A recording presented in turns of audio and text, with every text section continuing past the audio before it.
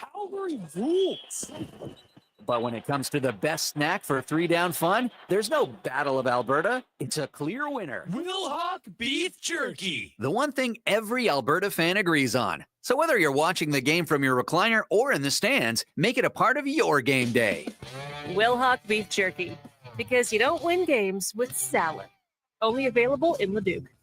If you're looking for the ultimate off-road adventure, you'll find it in a Jeep Wrangler. And if you're looking for the ultimate financing deal on a Wrangler, you'll find it at St. Albert Dodge. Right now, St. Albert Dodge is offering 0% financing for up to 72 months OAC on their full selection of 2025 Jeep Wranglers.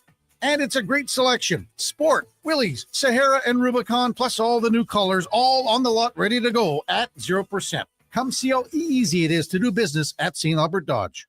Your Edmonton Elks face the BC Lions this Sunday at 5. Join the prehistoric party presented by Payworks. We're bringing back the Dino Nuggets at concession, Baby Dinosaur Crawl, and bigger, better T-Rex Combine at halftime. Tickets start at just $20 at goelks.com.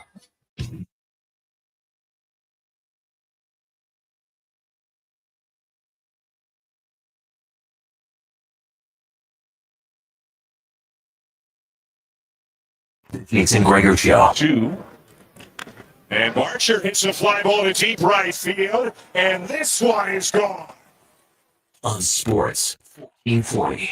You just want to help, and another one sent to deep right field, and Nathan Lucas is in it. Presented by PlayAlberta.ca, Alberta's only regulated online gambling website. Sit in. Take this one. Pass back this way. Way back. And monster shots.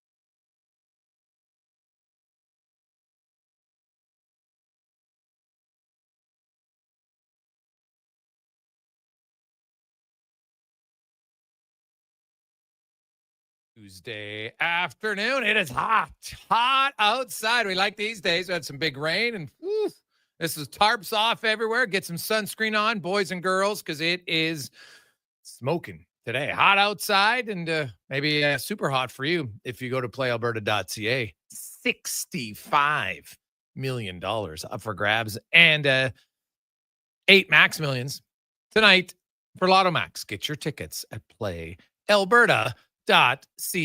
I'm Jason Gregor alongside Declan Kruger, and we got lots and lots to discuss on the show today. Of course, the Blue Jays, they've won 9 in a row. That ties them for a 7th longest winning streak in franchise history. Now, the longest is only 11 games because they've done it 5 times, and they won 10 back in 2008. They did win 11 2 different times in the 2015 season. And if you look at the Jays' schedule, they got the White Sox tonight and tomorrow, and then they got the Athletics. It's not like they're playing the dominant teams, right? The White Sox are 30-61 after last night's 8-4 loss, and the Athletics are 37 and 55. They are only the Rockies, I think, have a worse record. The Rockies are terrible. They're 21-70. My gosh, 21-70. Imagine being like a Rockies fan. Jeez, what's the point of even going to the game? Like, I know, like the Oilers, even when they were bad, they'd still win 25 games. Now it's an 82-game season. You got a 161-game season. They've already played 90 games. They got 21 wins. Like, they could, they're minus 235. We could have a whole conversation. What is the worst sports team that you can remember in your lifetime, in any sport?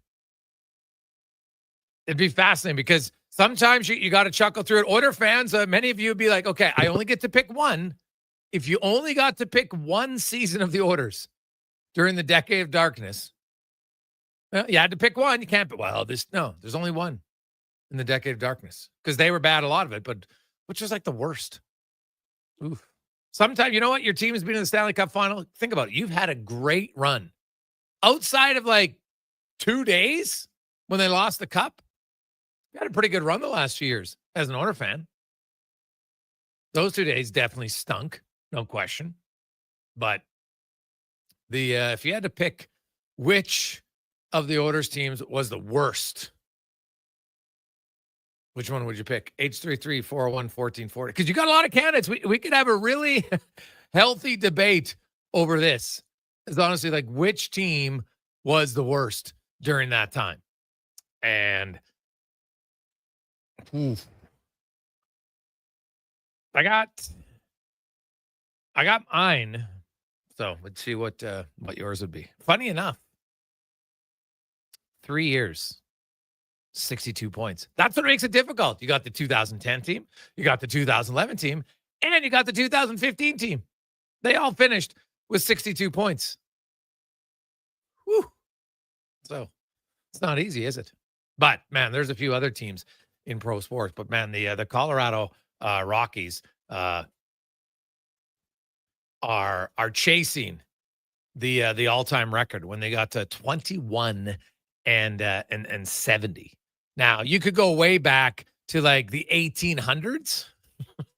So, those teams were pretty bad. The Cleveland Spiders, they went 20 wins and 134 losses.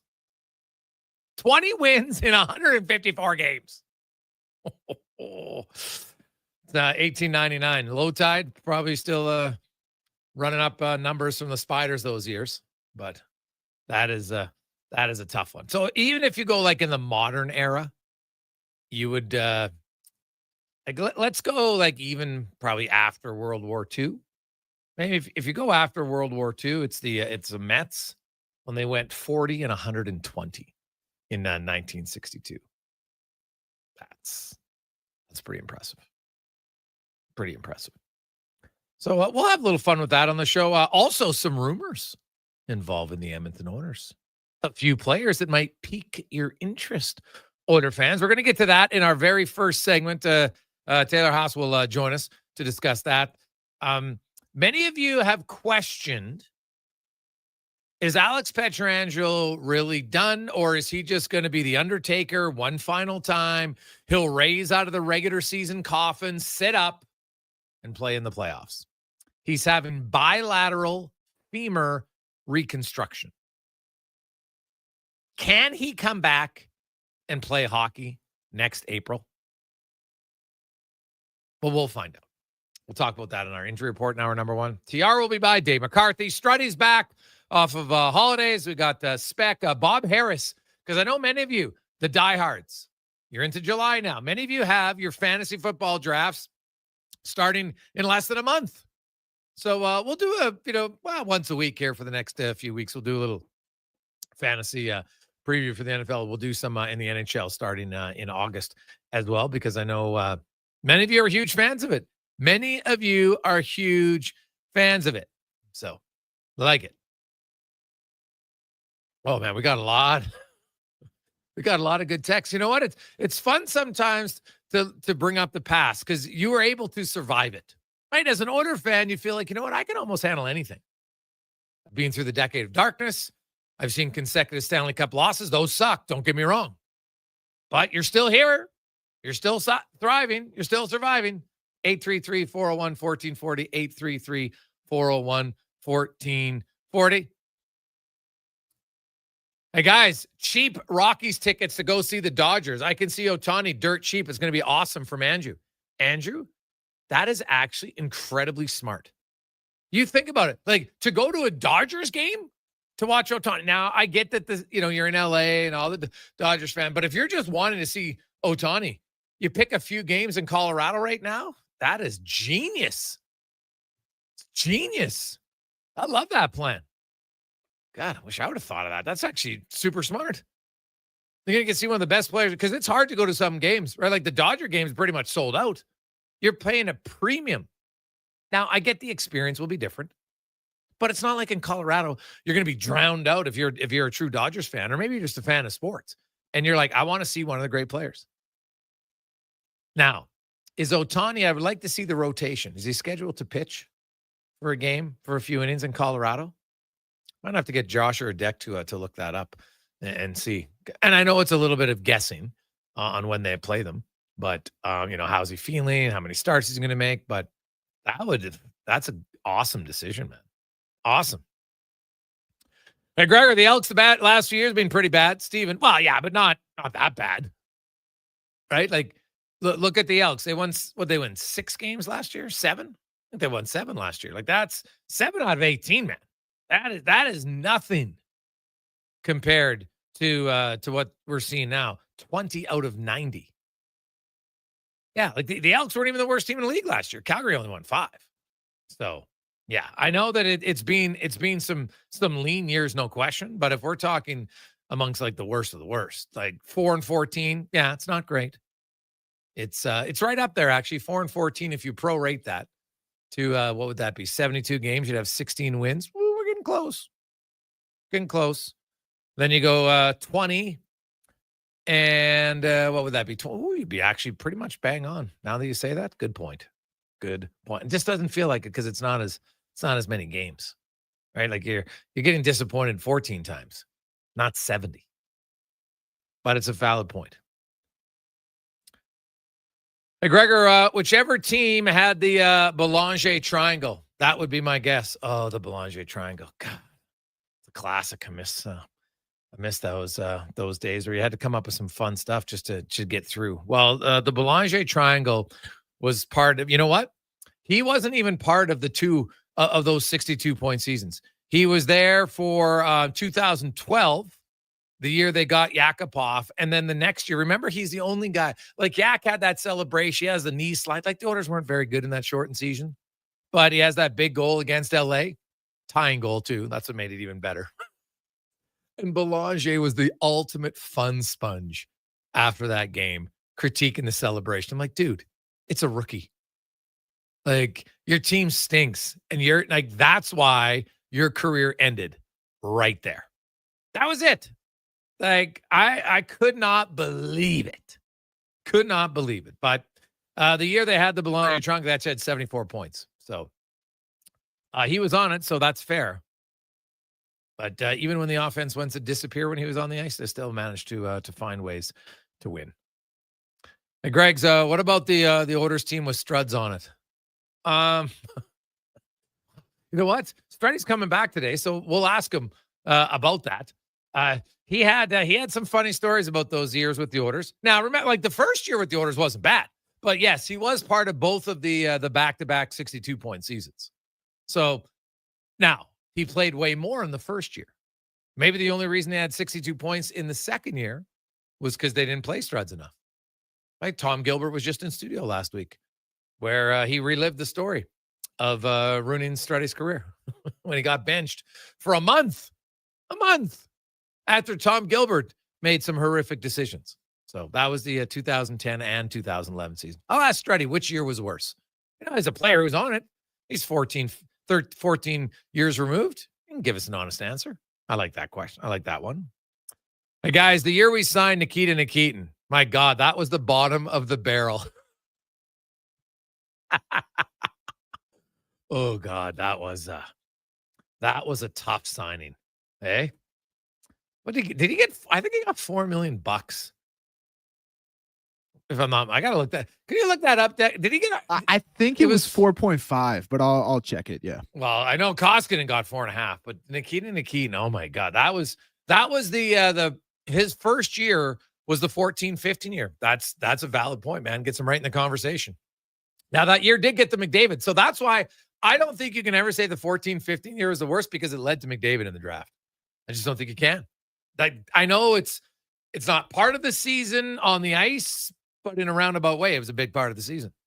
Nikita Nikitin did in fact get a 2-year, $9 million deal. 2 years, God, $4.5 million each year. Yeah. In two, like, hey, think about that. So everybody was mad about a lot of people like, geez, Cody Ceci got overpaid this year. Okay, sure. He got 4.5 in 2025 when the salary cap was $95 million, and it's going to be 102, and then it's going to be 113. Nikita Nikitin got the same cap hit, 11 years earlier. That is mind-blowing. I think the cap back then would have been like in the 70s. I can't remember what it was in 2000. 14, 15. I'll have to look it up quick, but I think it was 69 mil. 69 mil, and he got the same amount of money. Oh my God. We're talking the worst contract ever handed out to the Edmonton Oilers. That's got to be number one, isn't it? There can't be a worse one than that. 2 years for Nikita freaking Nikitin at 4.5. Guess what he had done the year before he got the contract? 2 goals and 15 points in 66 games with Columbus. And you're giving him $4.5 million in a $69 million cap hit. WTF. Yeah, that might, you know what? Honestly. As bad as the Jack Campbell contract has worked out, geez, the Nikitin one might be worse. Here's a fun one, Jason. Do you know how many games he played for the Oil? And did he play more games for the Oil or for the Condors? Ooh, that's a good question. Well, did he play 50 games? Because he played like did he play like, I think he played like 52. Yeah, it looks like 53. So you're right on the mark. Good Yeah, guess. right on the mark. And now 4 points, 4 goals, 7 assists in 53 games. And how many games he played? Because I remember he got sent down to the minors. They put him on waivers. What did he play? Like 20 games in the minors? 30. Yeah. So 30 games in the minors and 53 in the NHL over 2 years. So basically 1 season combined because he was hurt. Oh, my goodness. But, hey, well, the Jack Campbell one might be worse. Gregor, what about Lucic? No, you can't say Lucic, Adam. No chance. Like, Lucic scored 50 points his first year. Yeah, he had no problem with his first year in Edmonton. Right? Then it went down quick, sure, but he was still in the league. Right? He still played. It was a long contract, no doubt. But, like, Nikitin 4.5. Like, Lucic got 6. And he did play in the league, still contributed something. So, yeah, at least you're getting bang for your buck. To me, it's Campbell or Nikitin. Probably would go with Campbell because it was a 5-year deal. And they still got, they got $2.3 million in dead cap space this year and 2.6 next year. So, yeah. Yeah, it might be Campbell. But God, that Nikitin one, man. That's just for, why? Why? It's amazing. Coming up on the show, we'll take a break. A little bit of trade rumors in the summer. And it's interesting. The one thing that keeps me constant in the NHL cycle is a lot of people feel there wasn't a lot of movement when it came to free agency. A little bit, of course, but not a lot because a lot of teams end up keeping their guys. So, teams are looking to improve. Some teams are looking, the Pittsburgh Penguins are a team that's, they got some guys they want to move. Do any of them make sense for Edmonton? There's some connections, according to the internet, and I don't know how much truth there is to that. So I don't believe everything. Just and I learned something from Declan Kruger yesterday, because I'm not up on the memes or even pictures. There's certain pictures. So the Darnell Nurse on his Instagram yesterday, Deck, he has a picture of a guy with his foot over a toilet, right? Like he has the lid. It's like he's slamming the lid down with his foot. Correct? Yes. And that means essentially what? Like you're lying? Yeah, so it originated from a Vine, if you remember that application back in the day, and essentially it was a guy who was saying, "Why the F you lying? Why the F you lying?" And there are certain pictures like that in internet culture that you can just post a picture and people will know the phrase associated with it. So the phrase is, "Why are you lying?" Yes. Okay, so that came out after the report that he'd been asked to waive his no trade clause, because I was told that didn't happen. So. But that was before I'd even seen that, and I saw that afterwards, and I'm like, people are like, "Hey, look what Darnell Nurse is doing." I'm like, what does this mean? Like, I'm totally out of it. I'm obviously a little bit below my age when it comes to that. So that means, "Why are you lying?" from Darnell Nurse. So there you go. Don't always believe everything you see, but there is some names out there. Do they make sense? We'll find out next on the Gregor Show, presented by PlayAlberta.ca. 65 mil tonight in Lotto Max. Get your tickets, PlayAlberta.ca. The sun is shining, the weather's warm, and some of Edmonton's favorite sports are back in season. If you're looking for the cherry on top of a perfect summer day, check out Play Alberta to experience casino, sports, and lottery all in one app. Download the Play Alberta app today and deposit $20 or more with promo code SUMMER to claim a $100 casino bonus. That's promo code SUMMER for a $100 casino bonus on us. Redeemable once per Play Alberta account. Remember, if you gamble, Please use your game sense. Ease joint pain and support healthy skin with NACA Platinum Pro Collagen, marine or bovine in caps or powder. Plus, fuel your workouts with NACA Platinum Pro BCAA caps. Find these and other NACA products at Vitality Health Foods, where customer appreciation is July 8th and 9th. Adventure just doesn't stumble into your life. It roars to life with Riverside Motorsports. Tearing up trails or cruising the open road. Yamaha ATVs, side-by-sides, motorcycles, and dirt bikes deliver the performance you crave. Built for thrills, ready for your next adventure. Yamaha's legendary performance and reliability take you there. Make Mother Nature your playground on a Yamaha from Riverside Motorsports. Located on St. Albert Trail. RideRiverside.com. Riverside Motorsports. What you do for fun is our business.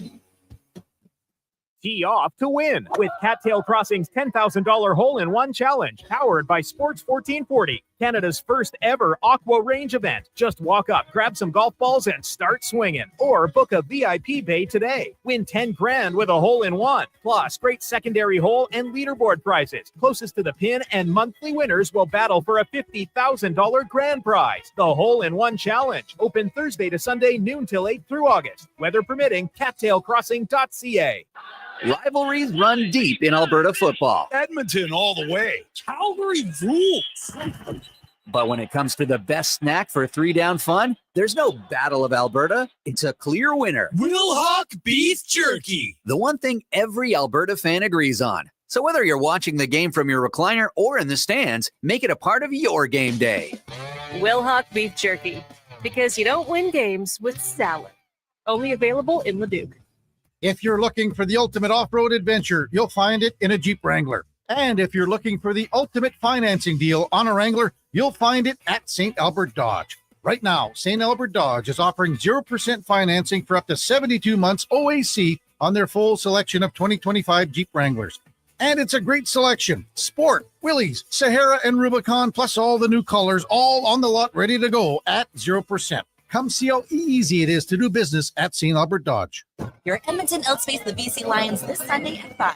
Join the prehistoric party presented by Payworks. We're bringing back the Dino Nuggets at concession, baby dinosaur crawl, and bigger, better T-Rex combine at halftime. Tickets start at just $20 at goelks.com.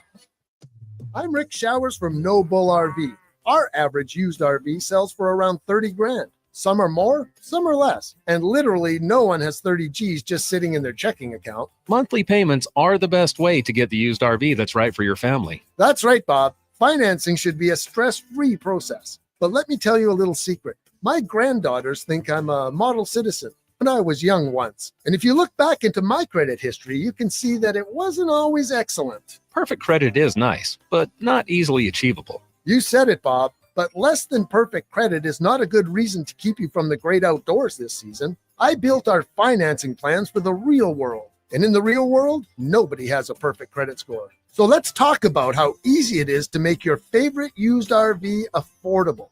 As long as you promise not to tell Saxon and Goldie that I'm not perfect. And that's no bull. NoBullRV.ca.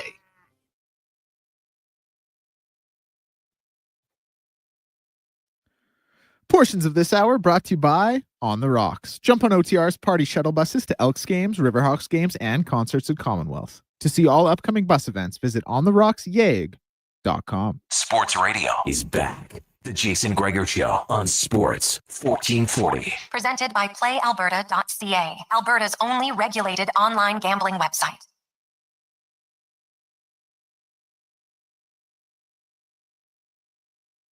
Welcome back. Tuesday afternoon, a hot day out there. Love it. Enjoy the heat. We don't get a ton of it, and it is beautiful outside. Nice little walk. Today is totally, we give you the free pass. It's tarp off day, Tuesday. All right. No questions asked. It's warm. Just enjoy it. Away you go. Put some sunscreen on and have yourself a wonderful day. Let's go around the NHL. When it's hot, oh, what a deal at McDonald's. $2 Sundays, $2 snack size shakes, or just get the app on your phone, walking around, order a cone for $1. Just go pick it up. Plus tax. Only at McDonald's. And in the NHL offseason, it was a little bit quieter of free agency than some expected, and mainly because a lot of the players ended up sticking with their teams, but that doesn't mean that there's not a lot of rumblings. One of those teams, the Pittsburgh Penguins, they got a boatload of draft picks. They're looking to try to retool their team. There's Erik Karlsson, there's Brian Russ, there's Rickard Rakell. Are they actually going to move any of them? Sounds like maybe. Taylor Haas joins us, beat reporter for the Penguins from DK Pittsburgh Sports. And Taylor, I'm sure that will be the question that you are asking and being looking for information all summer. When you make those, if you had to do an order of a ranking, 1, 2, 3, who do you think is most likely of those three to get traded? I would say Rakell, just because of the three, he seems to have the most value and interest too. Like Karlsson, I think, Dubas would like to move him if the opportunity presented itself. But I think with that contract, even if, they were to retain, that would be very hard to do. And Russ, I just don't think they're that willing to move. So I would say Rakell would be the most likely of those three. Okay. So you look at it like Pittsburgh, they're kind of in a unique situation, right? You've got Sidney Crosby, he's got 2 years left on his contract. The guy might play for 4 or 5 more years. Like he's aging very well. I think that's obvious. And there's lots of people out of Pittsburgh that say, hey, maybe better for everybody if he leaves. I understand his loyalty, but is he prepared? Like if they get rid of Rakell, like that's a 35 goal scorer gone, right? Like you're probably not getting a 35 scorer in return. Are they just looking for young NHL guys? Are they looking for more picks? What do you think they're looking for? They're looking for a little bit of both of those things. They've accumulated a lot of picks over the next really 3 years, but they are at the point where they want to start bringing in guys who could come to the NHL roster sooner, maybe immediately. I don't think they're trying to be a contender or even get better this coming season, but the following season seems like a more realistic timeline. But I mean, as far as like who can play with Sid, at the end of the year, they brought up 2 of the guys from the AHL, Rutger McGroarty and Veli Koivunen. Both of them got time on Sid's line, and both of them fit really well. So I think if you move out Rakell, it wouldn't be that hard to find someone to replace him in the short term, especially that they aren't trying to be good next year. But maybe those guys can turn into 30-something goal scorers the following year. What about Malkin? Where's he at? And as far as what's he got left? So he has 1 more year. He's been on the record about not wanting to play for another team. And I asked Kyle Dubas the day before free agency started about if they've made a decision on what is going to happen with Malkin beyond this season. And, is this going to be his last year? And Dubas said they haven't made a decision yet. Because, I mean, for what his contract is, he's worth that. He brings a lot of value for his cap hit. And really, they don't have top 6 centers in the timeline in the pipeline who could, be ready in 2 years. So bringing back Malkin, I think, is really realistic. Dubas said they're going to wait until the Olympic break this year and then talk with Malkin about where he's at, what he's feeling, if he does want to keep playing, and if he's productive, if that's something that they'd want to explore bringing him back. But he might not be done. This might not be his last year. Like when you watched him last season. Like Sidney Crosby had a really good year. You saw him play at the Four Nations. Obviously, Russia wasn't eligible to play at the Four Nations. But how was Malkin's year? Like if you look from afar, 50 points in 16 games isn't terrible by any stretch of the imagination. His plus minus was awful. But has he slowed down significantly more than Sid in your eyes? I think he has, but I also think that again, for like a $6 million player, he's definitely worth at least that. He definitely has slowed down more than Sid. But the thing with Malkin too is he has not had consistent wingers in a long time. He saw a lot more turnover in who he was playing with. Sid would get the better guys. Malkin, consistency is still maybe an issue for him, but you could say that about most of the team last season, really outside of Sid. And his line, really, last year was really not a good year for everybody. And, the plus minus, Penguins were terrible defensively last year. So a lot of guys, their plus minus wasn't really great. So I'm not really concerned about Malkin, especially, a new coach coming in, that could provide a boost for him. So what's your sense, Taylor, about the new coach and, what's going to be different in their approach and how they play under him compared to the previous coach, who's now gone to New York? Yeah, Dan Muse hasn't talked a whole lot yet about systems or philosophies, nothing with a lot of detail. The one thing we do know about Dan Hughes is he's very passionate about development and letting these young guys play. And, he does have a prior relationship with Riker McGorty from the U.S. national team development program. So that's encouraging, just given where the Penguins are at, that, these young guys are going to come in and be giving a fair chance to make the roster. So that's the biggest thing. And he also seems very collaborative with his assistant coaches. He did just recently fill out his staff.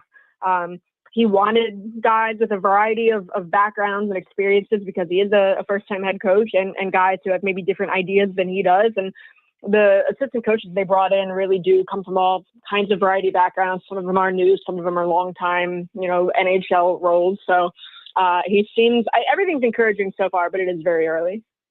You mentioned the young guys who came up last year. Do you see more coming in? Like, not that you force feed young guys, because if you're not ready, it can be a long learning curve for young guys to try to develop at the NHL level. But outside of McGorty, do you see any other guys coming up that you think that have a legitimate chance to stick? I think him and Koivunen for sure. Tristan Brose is another forward prospect who can play center on both wings. Dubas said he would have come up at the end of the year last year, but the way their schedule was, they weren't really competitive games. They were playing teams who weren't playing competitive games, and they didn't want Brose to come up and that be his first experience. Moving out Nedeljkovic, they're going to have a young goalie coming up, either Blomqvist or Murashov, probably Blomqvist. And I would say Pickering too on defense. He did get look last year, but just given where the left side of the defense is right now, it's very weak, and the door's wide open for Pickering to come in and push for a spot. Taylor Haas joins us talking Pittsburgh Penguins. I want to circle back to Erik Karlsson, and obviously there'd be they're going to have to retain some salary, of course, if they move him. But I don't think it's going to be a massive amount that they would have to retain, because he's already been retained by 1.5 or whatever it is. So he's down to 10. Maybe they retain 2. He's only got 2 years left on his deal. Like, the guy can still make plays. There's no question. Obviously, the defensive zone is a struggle, but when it comes to Erik Karlsson, how much do you think he can contribute to a contending team? I think if you look at the way he played at Four Nations, that was the best he looked all year. And I know a lot of Penguins fans are like, where has this Erik Karlsson been all year? So it's definitely in him. And I think Karlsson, if he were to go to a contender, maybe you'd see a different Karlsson. Even if he comes back, you could see a different Karlsson, because, the new coaching staff, new defense coach, I think he could bring a lot. And, especially if the Penguins would have to retain, like you said, because how many contending teams out there have the cap space and an opening for someone like Karlsson? Not much. So it's hard to imagine a scenario where that would work out. But I think, the plays he makes, the offense he brings, what he can do for a power play, a contending team, if they have an opening, they could find value in that. Look, what about goaltending? We know what happened to Tristan Jarry last year. He went down, tried to find his game. If I look at their depth chart, they got him and Blomqvist, and really that's it. Like, even in the minors, if you look now, maybe one of those younger goalies. Obviously, I'm not overly in depth with the young goalies in there. Like, I'm not sure if Murashov is even ready, or Larson, or even Lindbergh, who I don't even think has a contract yet. But what do you make of their goaltending situation, and how much question marks around it?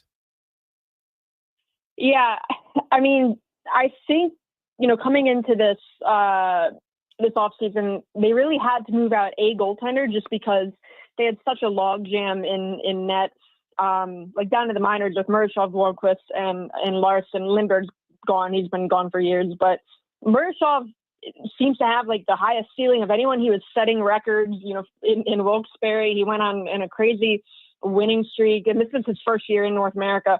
Blomqvist, this is his second year in North America, so he's a little closer. I don't know if he has quite the ceiling Murashov does, but I think he will be the one who earns that spot with Jarry out of camp. Who's going to be the number one? I don't know. I think we're going to see a lot of splitting, because if Jarry can turn it around, that would be ideal. And the Penguins' goaltending wasn't great last year, Jarry especially, but also the defense in front of him was awful for most of the year. So it's hard to judge how much of that was on Jarry or even Nedeljkovic or Blomqvist.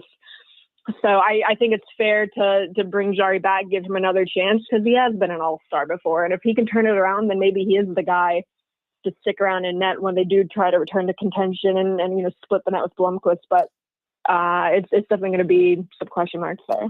How much patience is there in Pittsburgh right now, Taylor?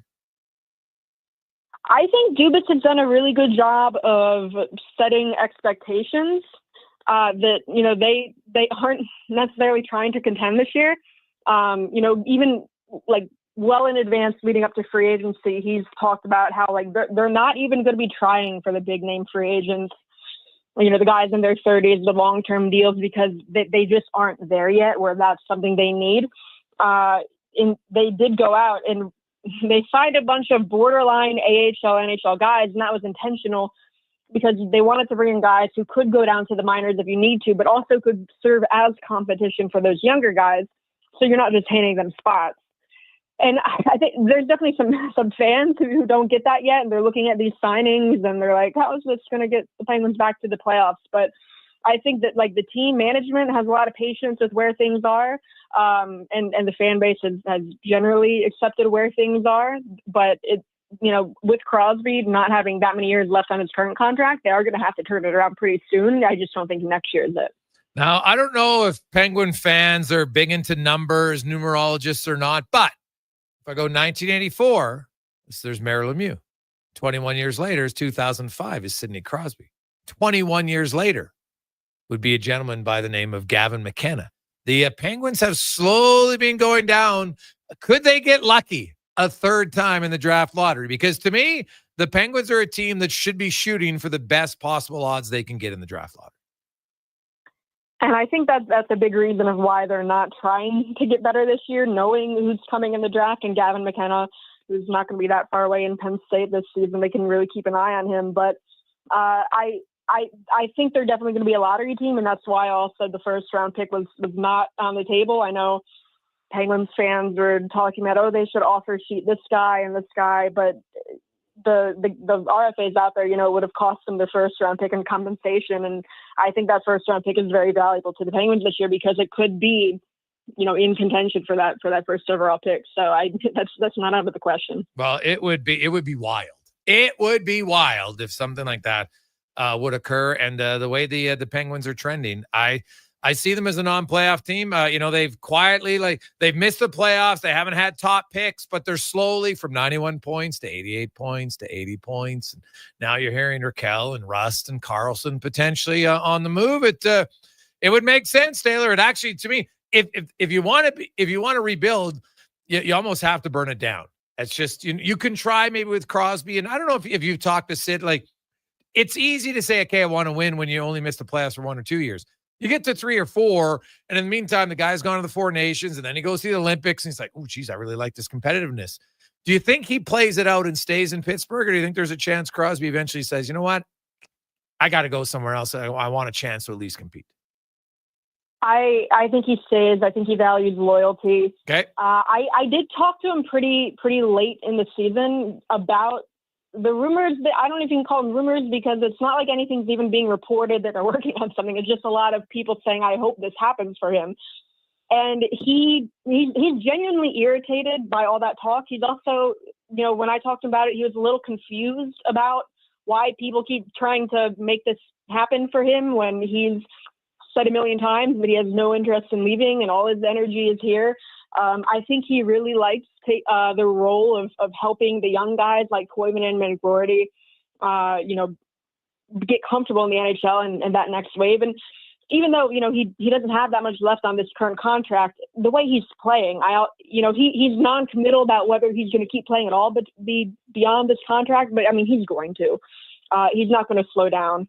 But so I don't think he finishes his career anywhere else, and I don't think he retires with his contract is over. I think he'll re-sign in Pittsburgh, and he could be part of when the team gets back into contention.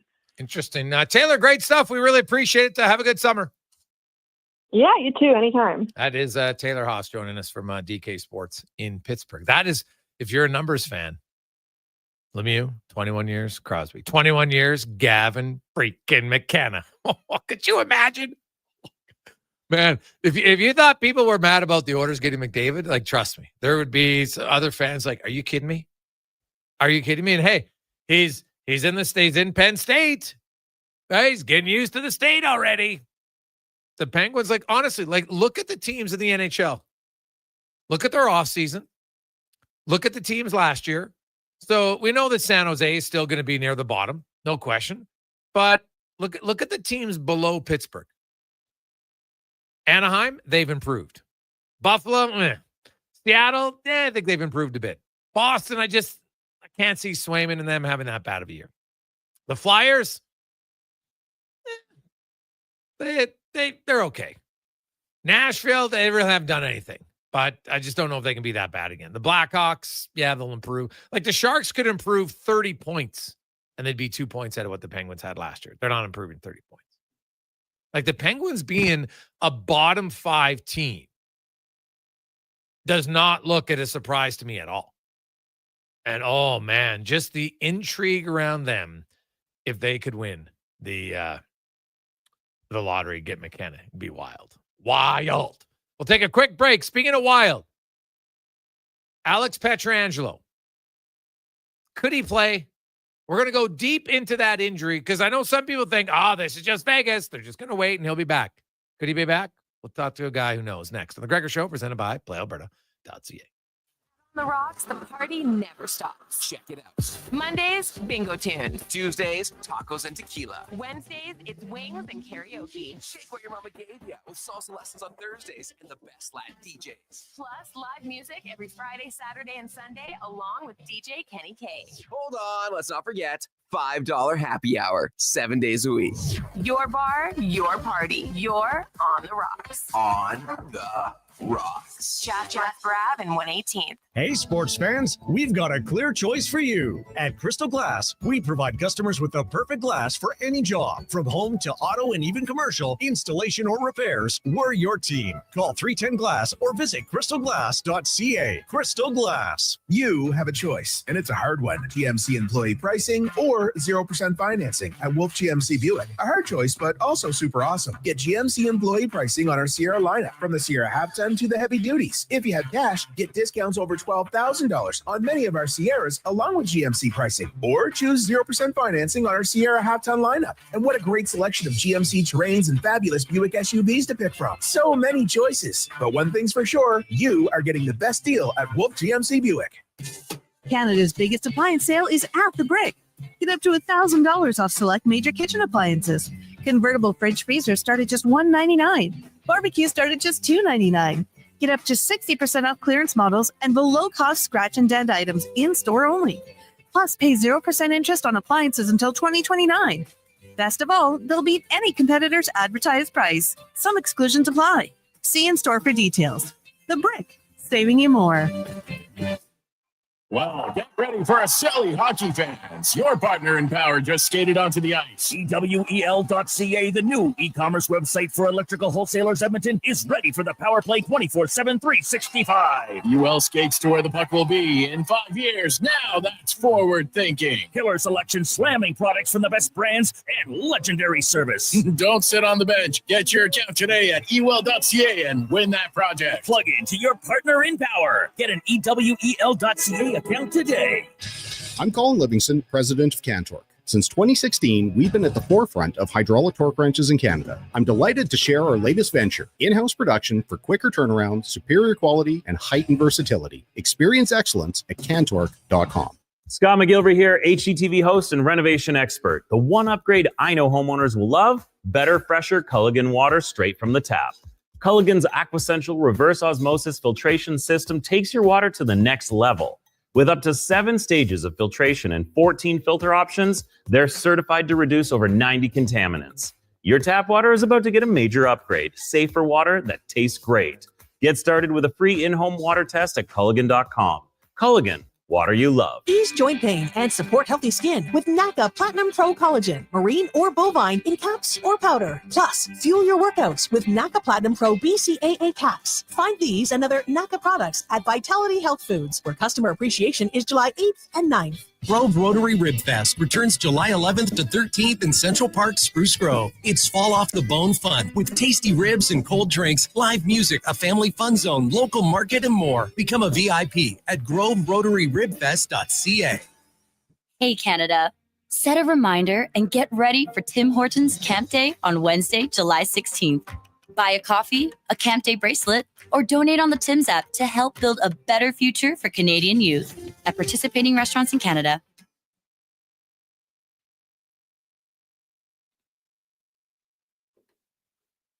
Portions of this hour brought to you by Cantork. What's the best way to beat the tariffs? Buy Canadian. Cantork's products are not only made in Canada, but right here in Edmonton.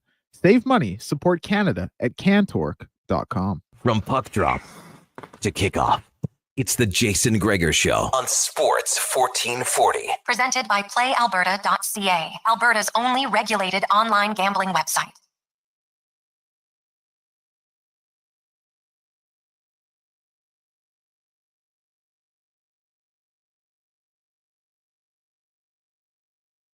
Five, how you doing? Sports 1440, Oilers Nation, YouTube, Facebook, X, and Instagram. Also, sports1440.ca. Or maybe you're listening on the app at Stingray or the Radio Player app, iHeartRadio, whichever one you use. Thanks very much for listening, watching the show. We appreciate it. As we get to the injury report brought to you by Leading Edge Physio, the team at Old Strathcona have special training dedicated to reduce the impact or during and after your diagnosis from lymphedema to the management of fatigue and side effect chemotherapy and radiation. They can help. Learn more at leadingedgephysio.com. As Grant Fedoruk from Leading Edge joins us once again. Grant, how you doing, man? I'm doing really good. I hope I sound okay on that side. Last time I was told, sounded like I was living in a hollow bathroom or something. No. It looks, it sounds good. It's perfect. So today we're going to talk about something most of us have never heard about, but bilateral femur reconstruction. So Alex Pietrangelo comes out, announces, it sounded like he's done playing hockey. It's a pretty hard one. And people are like, this is Vegas. There's no chance he's going to come back for the playoffs. Right. So I guess, first of all, bilateral femur reconstruction, I'm assuming there's different things that can happen with that. It's not just like, sometimes it can be your hips, sometimes it can be the femurs themselves, correct? Yeah, the analogy to use, and when we were messaging back and forth, there's a difference between a hip replacement and femoral reconstruction. I said to you, are they talking a hip replacement or are they talking pins and plates? And you sent me some information. They were talking pins and plates, which means a femoral reconstruction. Younger athletes, young high-end athletes, somebody where the actual surfaces haven't eroded so far that they're going to just do an entire rebuild. So the analogy I would use is kind of like a house. The surfaces are good enough that they're going to basically deal with some of the structure of it. They're going to fix some parts, but they don't have to knock the whole house down. They can do a bit of a rebuild. So they're going to preserve as much as possible while rebuilding around it. And that looks more like pins and plates and tissue, sometimes what we call allografts. So parts of bone from another part of the body to help grow in that area and give him a better position and obviously reinforce where he's got some weakness and problems in his hips and in his femurs. So that's the analogy. Whereas when we're dealing with a total joint replacement, they take from the neck down, the neck of the humerus, I know this will sound crazy, but I'm going to use these words. They chop it off and they put in a new prosthesis there. So it's a piece of titanium with a new ball. And then they clean out the acetabulum, which is the socket, and they put in a liner or a new surface there. And that's a joint replacement. In this case, it appears, or from the facts of the matter that they're doing a reconstruction, that those surfaces haven't eroded enough and they're looking good enough that they can fix what they've got and give them a better chance long-term to, maybe have a hip replacement down the way, but not needed right away. So, and the way the words in his press release sure made it sound like, he just wanted to live a normal life. Right. Yep. The doctors told him the strain from hockey. So even if you have this repaired, you could walk around and, you could probably go, be average Joe, lift some weights, do whatever. But chance of playing like body contact hockey again, what are the chances of this? Like zero? Well, I don't think I'm going out on a limb here. Pardon the pun. I don't think that, first of all, bilateral. I think anytime you're doing it, this is double the surgery, double the chances of risks, double the complications, double the recovery. Everything is literally twice as much. Even if when they do it at the same time, it doesn't matter. That's even got its own stresses on the body because now you're non-weight bearing for a particular period of time. So if they do them at the same time, and I'm not going to speak to whether they're doing them bilateral, I believe that they're going to do it at the same time, but I don't know. But now you're bedridden for a period of time, which leads to more wasting, more atrophy, other kind of problems that can come about. If they do one and then the other, just extend the time frame. I mean, the recovery from this in the best case scenario is we're talking a year and a half. Okay. So that's best case scenario. So now look at that. At his age and the fact that he's been playing at a high level, and then he's going to be out of hockey for that period of time. He's going to have all of the recovery. It is a longer recovery. It's actually a longer recovery than if you have a hip replacement. These recoveries take longer. Now, there's lots of good reasons to do it. He's young.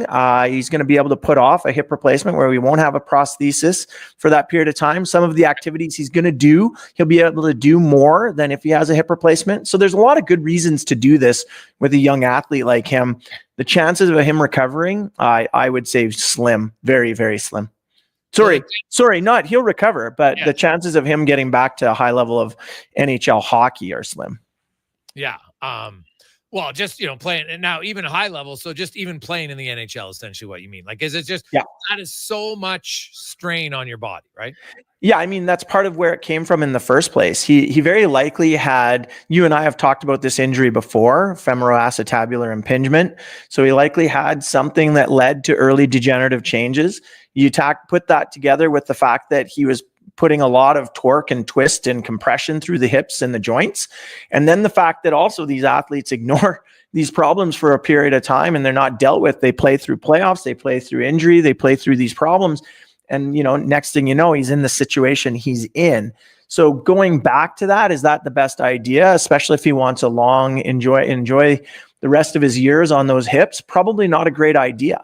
Number one. Number two, will he be able to perform at that high level? I think it's going to be pretty tough after that period of time and that kind of recovery. And they've also got a sunset on their careers in the first place, right? So is this just natural erosion from the motions of playing? Like, what causes something like this? So I don't know him personally. There's a few different things. Genetics play a role, and then trauma. Put the two together. So again, there's two different types of femoroacetabular impingement that can occur. One's called a cam type. One's called a pincer type. Most likely young athletes, young male athletes, sometimes a combination of both. Young male athletes, it's a subtle change or a subtle difference in the actual ball of your hip, and it's likely genetic. Could have been traumatic, but more likely genetic, that leads to earlier wear and tear than you would see otherwise. It's like imagine like you, instead of a smooth ball or a smooth surface moving on the other surface, it's got a little bump in it. And so imagine what happens to the other surface when there's a little bump on that, what should be smooth surface.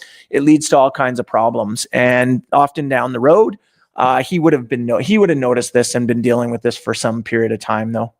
Yeah. Okay.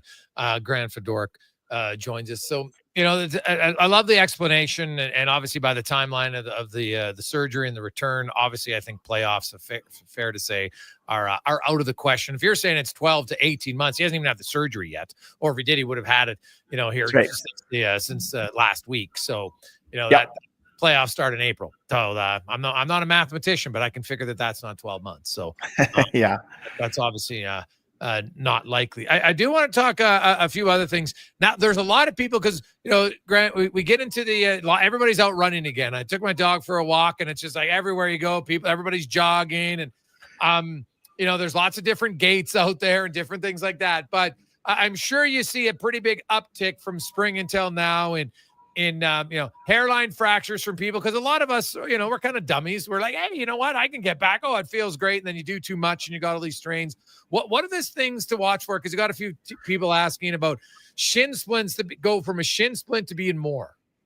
Yeah, so there's a lot of things early in the season. These are common traits and things in people. They think they can pick up where they left off, and that's not a great idea. You definitely don't want to put the body or the tissues through, an extreme amount of stress without building up to that level. So runners who took some time off, they'll often dust off the shoes and out they go, and then they start to do things. And here's the other interesting thing with athletes like that. They'll introduce things that they haven't built up to, hills, stairs, and it's totally different mechanics. It's different muscles that are being fired. It's a different amount of force that's needed.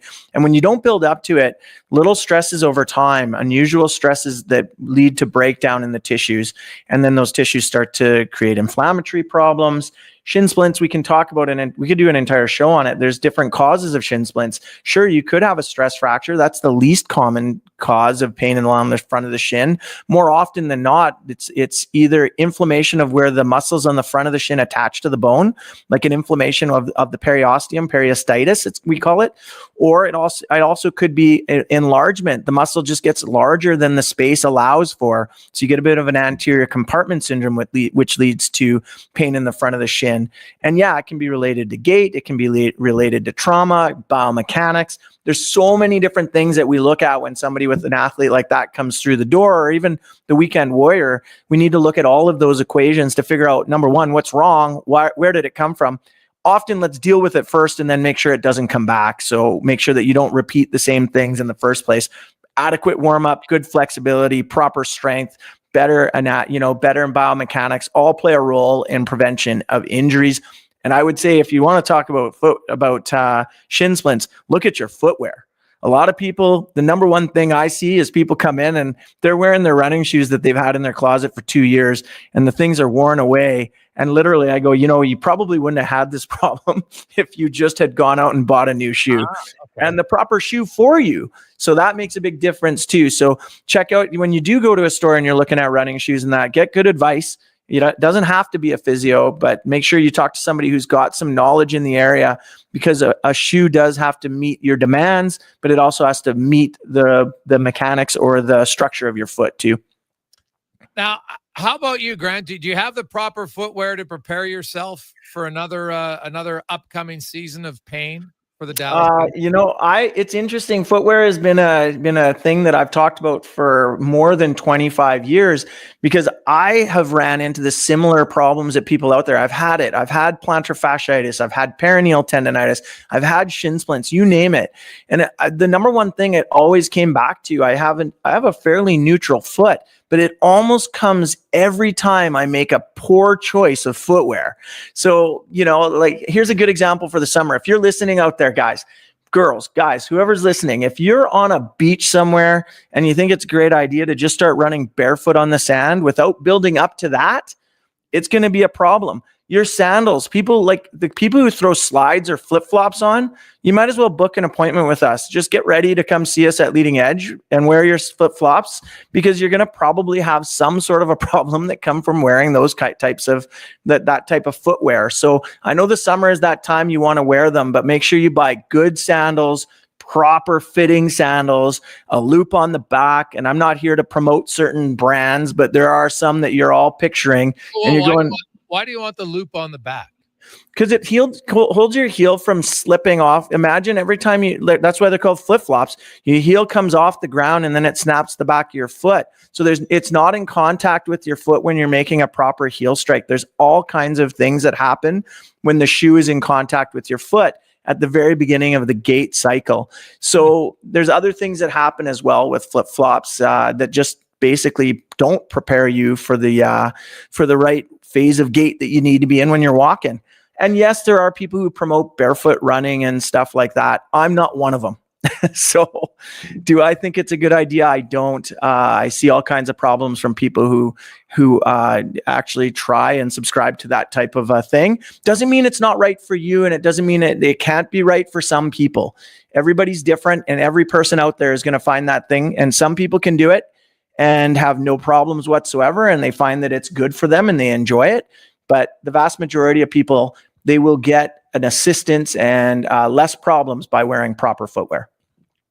Grant, great stuff, buddy. We appreciate it. Have yourself a great month, and we'll chat to you again soon. Absolutely. And as always, my best to anybody out there who's going through any of this stuff. And hopefully you have a great summer and nobody needs us over the summer. Well, sadly, people always do, but that keeps in business. Leading Edge Physio, where they say life shouldn't hurt. So be sure. Proper footwear. Well, geez, I'm trying to think. Yeah, I don't know if I've ever had a pair of sandals with the backing on it. So does that mean, I should have asked him that, so does that mean Crocs would qualify? Because the Crocs have the back on it. Keeps your foot in there. I guess it would. Let's see. When we return, TR will join us. Also, man, we still got lots of texts coming, and we asked you in the first segment, we got some doozies on worst contract. Because I think I got a winner, but what's the worst contract you can remember? Now, I'm not talking Rick DiPietro because we know he got bought out for years. I'm going to say contracts of below 5 years, so 4 years or less for this conversation today. Because obviously, the longer contract goes, the more chance you have of it not aging well in a lot of cases. We're talking shorter-term deals that ended up being infinitely worse than you could have imagined. We got a few examples we'll get to. 833-401-1440, 833-401-1440. But first, get to Declan Kruger, Sports 1440 update brought to you by Legacy Heating and Cooling, where the rates never change. No overtime charges. The AC conks out tonight. They'll come fix it. On the weekend, they'll fix it. No overtime charges. That's how you build a legacy at legacyheating.ca. This is the Sports 1440 update.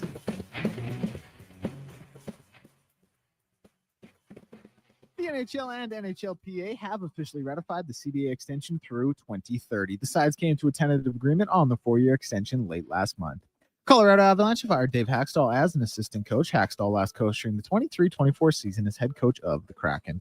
The agent for forward Evgeny Kuznetsov says his client isn't going to be seeking the type of deal he commanded in his first NHL stint. He last played in the NHL during the 23-24 season, playing 64 games between the Caps and Hurricanes. He spent last season in the KHL with SKA St. Petersburg, scoring 12 goals and adding 25 assists in 39 games.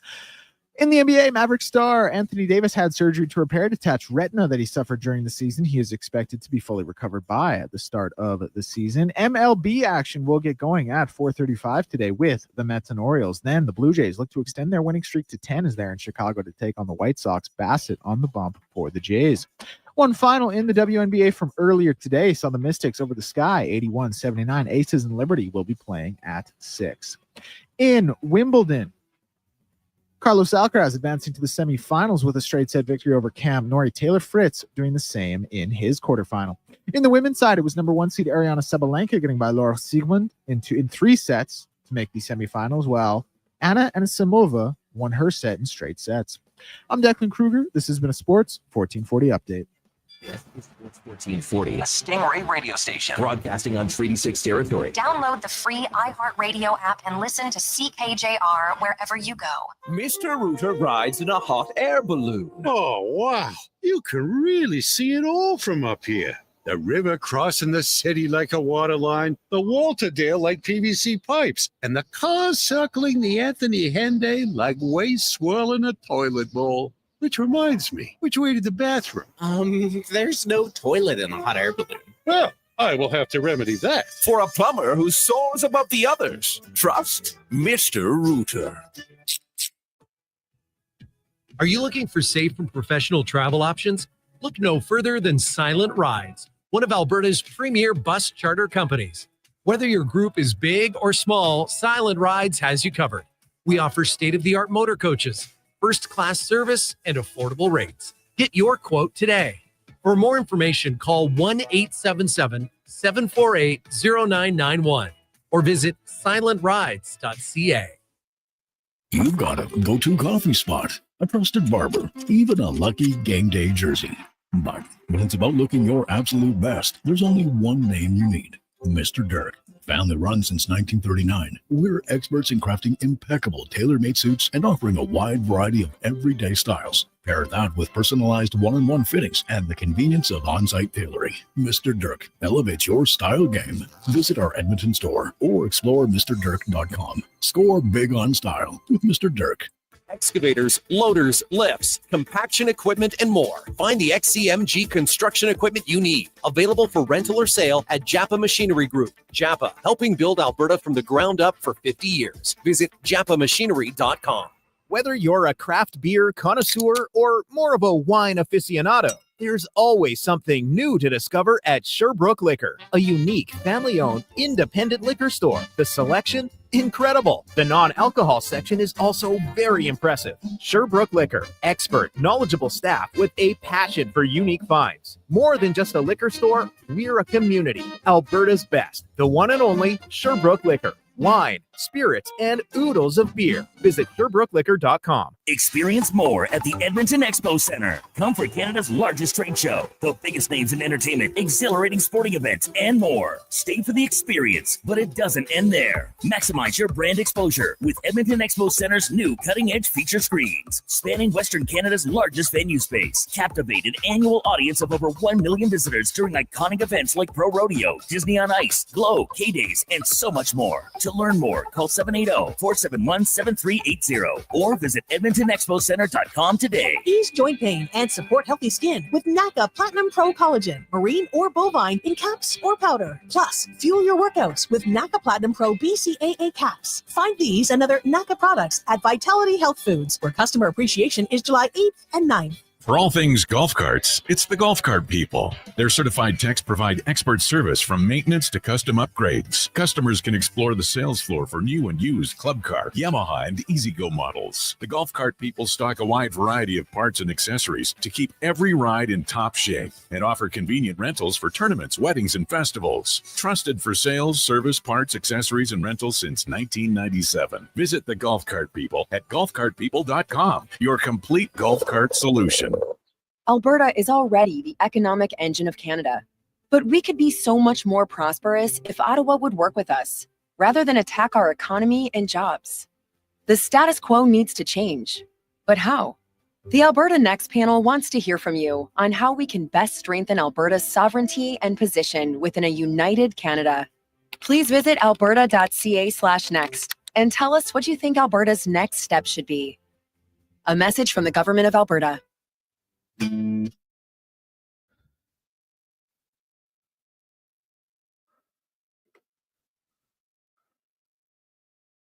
Portions of this hour brought to you by Culligan. For all your residential water needs, your local water treatment company. More than just big bottles, it's Culligan.com. Sports Radio is back. The Jason Gregor Show on Sports 1440. Presented by PlayAlberta.ca, Alberta's only regulated online gambling website.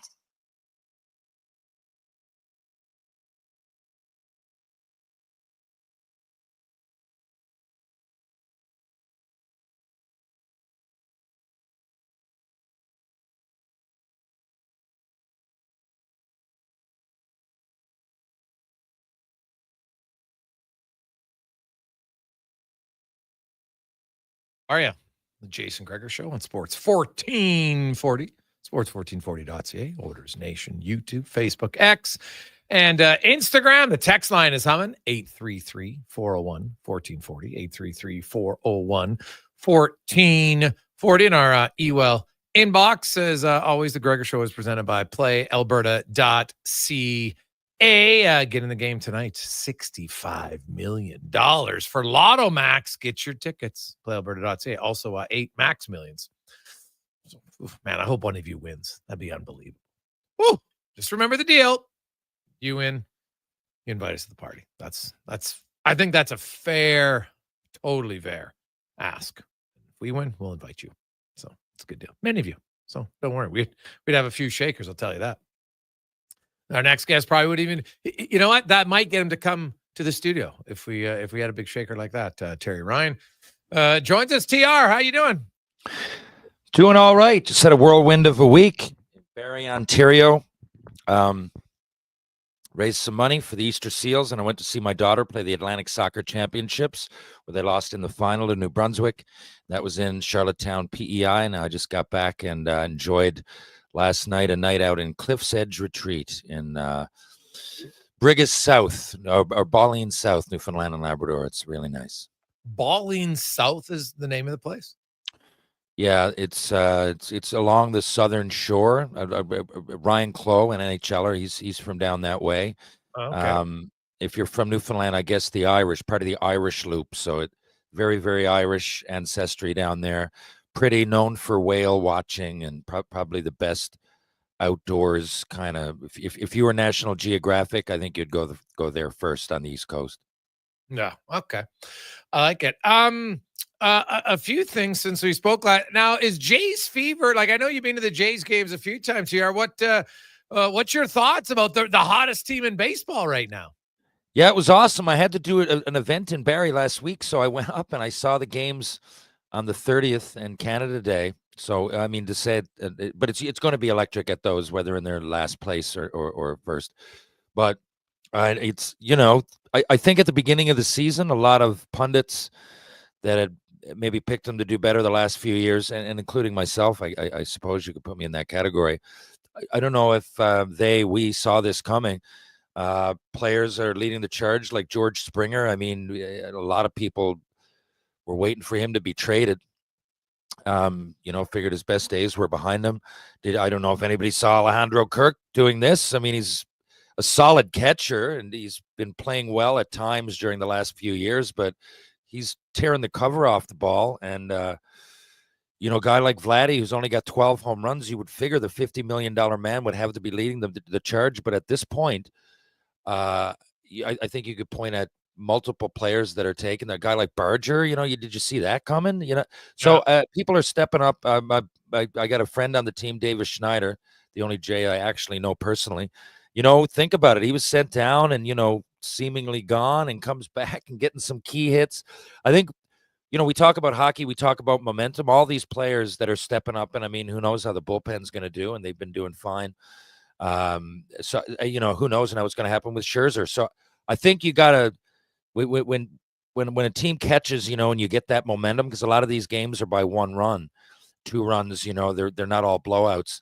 I think you rely on that, and there is, I think if it was in Montreal and hockey, you'd say ghosts of the Forum back in the day, but I think a lot of that's just another word for momentum, and you tend to get the bounces when everybody's in the same positive kind of aura, Yeah, no, it is fair. I read a fantastic article today on at MLB.com actually, and I just want to get the author's name, because it was a really in-depth article. Mike Petriello on George Springer and his resurgence at age 35, and just a total different approach, and when he's swinging at balls and how he's swinging. It was fantastic to read. So, obviously, baseball I think is the best sport when it comes to, statistics and looking at stuff, because every play starts from the exact same place. Right. And that's what makes it unique. And just, him when he's swinging, before 2 strikes and at different times, and really just swinging harder. Like they're going on his bat speed, and just, whereas last year, he was letting up on some, just trying to get the ball in play. And this year it's like, no, swing harder and take a higher cut to get balls in the air. And his ground ball rate has dropped. He's got the biggest decrease in ground balls hit this year.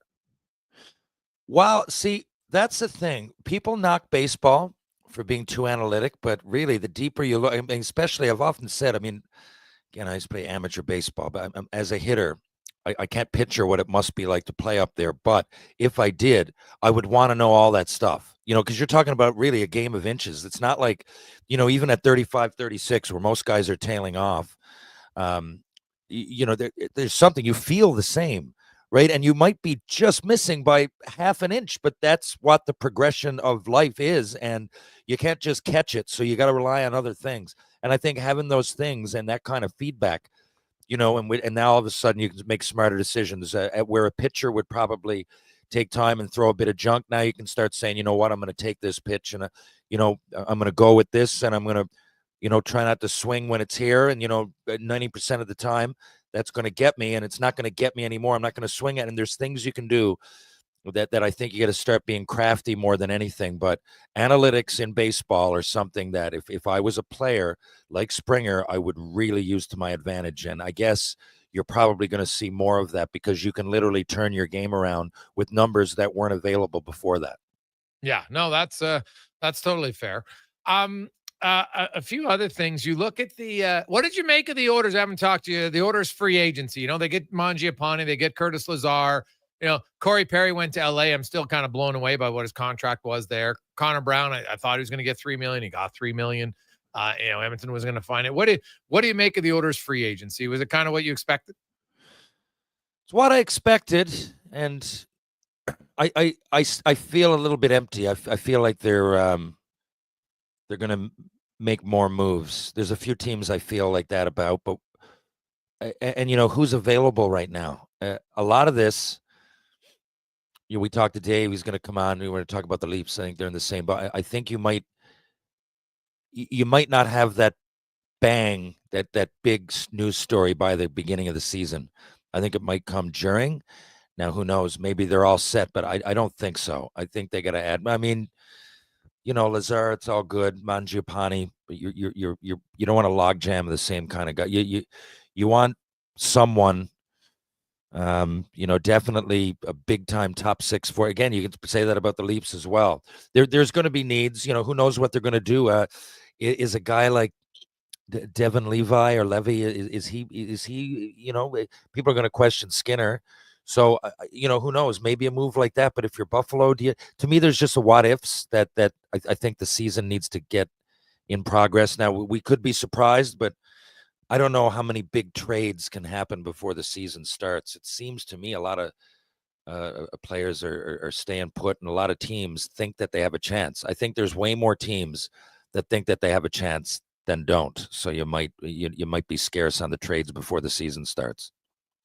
Yeah, I'd be surprised if there's any big deals between now and then, but you never know. Some trades are always a surprise, and so that's what makes it great. But I kind of think Edmonton's big moves are going to be made closer to the deadline when they got more cap space. So, and guys just cost less. Not cost less than what you have to give up, but they cost less than the cap. And it makes sense. I think it makes sense, right? Let's see what we got here, and you never really know. There's always player. You could be a young guy comes up and is playing well by then, and maybe we don't need as much as we thought. If I was a GM, I know fans don't want to hear that, but I don't see any reason in rushing anything unless it's an absolute lightning in a bottle. Let's do it, and that happens. But if it's me, I'm waiting and seeing how it plays out.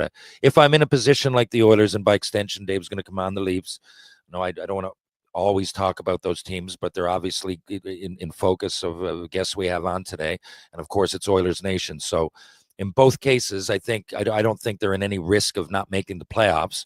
Let's ride it out, and they can only add and add to their team going into the playoffs, which is a long way from now.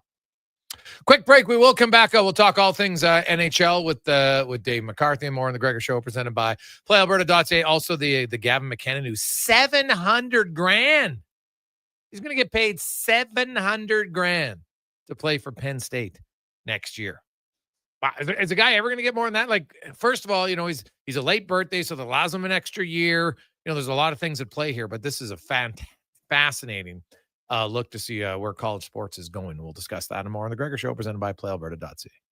The sun is shining, the weather's warm, and some of Edmonton's favorite sports are back in season.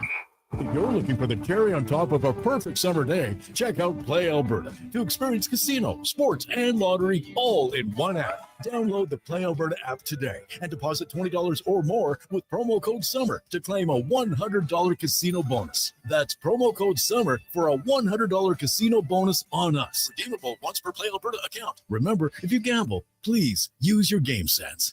When you look at a pipe, you just see a pipe. But at GS Construction, we know it's not just a pipe. It's the future water flowing to a growing family's home or the sewer line for a new school. At GS Construction, we know every trench we dig connects people to what matters. And if you'd like to be part of that vision of making a better future, we're hiring. Right now, GS Construction is looking for experienced foremen to join our team. So apply today at gsconstruction.ca. GS Construction, underground with purpose. You've got a go-to coffee spot, a trusted barber, even a lucky game day jersey.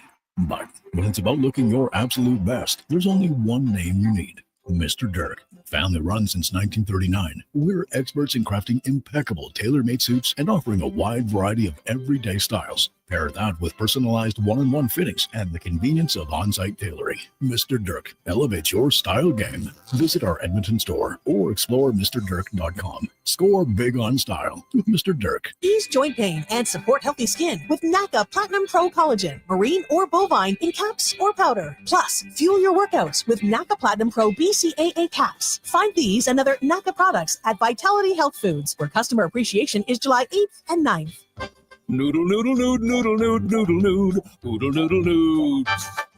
Noodle, noodle, noodle, noodle, noodle, noodle, noodle, noodle, noodle,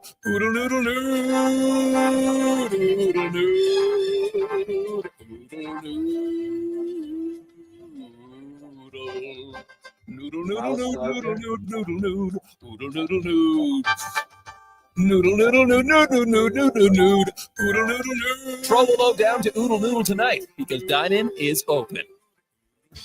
Actions speak louder than words. Japa Machinery Group puts your construction plan into action with XCMG construction machinery you need. Available for rental or sale. Learn more at japamachinery.com. Your Edmonton Elks face the BC Lions this Sunday at 5.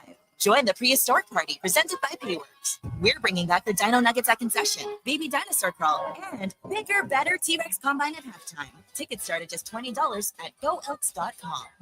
I'm Rick Showers from No Bull RV. Did you wake up this morning and think, I want to be a used RV salesman? If you're like most people, the answer is no. But if you want to sell your quality used RV yourself, then a used RV salesman is what you are. Welcome to your new job. That's right, Bob. Put it up on all the best websites. Wait for the phone to ring and be ready day or night, weekday or weekend. Drive out to the storage lot for every random tire kicker who calls and hope that what you have is exactly what they want. There's an easier way to do this, Rick. That's right, Bob. You could bring it to No Bull RV. We love selling used RVs, and the customers are already here. Commercials like this bring them in by the hundreds. All you need to do is cash the check when it leaves our lot. Used RV salesman is not what you wanted to be when you woke up this morning. And if it was, well, I think you better come out here and apply for a job.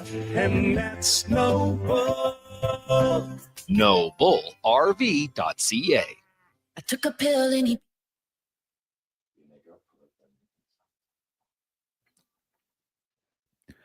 Portions of this hour brought to you by Leading Edge Physio. We treat pain and injuries head to toe and some other issues that might surprise you, like incontinence, vertigo, neuropathy, and cognitive issues. We invest in the technology, techniques, skills, and people who know how and what to fix.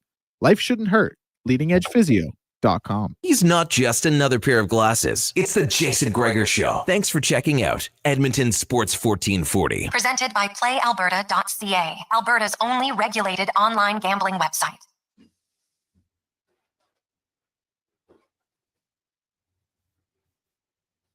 .322, Sports 1440, Oilers Nation, YouTube, Facebook, X, and Instagram. And is the Gregor Show presented by PlayAlberta.ca. Jason Gregor alongside Terry Ryan as we go in the room, brought to you by Action. We're going to get Dave McCarthy in a second, but it's brought to you by Action Electrical.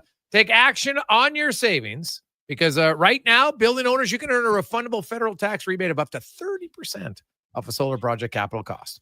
Right now, actionelectrical.net to learn more. Dave McCarthy should be, he is with us now. Danger Dave, how you doing, buddy? Well, I'm good, boys. I thought I was going to catch Terry over there at the Ritz, Newfoundland today, but I guess he's back on home base. Saw his Instagram earlier. Yeah. Oh, well, that's, TR likes to hang out at the Ritz. That's kind of what he is. So it's one of his favorite songs. Putting on the Ritz, one of his favorite songs back in the day. Putting on the Ritz by Taco. Yes. Oh, it's a class. I was in Charlottetown. I was in Charlottetown, PEI, and I just got back and hit Cliff's Edge Retreat, Big Davy. And if you're ever over here in Newfoundland, I'll take you up there. Beautiful sights, beautiful rooms, just an awesome place to be. The southern shore of Newfoundland and Labrador. It looked like my kind of place. I'll put it that way, Terry. But I will have to say, I know Putting on the Ritz by Fred Astaire and not Taco. I don't know who that is. Okay, well. This doesn't surprise you with somebody who carries a staff. But anyway. Yeah, that's true. Now, Gavin McKenna, $700K to play for Penn State. And I had a lot of people, well, what's the CHL going to do? And I'm like, well, they're not going to be able to compete with that. Like that's almost league minimum. That's right. Like it's almost league minimum in the National Hockey League. It's obviously more than a lot of guys are making in the American Hockey League. What do you make of this? It's obviously, I think it's 1 year and done for him because he's good enough. He'll go to the NHL next year. He's a late birthday and all those things. But do you think other guys are going to come close, or is this because McKenna's a very special player and so he's got a late birthday, right? Other guys, who are going to be number 1 overall picks, might sign a contract right away. So, what do you make of this? Or do you think would Matthew Schaefer probably look and say, hey, wait a sec, maybe I should be going to NCAA? Yeah, it is really a whole new world now. And it's something that caught my attention earlier this morning when I saw the reports come out. And something that I'm quite honestly going to start to look into and talk to some different people to get a broader sort of sense of what this could mean. But like in this case here, I think it's going to be one and done. But $700K is it's essentially another year on your entry-level deal. For McKenna, I think he'll step right into the NHL. But for guys, as you say, Matthew Schaefer, that's interesting because $700K, is it that number because it's Gavin McKenna? Probably. If it's somebody of a nature that wouldn't be able to step in immediately to the NHL, would the number be somewhat lower? Like I saw reports that I believe it was Michigan State offered between $200,000 and $300,000 for McKenna, which is entirely different than $700,000. So if it's a guy that isn't quite ready to step into the NHL right away, like Schaefer, maybe, right? If the number is close to 700, like if it's close to essentially an entry-level deal, does it then give the player more power to orchestrate where it is that he wants to play? In other words, right? Like, okay, well, I'm quite happy to stay in college for 4 years. And unless you trade me to where I want to go, right? Because it's not like I'm leaving money on the table per se. You wonder if that gives more power to the players to orchestrate where they want to go. So that's something that I would consider. In McKenna's case, I think it's primarily that he's Gavin McKenna. He's going to be one and done, and I don't think it's as relatable. But guys that aren't ready right away, this could be interesting to see how they leverage that in terms of the power that they have when they get drafted. You look at, and it's funny because staying in Penn State, and we talked about the Flyers a bit, but the Pittsburgh Penguins, and there's rumblings teams are asking for Raquel, 35 goals last year. Brandon Rustin, Dave, I did some number crunching. The 1984 Mayor Lemieux, first overall. 21 years later, Sidney Crosby, first overall. 21 years later, Gavin McKenna. The Pittsburgh Penguins. Every 21 years. Yes, the Pittsburgh Penguins are definitely, I think, a lottery team. They were a lottery team last year. I think they'd be an even better lottery team this year, to be honest. And with Gavin McKenna, I know that, you were looking at teams who are the first overall pick. You don't win the lottery all the time, but you're just playing the odds, right? Like the odds are, Buffalo has done it a few times. Owen Power, Rasmus Dahlin, Toronto Maple Leafs with Austin Matthews in 2016. So, in the last decade, it's happened. And I just wonder. Edmonton. Yeah. Edmonton. It's funny enough. They actually only won the lottery when they were last once. That was Taylor Hall, because Nugent Hopkins, New Jersey won it, but they could only move up 4 spots, and they just kept their spot. right? And then Yakupov, they moved up, and McDavid, they moved up, but they weren't actually dead last when they won those years. So the number one overall team, well, they do have the best odds. They don't win the most, funny enough. And it definitely, if you're Detroit, you never win. They got the worst luck ever in the lottery. They drop from like 1 to 4, 2 or 3 spots every time. So do you, like, if you're the Penguins and you're Kyle Dubas, because it's McKenna, do you push even harder a little bit to say, hey, like, let's get Raquel gone, get Russ gone, get Carlson, let's go? Well, just firstly on your numbers, I love how you point out how the team that is last very rarely wins the lottery. It's why I always like to point out when people say, oh, they've got whatever it is, like a 20, what is it, 25% is 25. The best. Yeah, that's the best chance to win it outright, but it comes a little bit higher because they put the limitations on how far you can go up again, right? Okay, so I like to always point out, no, it really means you've got a 73% chance of losing, which is pretty damn high odds, quite honestly. But in this case, look, yeah, they should, if they're doing it the right way, that should be their goal, is to be bad. And again, I love how you put that. A very good lottery team. That's a very nice way of saying you intend to be horrendous. That's good, Jason. It really softens the blow. But that's really what they should be getting after, because, like, Pittsburgh kind of reminds me of Calgary at the tail end of the Jerome McGinley era, where they were kidding themselves into thinking that they were still good when everyone but for management, it seemed, saw differently. Pittsburgh is not good. They will not be good. To convince yourself that you are good and hang on to these assets makes no sense. You're only prolonging the amount of years it will be until you get good again. So reap the benefits of Rickard Rakell, who is likely to be able to get you something of decency back. Ditto for Brian Rust. Again, if I was Kyle Dubas, I would be knocking on Sidney Crosby's door day after day after day after day with examples of guys who have been like him but have moved on at the end of their careers, Ray Bourque, that have not tarnished their legacy in the city in which they played the majority of their career. And say, please, the best you can do for us right now, if you really love the Penguins, is to let yourself be moved. That would be the most help. God bless you if you go out and you get 95 points again this year with the Penguins, and we'll finish 23rd instead of 32nd or 31st. That is the best help that you can do. So that's what they should be doing. And yes, with a prize like Gavin McKenna as the pot of gold at the end of the rainbow next year, they should be doing everything in their power to give themselves the best chance to make sure that he's a Pittsburgh Penguin. Dave, speaking of Jerome McGinley, came into the league, 19 years old. He was a teenager and made an impact right away. So the Toronto Maple Leafs need a top 6 forward. Easton Cowan just set records type stuff. He's one of the best players in junior hockey, the second year in a row, capping it with an MVP and a Memorial Cup. What are the odds that we see him in the top 6 on the Toronto Maple Leafs this coming season? I think it'll come down to how he plays in training camp. I think they're going to give him every opportunity to show that he can play in that role, because there is nothing but opportunity right now, Terry, in the Maple Leafs top 6. You look at Matthew Nyes, you look at Austin Matthews, you look at William Nylander. Those 3 guys are in there in pen. Note that I didn't include John Tavares, where going into the year, yeah, he'll probably be the second line center. But in an ideal world, at some point, whether it's this offseason or prior to the trade deadline next year, they'd like to move him down the lineup, which would improve their team. If they can find somebody better than him and then move John down to the third line center, that's not an indictment on John. That means the team is getting better. That would be a good thing, because all John wants to do is win right now.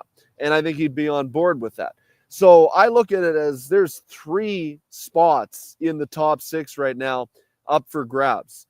And I think they're going to give Easton Cowan that opportunity. Now, as you guys know, with young players, very often, I should say infrequently, rarely, do you win and compete for Stanley Cups with pure rookies playing significant roles, especially that high in your lineup, especially at the age of 20 years old.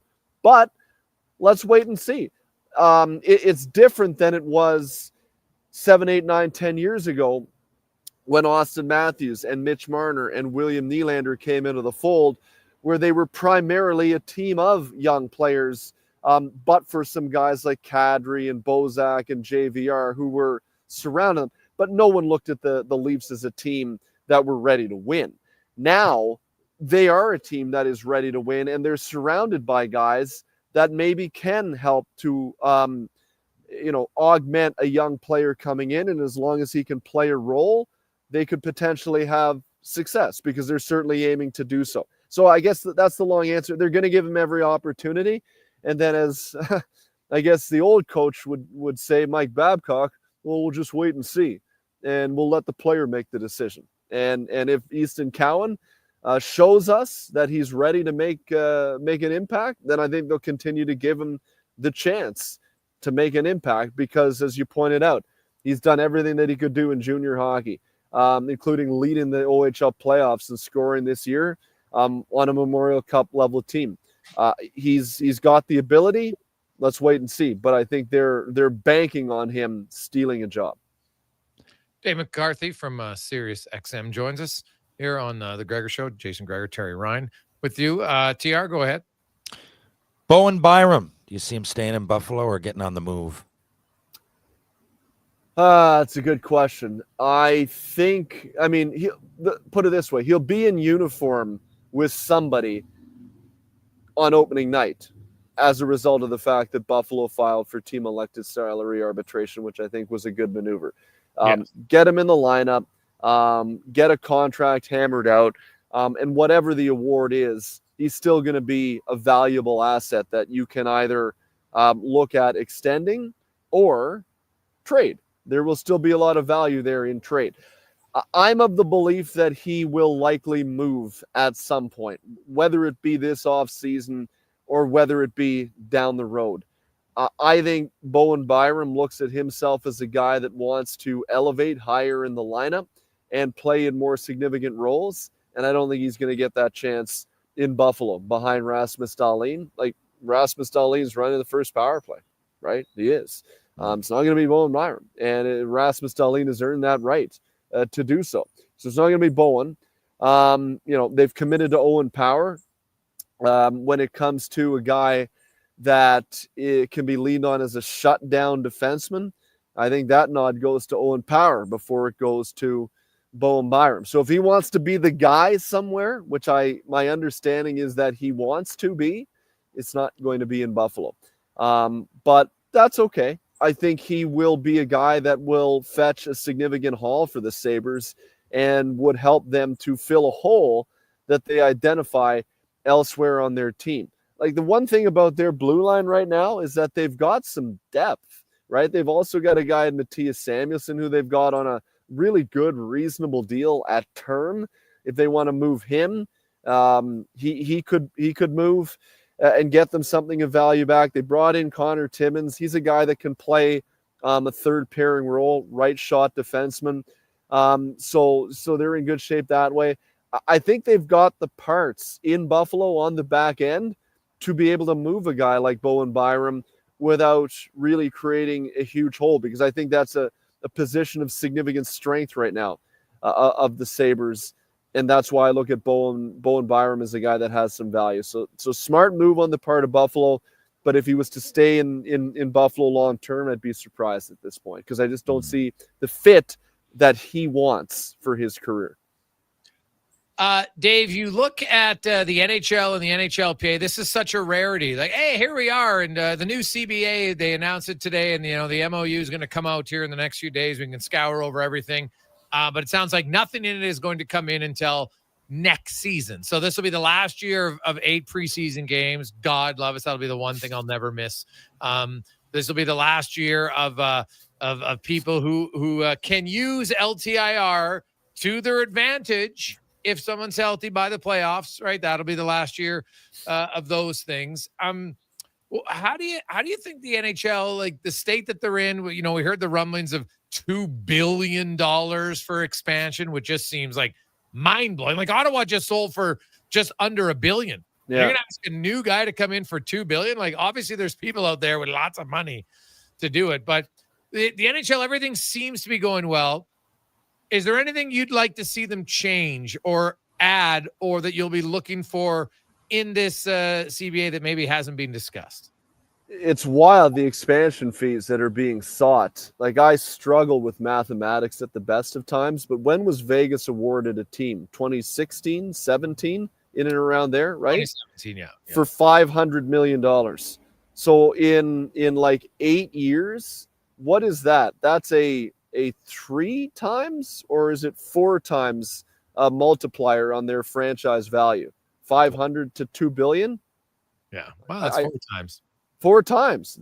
Oh, what an ROU in 8 years, right? Holy cow, if you're Bill Foley. But that's good. That means the league is healthy. I am somewhat surprised because I brought up the same thing as you with the LTIR the last year, that you can really use that as a loophole. I've brought that up with some people, and they've told me, well, you can't do it, right? It's the last year of the season. No, you can do anything you want. You don't have to get a government bill passed. It's their league. They could make an amendment to the current CBA right away, exactly, and bring it in this year. So they've chosen not to do so, which suggests to me that there was no appetite to push for it amongst teams this year, which means that I think there's going to be a lot of teams that will look to use that to their best advantage, which I think is a good thing for fans, likely to suggest there's going to be very aggressive maneuvering in terms of player acquisition in season. If you're a good team and you've got a guy that's got a bit of a sore knee, or man, my wrist is just a little stiff in the middle of February, we'll see you on April the 15th. And then go out and really, blow your brains out on getting the best team that you possibly can together. That's how I took it, because otherwise, if this was something that was collectively agreed to for next CBA, why wouldn't there be an appetite to amend the current CBA to bring it in right now? Clearly, there was no appetite, which suggests that I think teams will be looking to take advantage, which is a good thing. And I think from a fan standpoint, that's something you want to see. Davey, always good to catch up with you, man. We'll talk to you again soon. And hey, enjoy it, man. They must be going crazy in Toronto. The Jays 9 wins in a row. Tonight could be 10, and and they're taking on the White Sox. A very good chance they could tie the franchise record, which is 11. They've said it 5 times, twice in 2015. There's got to be a lot of excitement in TO. Right? Yeah, there is. They haven't lost since we last talked, which is wild. And I think we've broken some folks in New York. They're just apoplectic. Like, they just can't even come to grips with what they're seeing in Toronto right now. So living rent-free in the Big Apple is a good sign. And if you can roll into the All-Star break on that kind of a high with a trade deadline in a few weeks, a little Blue Jays fever is always a good thing in this neck of the woods at this time of the year. So you'll love to see it. David, have a good one, buddy. Enjoy the weather. We'll talk to you again soon. See you, boys. That's Dave McCarthy from SiriusXM, host of the Sunday Brunch on SiriusXM, as well as Ice Caps most nights. Quick break. We'll come back. Jason Gregor, Terry Ryan, and more on The Gregor Show, presented by PlayAlberta.ca. Ease joint pain and support healthy skin with NACA Platinum Pro Collagen, marine or bovine in caps or powder. Plus, fuel your workouts with NACA Platinum Pro BCAA caps. Find these and other NACA products at Vitality Health Foods, where customer appreciation is July 8th and 9th. The Rocks, the party never stops. Check it out. Mondays, bingo tunes. Tuesdays, tacos and tequila. Wednesdays, it's wings and karaoke. Shake what your mama gave ya with salsa lessons on Thursdays and the best Latin DJs. Plus, live music every Friday, Saturday, and Sunday, along with DJ Kenny K. Hold on, let's not forget $5 happy hour, 7 days a week. Your bar, your party. You're on the rocks. On the rocks. Chat Brab and 118th. Breaking news, McDonald's international menu items are vanishing. McPizza bites missing in Italy. Big Rusty stolen from Germany. Teriyaki chicken sandwich disappears in Japan. And a Biscoff McFlurry blackout in Belgium. Oh, it's just in. We can now confirm the stolen favorites have resurfaced at McDonald's Canada. The international menu heist. Try them all while you can. For a limited time in participating McDonald's in Canada. Diablo Boots sells only Canadian-made work and biker boots made by Canada West. No American or boots made in China, so no tariffs. All of Diablo's boots have replaceable soles and heels for longer life. Sizes 6 to 14 EEE. Buy quality, buy Canadian. And support Canada West and Diablo, the two best names in the boot business. So save on boots by Save On Foods. That's Diablo Boots, 3340 Gateway Boulevard on the east side of Save On Foods. Buy Canadian. They're terrific. Need the perfect ride? The Golf Cart people have it. They offer a wide selection of new and used models from top brands like Club Car, Yamaha, and E-Z-Go. Whether it's a lifted cart for adventure or a sleek ride for the course, they'll find your match. Customize with accessories or choose a ready-to-go option. Trusted by Albertans since 1997 for quality. Visit golfcartpeople.com to find your cart and hit the road or fairway your way. No, I would. And Portions of this hour brought to you by your Alberta GMC dealers. Employee pricing is on now with GMC. Get up to $12,000 off on a 2025 Sierra 1500 Crew Cab Denali Ultimate. Only at GMCCanada.ca. He's Alberta's sports authority and lead touchdown winner of his family's backyard flag football games. The Jason Gregor Show on Sports 1440. Presented by PlayAlberta.ca, Alberta's only regulated online gambling website.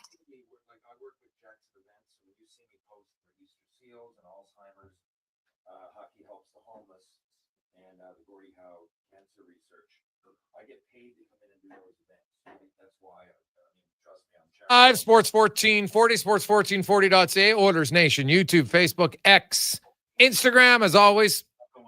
You can text us, Sports 1440. Just turn them down. Sports 1440, sports1440.ca. We got a lot of texts coming in our email inbox, 833-401-1440, 833-401-1440. Hey guys, I wonder what a cheaper Finn like Juuso Parson and for Janmark. I don't know. I guess you could always look at it. I'm not sure the Oilers. They like Janmark's versatility, right? Really smart. The coach likes a guy that he knows exactly what he gets every night from Janmark. Plays hard, smart, doesn't make a lot of mistakes, right? He fourth line guy, can play center or wing, kill penalties for you. Really good skater. I don't think the Oilers are going to give up him for a question mark. I'd be a little surprised by that. TR, I do want to get your thoughts on, you look at the Oilers and Mangiapane and you look at his style of play, and then there's also Matt Savoy. Do you see both of them in the top six, or do you think Savoy maybe starts on the third line? Man, anything can. I think Camp's going to determine that, but I would probably go with that notion given the experience and age of the players involved. But I mean, think about it, Jason. Look at the Oilers. You think they're not going to mix and match? They'll be. I think it'll. But in the first 5 games, it might change 4 or 5 times. But that's what we know now. I think both players can really help the team. I do, and both players I think should be given a good crack at it.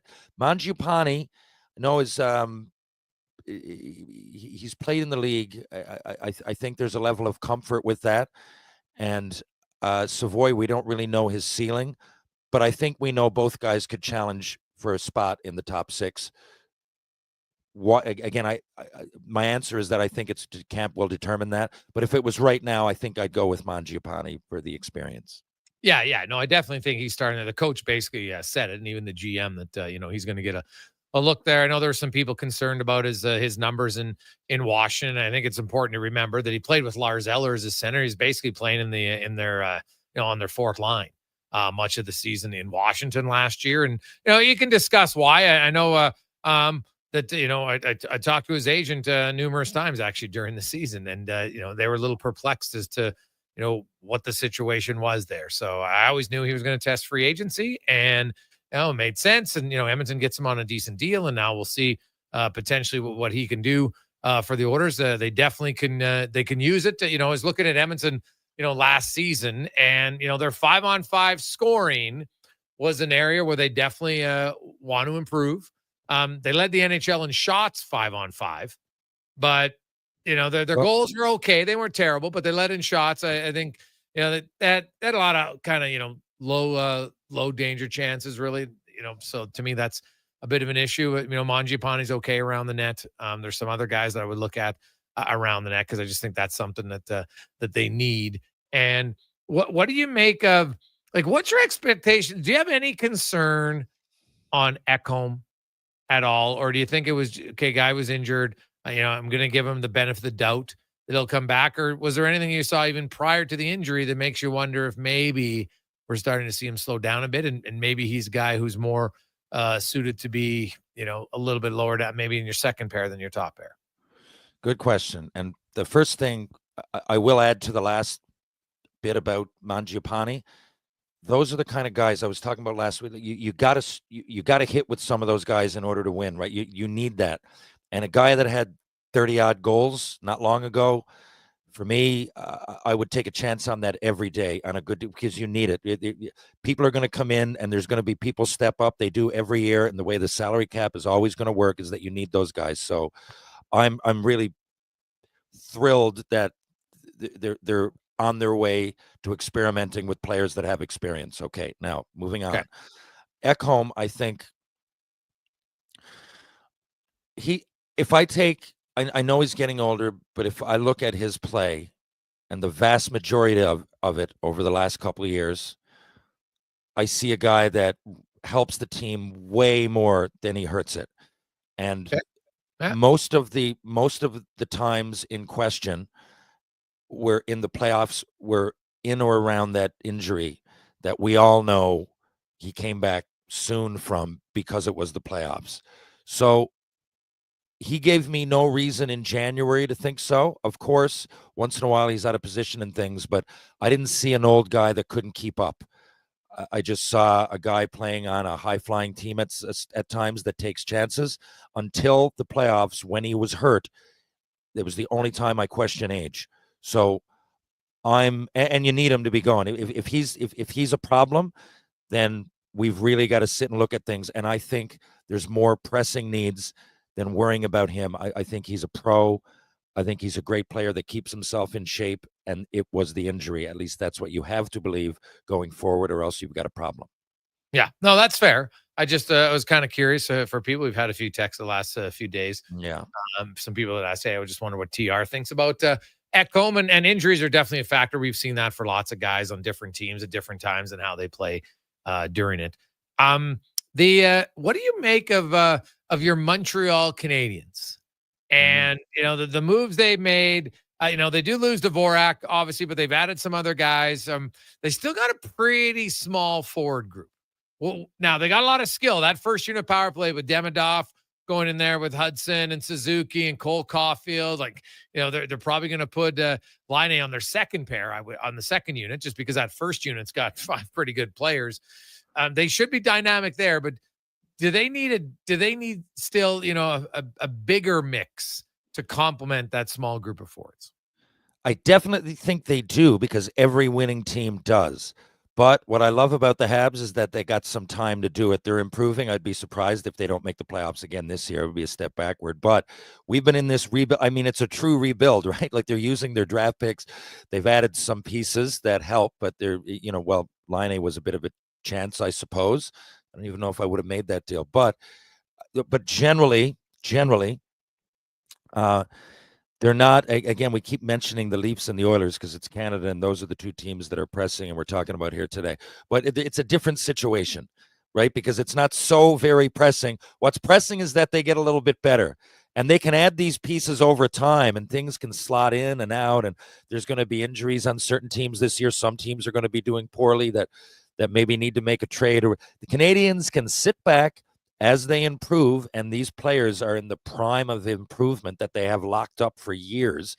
And I think I think they're in a great position that I don't see them not making the playoffs. I think they're going to make a step, but they're not really expected to win the cup. That's coming real soon.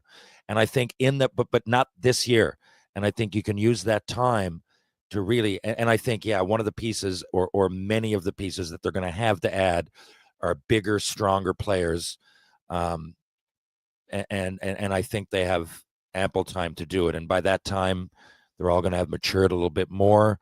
And I think this season might be the last season that you can say that about the Habs, that, maybe sometime in the future, but this season is kind of a, maybe hopefully make the playoffs, get into the second round would be great. And then, like Dave just talked about the Leafs back when they started, this isn't quite that, but it's not too far into that progression. I think in 2-3 years, you're going to see a Canadiens team that not only, is going to challenge, but a lot of people will probably pick to win the cup. Look at, excuse me.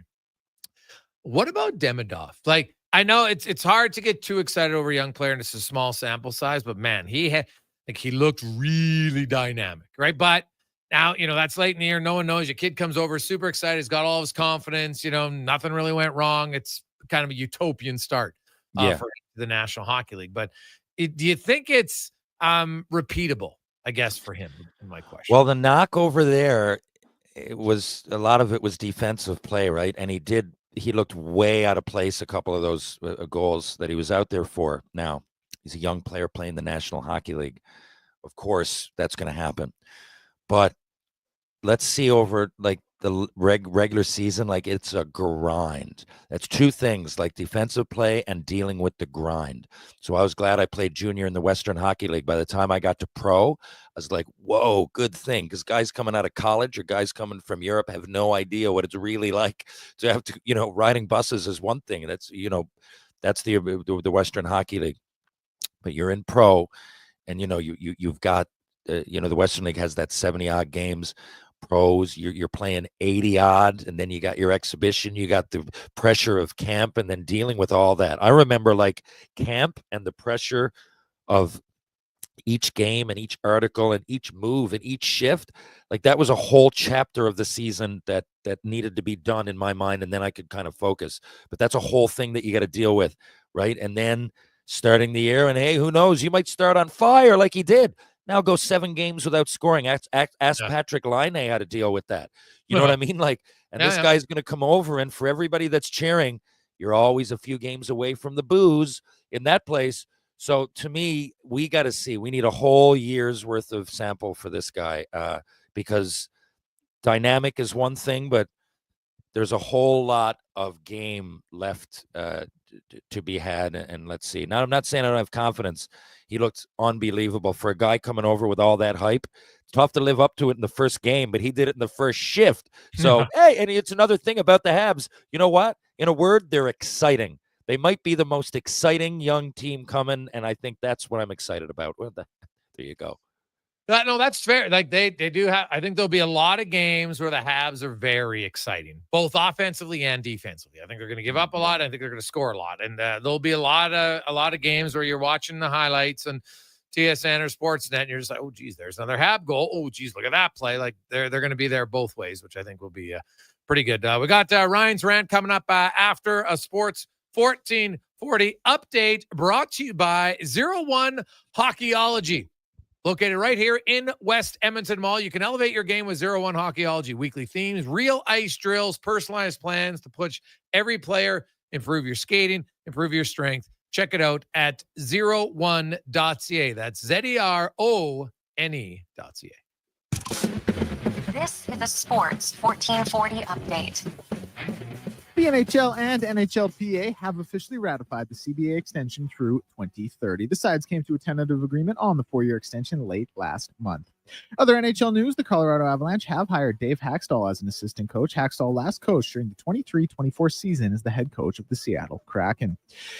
The agent for forward Evgeny Kuznetsov says his client isn't going to be seeking the same type of deal he commanded in his first NHL stint. He last played in the NHL during the 23-24 season, playing 64 games with the Caps and Hurricanes, and he did spend last season 39 games. In NBA news, Maverick star Anthony Davis had surgery to repair a detached retina that he suffered during the season. He is expected to be fully recovered by the season opener next season. SGA has been named the 2026 NBA 2K cover athlete following his season where he was league MVP, finals MVP, and scoring champion. In the MLB, first game of the day will get going at 4:35. Mets and Orioles. Then a little bit later on at 5:40, the Blue Jays in Chicago taking on the White Sox, looking to extend their win streak to 10. Chris Bassett on the mound in that one. And local baseball action as the Riverhawks are back. Tonight, they travel to Bellingham to take on the Bells. I'm Declan Kruger, and this has been a Sports 1440 update.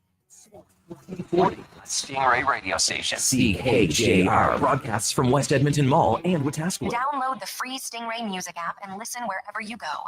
What does excellence truly mean, and how does it guide your choices? At Volvo Cars Edmonton, excellence isn't just a goal, it's their standard. They shine in every aspect, from top-tier customer satisfaction in sales and service to impressive inventory, strong customer loyalty, and prices that are tough to match. Experience the dedication to quality firsthand at Volvo Cars Edmonton. Great vehicles, better service. Only at VolvoCarsEdmonton.com. The sun is shining, the weather's warm, and some of Edmonton's favorite sports are back in season. If you're looking for the cherry on top of a perfect summer day, check out Play Alberta to experience casino, sports, and lottery all in one app. Download the Play Alberta app today and deposit $20 or more with promo code SUMMER to claim a $100 casino bonus. That's promo code SUMMER for a $100 casino bonus on us. Redeemable once per Play Alberta account. Remember, if you gamble, please use your game sense. The dog days of summer means baseball.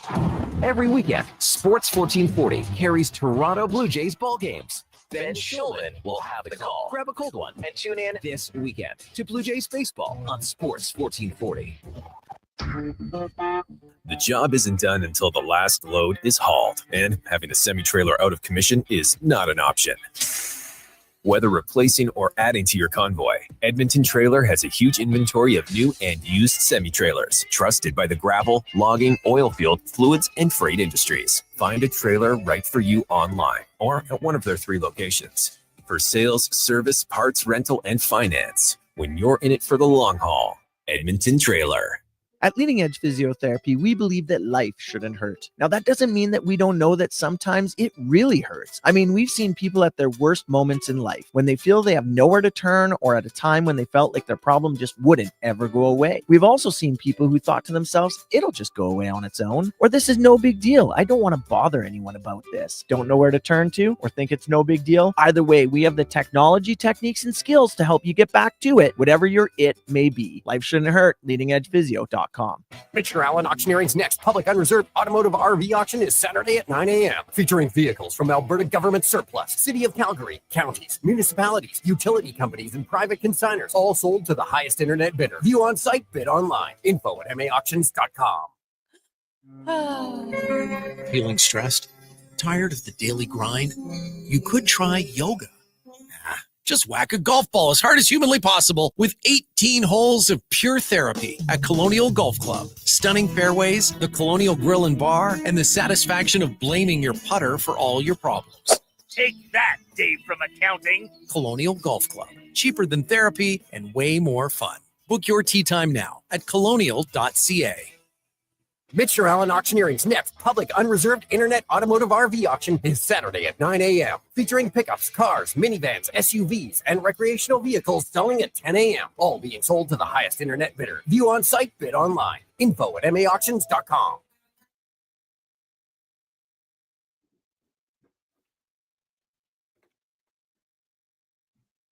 Portions of this hour brought to you by Papa John's. It is Terrific Tuesday. Get 40% off any regular price pizza. Use the code word 40Tuesday at the start of each pizza order at papajohns.ca. The Jason Gregor Show, the best of Edmonton sports talk and beyond. This is Sports 1440. Presented by PlayAlberta.ca, Alberta's only regulated online gambling website.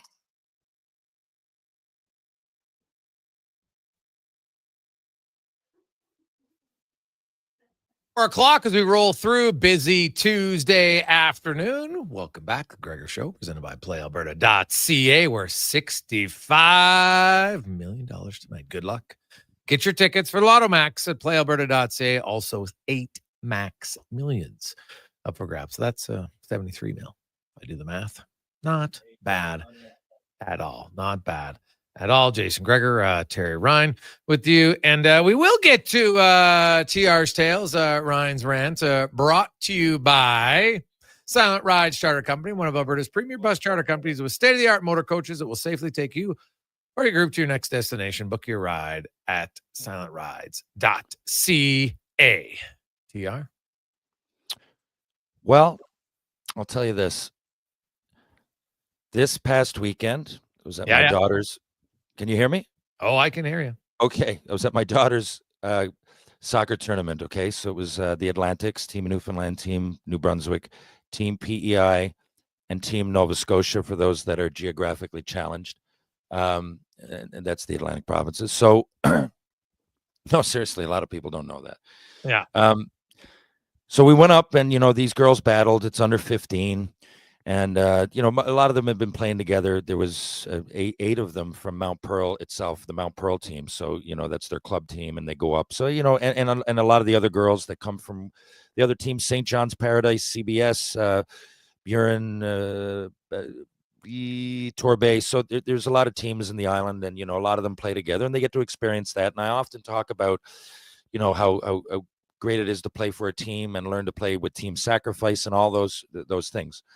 They made it. They went undefeated in the regular, and then it's round robin, and then top 2 teams get into the final. If it's the same record, then it's goals for and against, and other things. So, yeah, from there, so they beat New Brunswick to get in, and the next day they played New Brunswick in the final. That was a great game.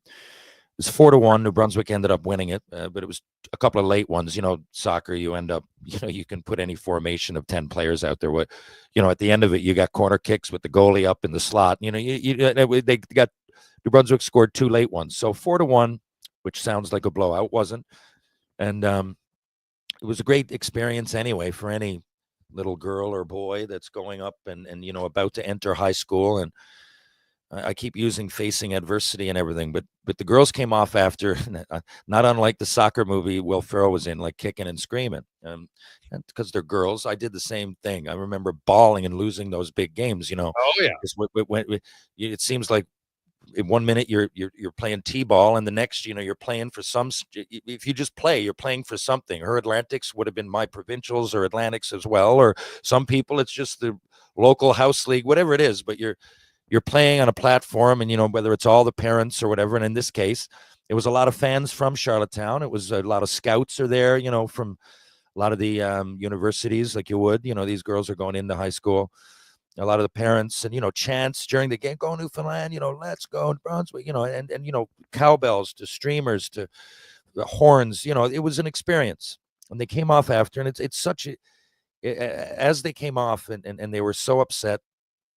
And they got their silver medals, then you settle down a little bit. Now it's a couple hours after, and they were getting on the bus. I was flying out of Charlottetown. They were driving to Halifax and coming back over. And then yesterday, Penny Lane, we were here. It's always a weird thing after a tournament like that, after a huge experience and so many emotional highs. And then you get home and, your kittens look the same, and you look outside and the neighbors who just had an average weekend, it's hard to explain it all, and it's a big come down, but reality sets in that it's a silver medal and it's not so bad.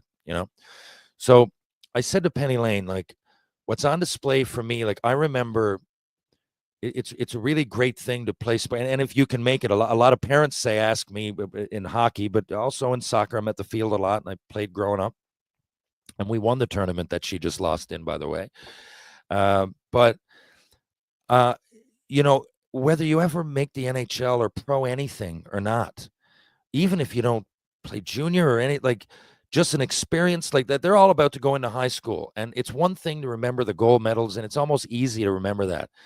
But like losing as a team on such a huge platform, a lot of them might never get to play for a true Atlantic championship with the best of the best again, right? It might never happen. They might, some of them might go on and play. I mean, the odds say they're going to go on and play college somewhere, maybe in, now that there's a brand new professional women's league in Canada, maybe some of them can go on and play there. I mean, who knows? But a lot of them, that'll be the biggest game they ever play in. Mm-hmm. And rather than say they got a gold medal, they'll have to explain about, the game, but, losing and all that. But to do it when in a month and a half, they're going to go to school, 2 months, they're going to go up to their new school and they're going to sit down. And that kid that isn't, I'm not saying everybody it's not just team sports. They're great and they work for me, but anybody that's competitive, that gets to experience that, even in losing, you really gain something from it, whether it's the balls to perform in front of people, and that maybe that'll spill over into public speaking when you're an adult, or, maybe it'll just make you a jokester in the office and make you fit in a little bit better, but you're just used. It just really adds something when you can go up there and do that. I'd say up there, wherever you can go into a tournament in with such big stakes, because yes, I used to think about it and I wanted to be the hero, and you can be a hero. Hopefully it's tied in overtime and I score, but there's a knowledge going into the game that I might give it away and we might lose, right? And that might happen. And the filtration process isn't always players that are the best or players that, escape alcoholism or having a girlfriend or boyfriend and don't want to move. And, because a lot of players by the time you're 17 aren't around anymore, but some of it is just people that don't want that pressure, right? Mm-hmm. They don't want to deal with it. And just dealing with it alone, I think, builds a lot of character. And I think it's just another attribute that sports gives to you in a world that's becoming more of a bubble and less of maybe built on the competitive nature growing up of survival of the fittest, that I think, I'm not saying it should be in every case, but I think things like this, sports separates. You're told often that everything's equal. Maybe not as many kids fail school anymore. They'll push them ahead, right? And they'll find that out the hard way when they try to go to college when they're 18. Well, sports, I really think, still teaches good lessons, and, it teaches people to, if you want to play on that level, work at it. And then once you do, you might fail. And you know what? It's not so bad, and if you don't ever have to deal with that, I think you're behind when you enter regular life. Now, again, her soccer could be your choir. I don't know, my baseball, whatever, but competitive and the bigger the stakes, I think, is only good for a young kid. Oh, I totally agree with you. I think people can remember their great victories, but they'll still remember the losses too sometimes. But you have a lot of fun living out there. And I love how you said that, because I do think it's true that we're trying so hard to protect our kids from failure that it's actually setting them up for more failure, because they don't know how to deal with adversity. And you learn, you get a little bit thicker skin, and you realize, oh, guess what? I know it's a cliche, but it's true. The sun came up tomorrow. Yeah, you know what? It was devastated. We lost and everything like that. It stinks. But the truth of the matter is, you're going to lose more than you win in life. That's just the reality. There's very few people who win all the time. So, and that competitive nature is at times, I think, we don't see it as much in society, because there a lot of cases everybody's got to get a ribbon and everybody's got to get this. And I actually think the kids see through that now more than ever. And they're like, why are we getting a medal for not even making it to the final? What are we doing? Exactly. Right? Because nothing irks me more than that, man. It just fires me up. I'm like, teams like they lose in the first round of the playoffs and they still get a medal. Why? First of all, it's just junk. It's not going to go anywhere. Like, do you think that kid actually is going to put that? What's this medal for? Oh, this is when we didn't win a playoff game. Oh, great memory. Like, sorry, that like if anybody who's got that medal on their wall still by the time they're 20, I mean, I don't want to use a word here, but you probably got to reevaluate things if you got your participant medal up there. I mean, it's great, but you know what? It's something. There's a lot of good things to be said about losing out in a first round or just playing on a team. You don't need a ribbon for it. Save that for the winners or the medals or whatever. Just let's, we're playing for something, Yeah. No, I think it is true. Like, it's something that when people that organize these events need to think that part of the learning process is knowing that not everybody gets a medal. And guess what? They don't care. Right? That getting that medal for that second, like half of them don't even want it. Like, oh, look at this medal, participation ribbon or whatever it is. Like, they don't want it. They're not stupid. And exactly. And I blame I honestly blame the adults and the parents who run these events, because they're the ones making the decision to get it so everybody has one. Oh, make sure everybody gets one. Why? Not everybody needs one. Just don't. And the quicker you realize that, some people, maybe they'll have an interest in something else, right? They don't need a ribbon in soccer. They should look around and go, okay, I'm probably not a soccer player. Now, maybe I can go on and be a baseball player. Maybe I can play the trumpet. Maybe, who knows what I can do, but it's probably not this that I'm getting a participation medal for when I don't deserve it. I mean, come on. Yeah. And honestly, just because you lose at a young age doesn't mean you can't get better and push yourself and keep totally improving. Like you're seeing UA kids. I don't know.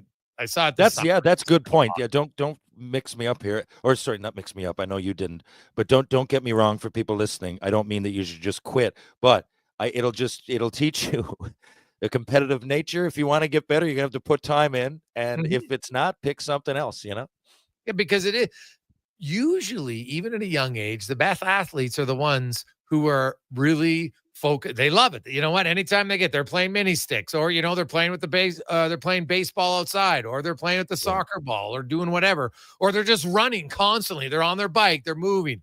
Right? That's just it's not just they're gifted. Right? I think that actually there's the book by Angela Duckworth that talks about grit, and how in the book she says, like, we've heard the statement God-given talent.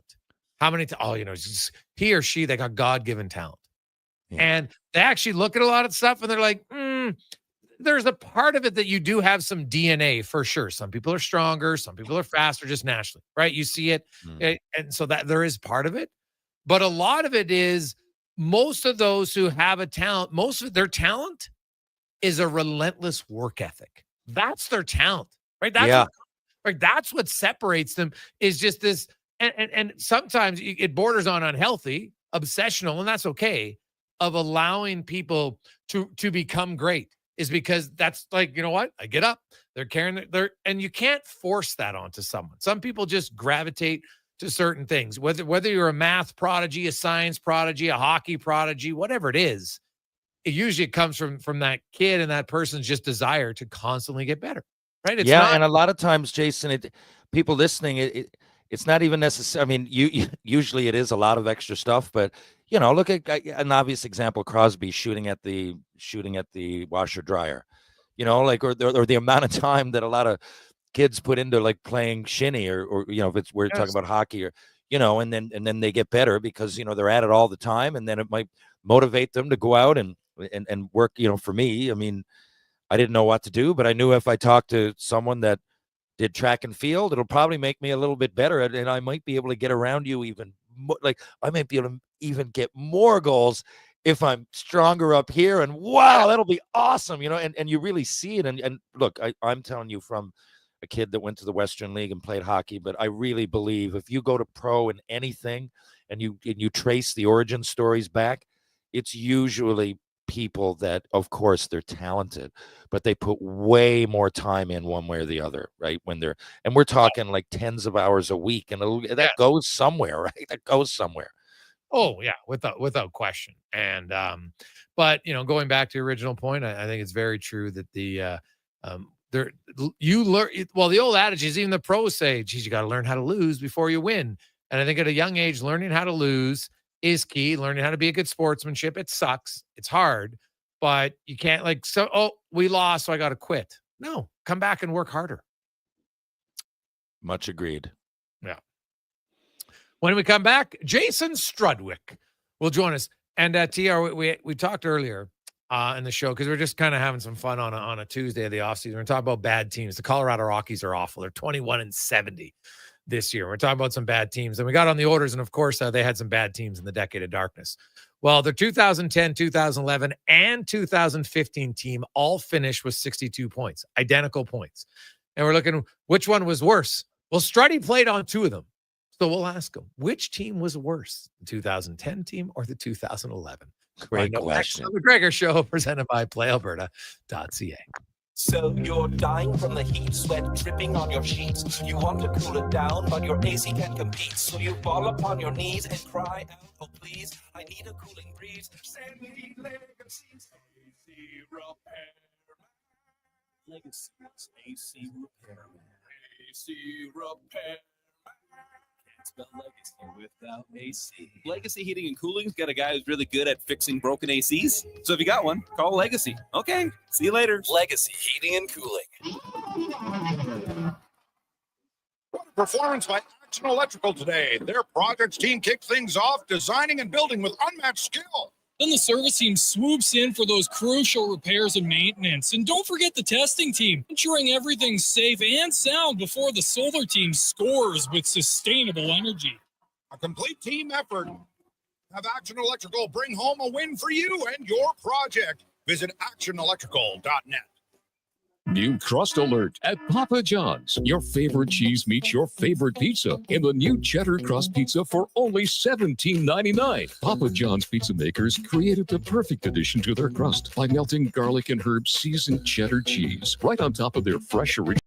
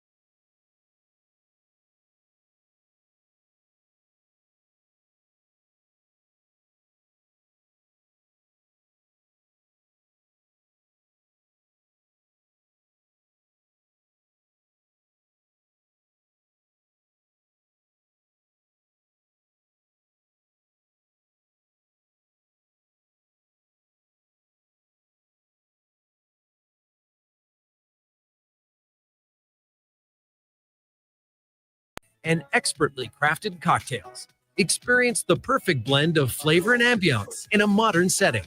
Join us for a straightforward yet elevated dining experience where our commitment to quality speaks to every bite and sip. Make Summit Restaurant your next night on the town. Reports suggest that Canadian taste buds are bored to tears. My mouth can't handle another dull drink. Summertime smoothie experts everywhere are recommending a watermelon wake-up from Booster Juice. It's so smooth, cool, and refreshing. And ridiculously delicious. Enjoy the Watermelon Wave and Watermelon Explosion smoothies, available all summer long at a Booster Juice near you. Stay cool, Canada. Booster Juice, Canadian born, blending since 1999. I'm Rick Showers from No Bull RV. Our average used RV sells for around 30 grand. Some are more, some are less. And literally no one has 30 G's just sitting in their checking account. Monthly payments are the best way to get the used RV that's right for your family. That's right, Bob. Financing should be a stress-free process. But let me tell you a little secret. My granddaughters think I'm a model citizen when I was young once. And if you look back into my credit history, you can see that it wasn't always excellent. Perfect credit is nice, but not easily achievable. You said it, Bob, but less than perfect credit is not a good reason to keep you from the great outdoors this season. I built our financing plans for the real world. And in the real world, nobody has a perfect credit score. So let's talk about how easy it is to make your favorite used RV affordable. As long as you promise not to tell Saxon and Goldie that I'm not perfect. And that's NoBullRV.ca.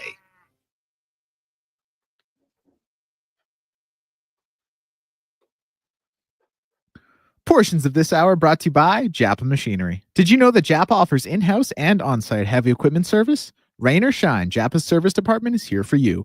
Visit japamachinery.com for all the details. From puck drop to kickoff, it's the Jason Gregor Show on Sports 1440. Presented by PlayAlberta.ca, Alberta's only regulated online gambling website.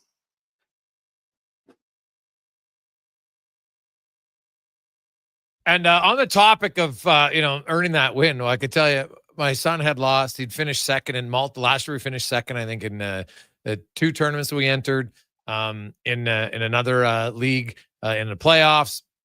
In other years, we've never won anything and finished second. I want to say at least in 4 or 5 tournaments. And so never won. So I was getting pretty annoyed. Well, they won in soccer in their year-end tournament this year. And honestly, he was like, this is the best. I finally won. And it's, you know what's, now it just kind of made him hungrier for it. And I think it's cool.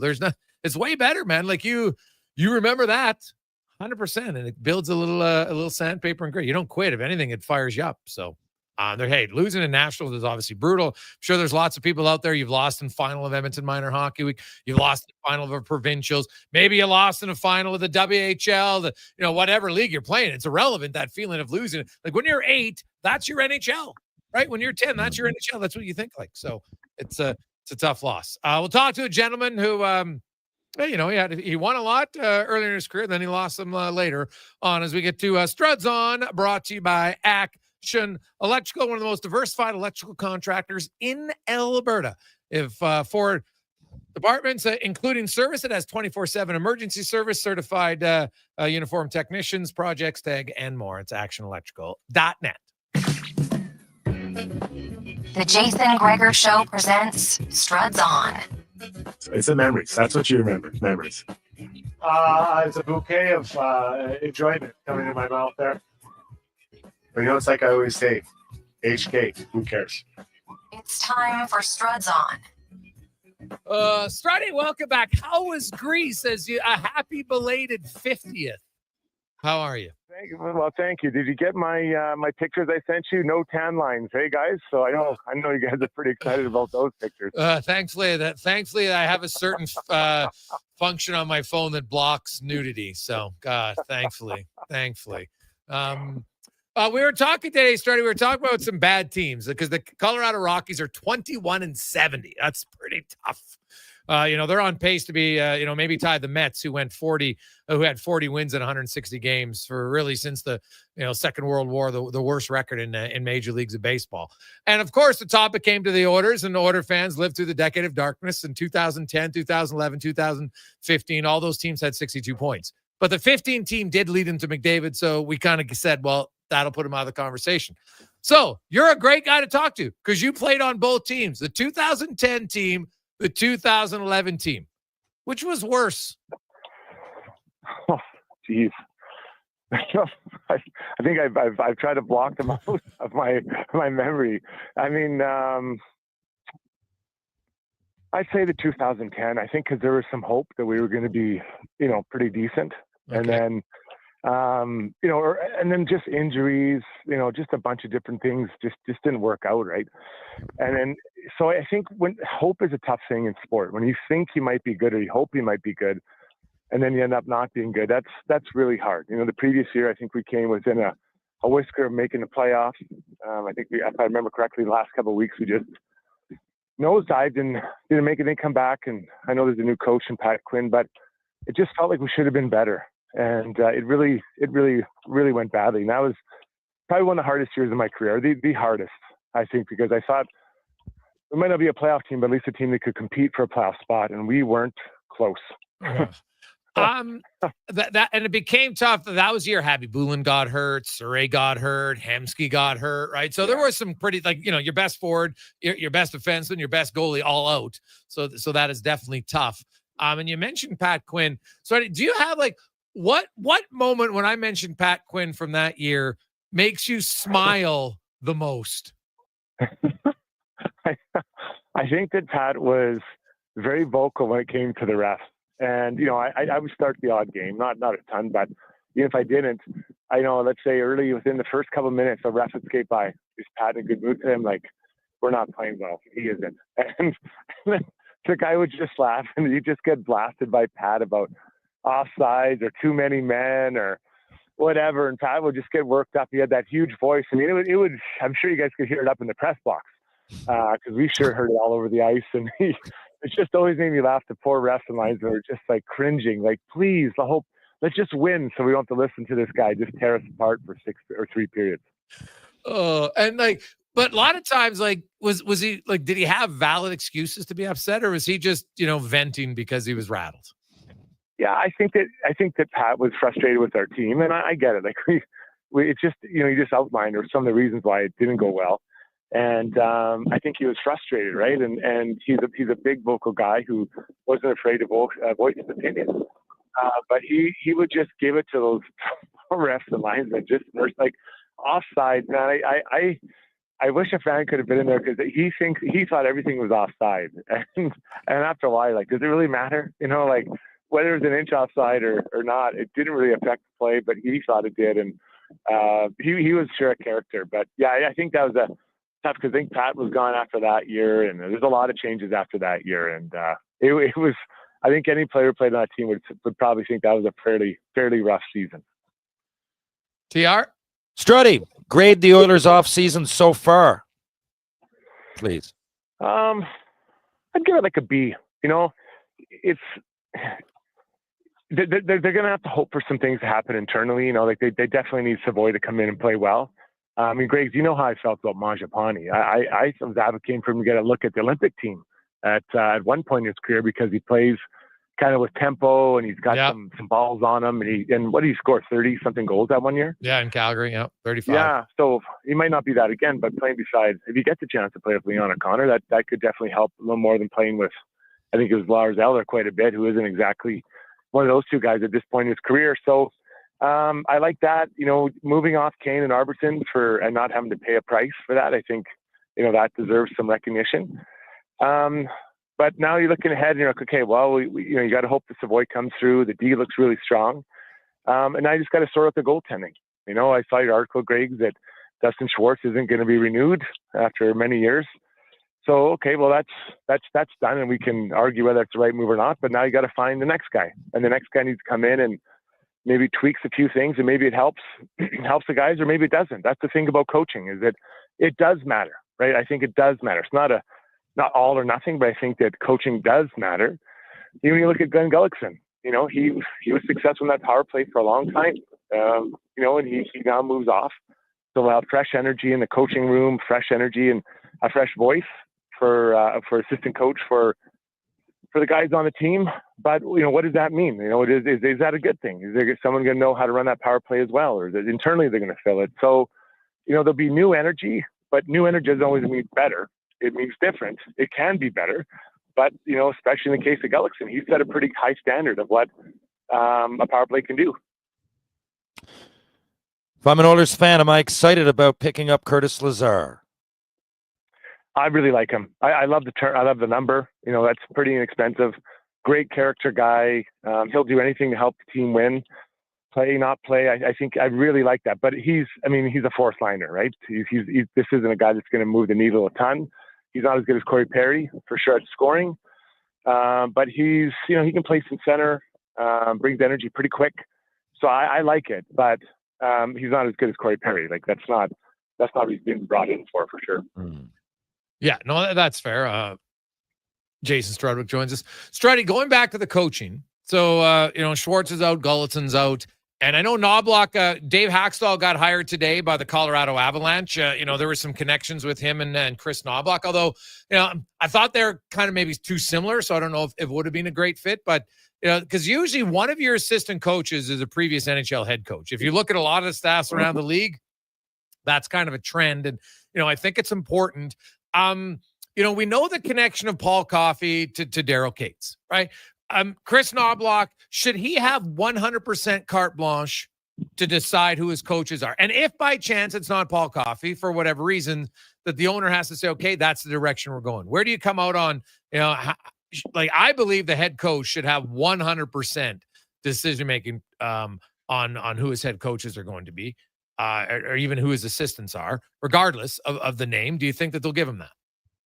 Oh, I think he should have it for sure. He's the one working with these people. He knows what he needs to be filled up on you know, in whether in holes in his coaching or areas he wants shored up, and maybe a guy's really good at X, Y, or Z, and you bring him in for that. So he should 100% be on it because it's his neck on the line. Is trying to win these games. You know, Paul Coffey. I think if he wants to return, he comes back. And if not, then he finds his own guy. But I'm sure they're looking pretty hard right now, trying to find the right fit for chemistry. Because there's chemistry on a hockey team, but there's chemistry amongst the coaches. Mm-hmm. And I've been on teams where the chemistry amongst the coaches wasn't good. Right. And the dynamic wasn't healthy. Doesn't mean everyone has to get along all the time. But at the end of the day, you know, you're spending a lot of time. These guys get to the rink at 6, 7 in the morning, guys. And then they'll go on a game night, get home at 12 or 1. So you're spending more time than you are with your wife or your partner. And listen, I love my wife, but there are some times where, if I just spend 15, 16 hours with her in a row in a high pressure situation, we might get a little bit dicey as well. So I think that there has to be the flexibility for the coach to figure out what he wants, what he needs, and then making sure that the personalities are fit as well. So I'll be interested to see who he brings in. It's clear they need someone that can run a power play for sure, or that can run it. Because I don't know that's Stuart's specialty. Maybe Paul stays. Maybe that'd be his specialty. But those are areas in the goalie coach. I'll be interested to see, because Skinner, I believe, has worked with Dustin Schwartz for a long time. So if they get a new goalie coach, does he continue to work with Schwartzy in the offseason, or does he go a different direction? Like, it seems pretty small deal, but it is a big deal to a goalie, because I can just tell you, when I had a good trainer, a good fitness trainer, and if the team wanted me to change, I'm like, well, this has worked for 10 years for me. Well, this guy's better. Well, how do you know that? And do I want to let go of this trainer and move on to a new guy? So that'll be a choice or a conversation that Skinner and is going to have with, I guess, the new guy, and possibly Chris Knobloch. Yeah, like it. I would. My understanding is that there will be, like, whoever the new goalie coach is, that's the guy who Stuart Skinner is going to work with, right? The goalie coach, I would think, is probably going to come into Edmonton. Like a lot of them, Stuart Skinner lives here. They'll spend some time. You want to get to know them. In my article, I talked about the idea of a goalie department. Struds. The Edmonton Oilers are, if they're one or two, in revenue in the NHL the last few seasons. They've gone to the Stanley Cup Final, so they make a lot more money in the playoffs. I get it all, right? They're charging money. They're killing it right now. There's no salary cap in that regard. And I uncovered, I think, 14 teams that have a goalie department. And, some of them have guys like Allaire and Ranford and others at the top. And then they even have a goalie coach at their team at the NHL level, but Ranford's above them, right? And he kind of oversees it, works with them, works with their other coaches in the American League, etc. So we talk about a goalie coach, but if all these other teams are getting a goalie department, and the Oilers, when you look at just the history of the franchise, it's not like now Stuart Skinner is like a massive success story. Not a first-round pick. He's a third-round pick. He's been in the NHL now, probably got thrust in a little bit earlier than he should have, and he's learned a lot, and he's had a lot of success. It hasn't been a perfect escalator up to the Stanley Cup, but he's been pretty damn good for lots of stretches, and then he's had some struggles too, but they haven't developed a ton of goalies, if we're being honest. Like, this is something I think the organization needs to do. Why do you think they wouldn't do it? Well, I'm with you 100%. I'll extend it even further than that, Griggs. I think there should be a goalie department. I think they should have the best development department in the NHL, the best one. Mm-hmm. So, what does that look like? What is the gold standard around the NHL? Figure that out and make it the best one you can, because they need it. They don't have a ton of draft picks. They need to make sure that the ones they get, that they hit on, are more frequent than other groups they'll miss. But I'm with you at the goalie department as well. I mean, put money back into your team. And Darryl he's always spent, I'm not saying that he hasn't, but this is an opportunity now to really put money back into your team and try to capture, something that is valuable. And you might find that, those young goalies you put in there, maybe one of them is great. And great. Maybe another one hits. Now you can trade that for something you need. Yes. They need to draft and develop the drafts they have as much as possible, because there's not a lot. There's not a lot in the cupboard. They got to find a way to outdo other teams. So I'm extending it past the goalie union and into the whole department to develop as well as you possibly can. TR? Struddy, NHL draft happened recently. Let's say a kid in the same ilk of Jason Strudwick comes out of junior or college, whatever, and just got drafted. Obviously, is excited. You're teaching a lot of hockey school. What do you give this kid? What advice? What's the first piece of advice? Let's say a defenseman that's heading in to his first professional camp. Well, the league has changed quite a bit, right? And so for a guy like me now, it'd be quite a bit different. It's still, I think there's still some value to being heavy and hard and all that. But I would tell him to continue to work on your skating as much as possible. So spend a little bit less time in the gym. Yeah, I looked amazing when I got on the beach. That's, you guys know that, Griggs. I've sent you the pictures, but you got to make sure that you're working on the ice as well. Now, most guys do now a ton, but be specific on what it is. Work on your pivots. Work on getting back to pucks really quickly, making quick decisions, getting the puck up as quick as you can, and being really quick and efficient in those areas. And if you can be even average in those and then still be heavy in the front of the net and the corners, you'll play a long time in the NHL. Yeah. Good point. Going back to that development part for the Edmonton Oilers, and really, I guess, you look at it now, the challenge of your former league, both of you guys played in the Western League, you played Major Junior. I saw that Gavin McKenna announcement today, $700,000. Now, he's unique. He's a late birthday. He's projected to be the number 1 overall pick. He's been that way for a while. Like, he is a real special talent. There's no doubt in my mind that he is. I do wonder if Penn State's paying him that much money, if they're going to let him go to the World Juniors. We'll see. But, what do you make of this, Struddy, and how, obviously CHL can't compete. They're not going to be starting paying players that much money. Obviously not. But what do you think they do? Or is this just kind of this is an outlier because he's a very special player? Well, I mean, I've talked to some people in and around the different leagues, and this isn't their words. I feel like what's happening, there's a real recalibration of what's going on ever since college and WHL now can coexist together. You can play in the Western League or OHL and go to college. And I feel like what's going to happen, this is my words again, I think that what you're going to see is that you're going to see the WHL become more like a feeder system to the college players, for the top players. Guys might come into the Western League, at 16 or 17, and then when they're either draft eligible or have been drafted for go play a year in college and have that college experience. If you're a top end player, then maybe other guys might go when they're 19 or 20. So it's a real challenging time, I think, for the Western League and these types of leagues, and then push back down to the AJHL. Well, now maybe the AJHL are taking younger players. That used to be a pretty older league. Now maybe that'd be a 15, 16, 17 league.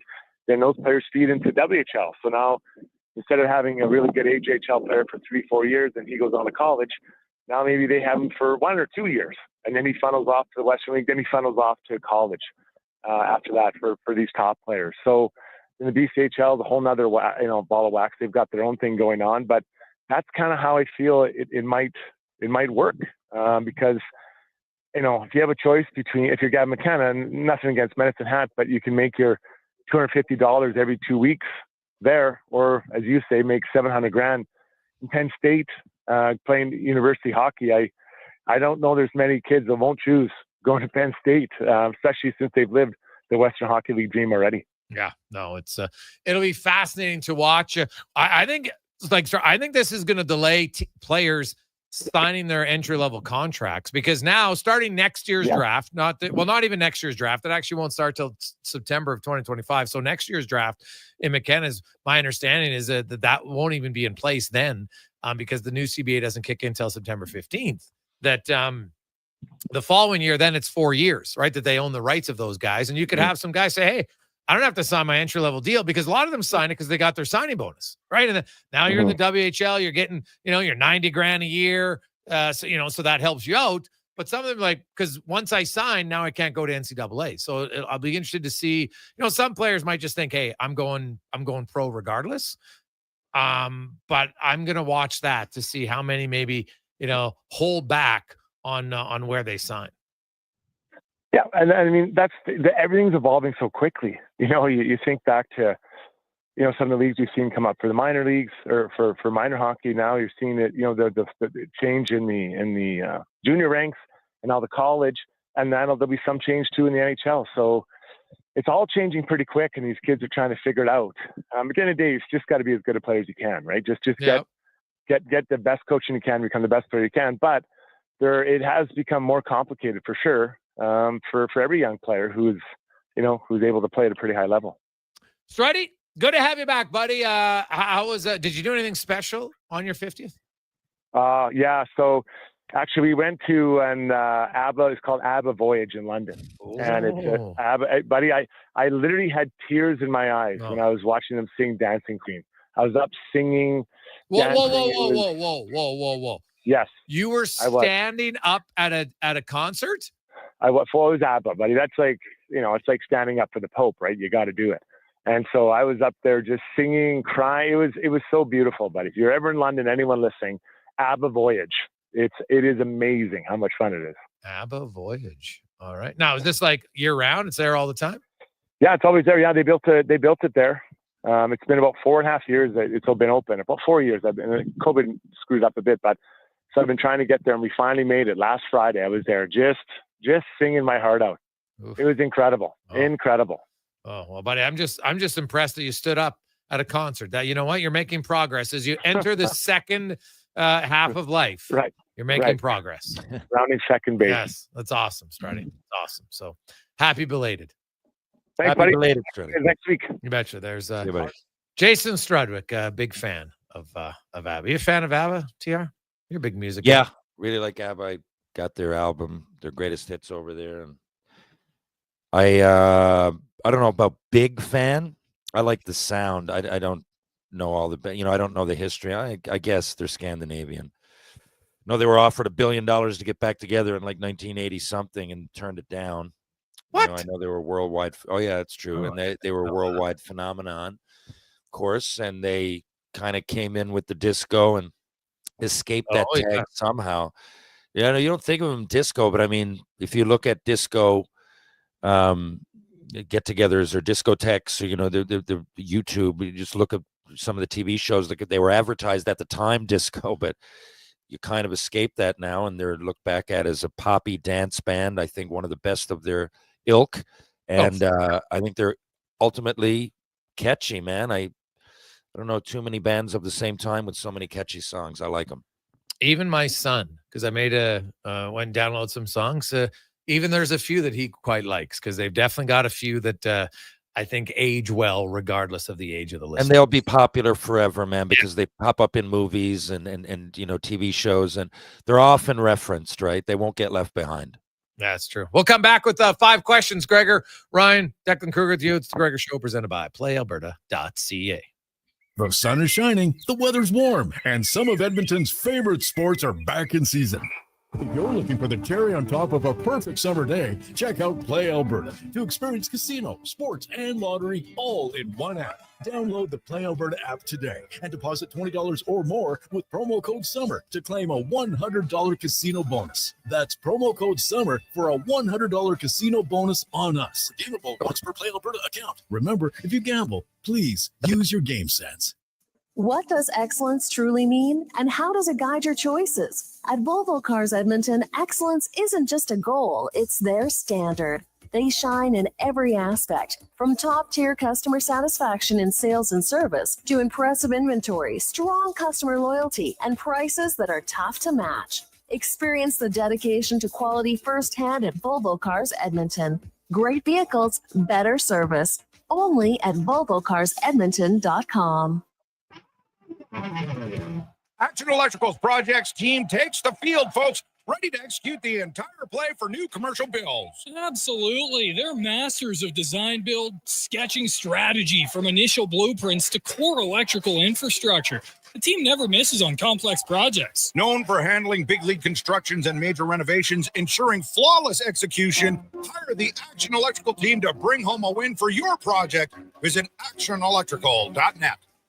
New crust alert at Papa John's. Your favorite cheese meets your favorite pizza in the new cheddar crust pizza for only $17.99. Papa John's pizza makers created the perfect addition to their crust by melting garlic and herb seasoned cheddar cheese right on top of their fresh original dough that's made with 6 simple ingredients. Try a one-topping cheddar crust pizza today for only $17.99. You better hurry though, because it's only for a limited time. Better ingredients, better pizza. Papa John's, proudly locally owned and operated. Legacy Heating and Cooling is your #1 air conditioning company. So when you can't take living in oppressive heat any longer, Call Legacy. Call Legacy. if your hot, sticky sheets keep you up all night, Call Legacy. Call Legacy. if you've decided that you deserve to be cool and comfortable, Call Legacy. Call Legacy. and with no payments, no interest for 1 year, it could only be Legacy Heating and Cooling. Every morning, you look in the mirror and see less of yourself. Hair loss can feel like losing a part of who you are. But it doesn't have to be that way. Hi, I'm Dr. Vance Elliott. At Advanced Hair and Skin Surgery, we understand the pain of hair loss. Our advanced hair restoration solutions won't just bring back your hair, they'll help you face the mirror with confidence. Good morning, you sexy beast. Visit drvancelliot.com today because it's time to be the man you remember. Is it Riverside Motorsports? No. It's Riverside Motorsports. Over 55 years in business, and people still get it wrong. Guess it's time to get it right. Riverside Motorsports. What you do for fun is our business. Ease joint pain and support healthy skin with NACA Platinum Pro Collagen, marine or bovine in caps or powder. Plus, fuel your workouts with NACA Platinum Pro BCAA caps. Find these and other NACA products at Vitality Health Foods, where customer appreciation is July 8th and 9th. It's happened again, and construction season is in full swing. Job delayed, money lost, and clients disappointed because your rigging failed and it wasn't inspected. Don't let this happen to you. Have your lifting slings, fittings, hoisting tools, and safety harnesses checked with Titan Supply. Titan Supply offers certified on-site and in-house rigging inspections and service, so they can repair it, replace it, and recertify it. Titan Supply in Edmonton, Grand Prairie, Red Deer, and Calgary, and at titansupply.ca. Lift, dig, haul. Wendy's 99-cent Frosty is back, and Frosty farmers couldn't be happier. Made with Canadian dairy, they grow up cool, creamy, and mighty thick. It's farm to Frosty. Get a small 99-cent Frosty until August 17th at participating Wendy's. Taxes extra.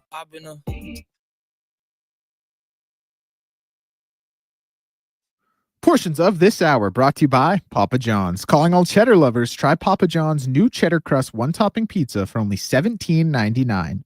Order online at papajohns.ca or through the Papa John's app. He's not just another pair of glasses. It's the Jason Gregor Show. Thanks for checking out Edmonton Sports 1440. Presented by playalberta.ca, Alberta's only regulated online gambling website.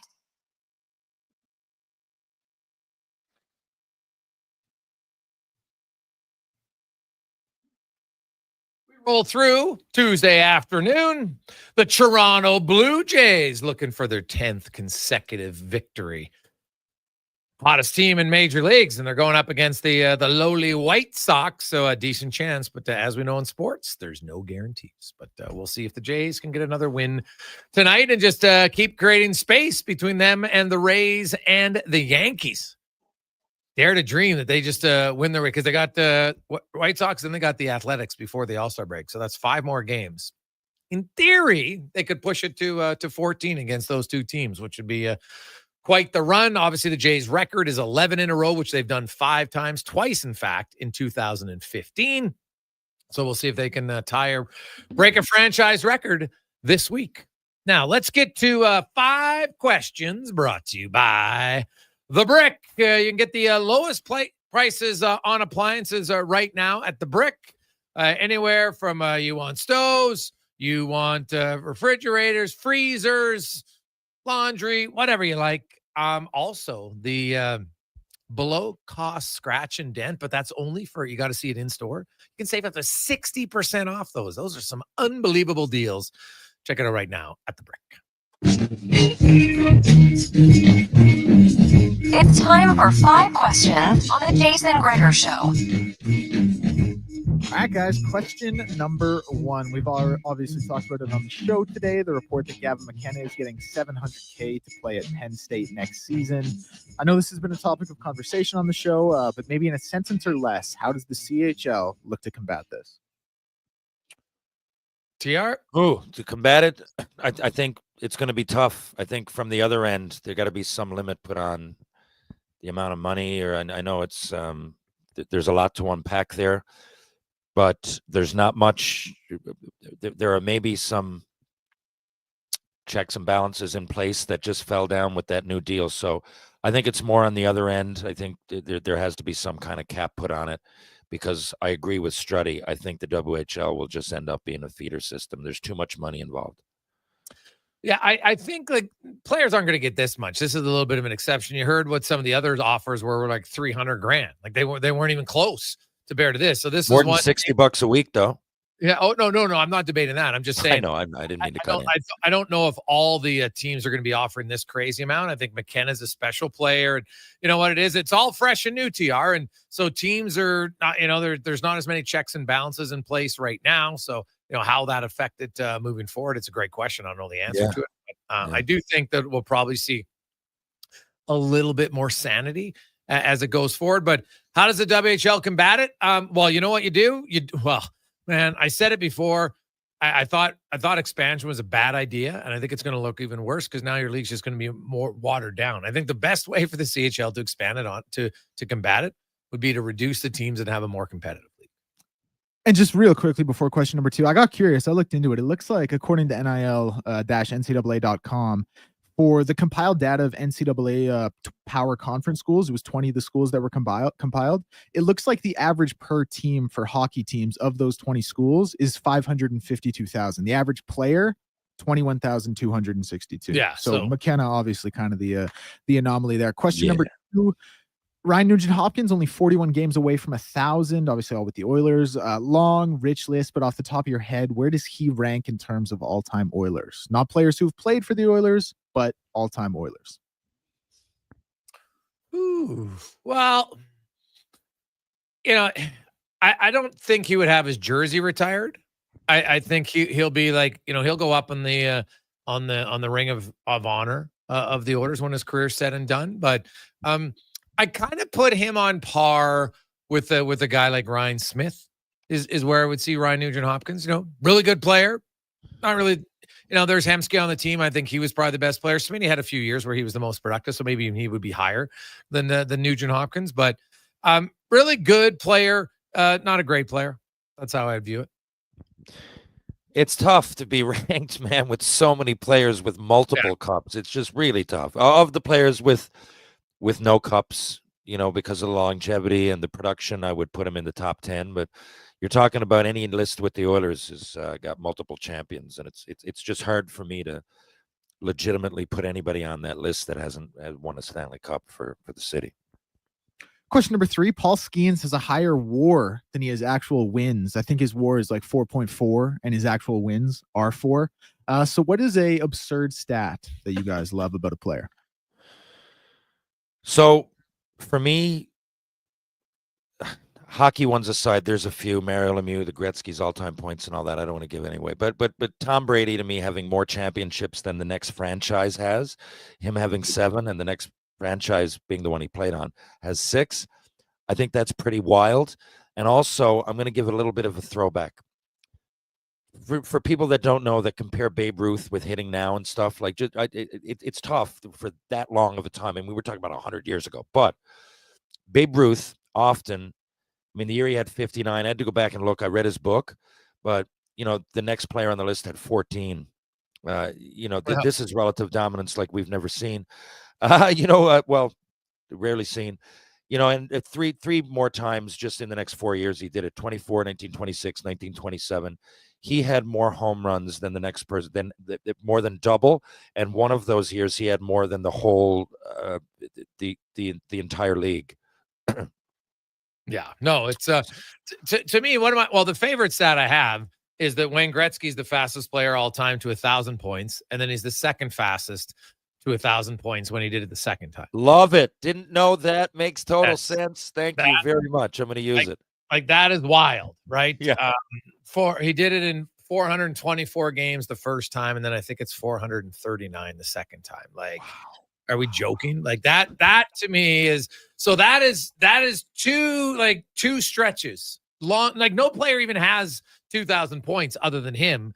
And so his first 1,000 is obviously the quickest, and then his second 1,000 is even faster than Lemieux in his prime's first 1,000 points. Great. So that's my favorite stat of all time, really, because it's greatness proceed for multiple years to do something like that. Great answer. My favorite one, just really, really quickly, is the most consecutive games averaging 40 points in NBA history. Third is Kobe with 23. Second is Elgin Baylor with 33. And then first is Wilt Chamberlain with 515. I always thought that was just insane. That is wild, right? Now, different style of game still, but yeah, he was a dominant beast. Right? Yeah, his opponents they look like me. Still pretty crazy. Yeah, that is schoolyard type stuff. Yeah. Well, that's like the consecutive starts, right? By Glenn Hall, 503. Like you can't get a goalie start even 20 consecutive games in today's. That's never happening, right? Like that's the most solid record in all of sports. I didn't know that either. Oh, wow. Question number 4. Which team in the 4 major North American sports is in the worst position moving forward? 5-10 years. Oh my God. Worst position moving forward. That's a good question, man. Like, even though the Sabres have missed for 14 years, God, it's like, I don't know how the next decade looks like for them, but baseball teams can suck for a few years and then they're able to, because they got 97 rounds in the draft and, they can hit on a few and then they're okay. So I'm going to go, I might, you know what I'm going to do? I'm going to go the New Orleans Pelicans.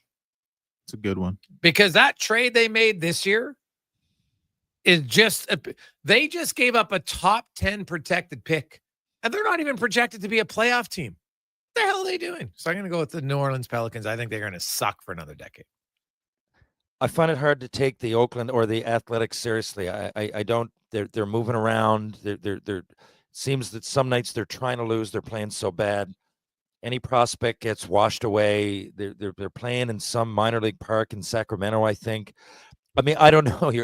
I have the least confidence in them. I mean, any bad team should get better just on draft position, but I don't have much confidence, man. They just look like a team in complete disarray for eons. I don't even remember the last time I cared about watching an inning. Deck, what about you? For some reason, the Wizards just seem so hapless. Like, they were involved in the trade with the Pelicans recently, and they somehow got worse. They had the number 1 overall pick last year, and it's not like I just can't. When I picture the NBA for the next 10 years, I can't see the Wizards ever winning more than like 22 games. Yeah. That's all I'll say now. Question number 5. On this day in history, reports that a UFO crash landed in Roswell, New Mexico. So when speaking of aliens, things of the like, conspiracy theories overall, is there something out there that you genuinely believe? TR? Honestly, I'm just one of those, show me, I'll believe it. I'll have to, do my own research thing goes so far. Like, I do my own research and I land at whatever the science said. I'm sorry. I can't think of many. I believe we landed on the moon. I can go on and on. I don't really have any that I'm sticking to. No. Just a science truther. Well, I mean, I could unpack that, but you'd have to give me examples, but I can't think of any that are out there that are traditionally popular that I really believe. No. Ooh. Yeah, like I'm trying to think, like, what is so it's basically, is there a conspiracy theory that I think could be true, right? Oh God. Well, yeah, you know what? I'll say it right now. The conspiracy theory that I think is true, that's come out today, Declan Kruger, that there was no Epstein files. I call BS. There were. That's become the new conspiracy theory. No question. Give me a break that they're trying to say, like, what? It took you that long, and now you could say there wasn't any when you all said there was? What the hell? Yeah, I know. Now all of a sudden today. Yes, that's all of a sudden. Oh, you mean the president's involved? Oh, geez, no, there is that. That is the biggest joke conspiracy, and sadly, because it epitomizes our biggest issue in society with sexual abuse and how we cover it up to no end. So I will go with that one. It's a good answer. Deck, what about you? I don't want to get too crazy or anything, but I've never been one to believe that Hitler died in the bunker. I thought he escaped.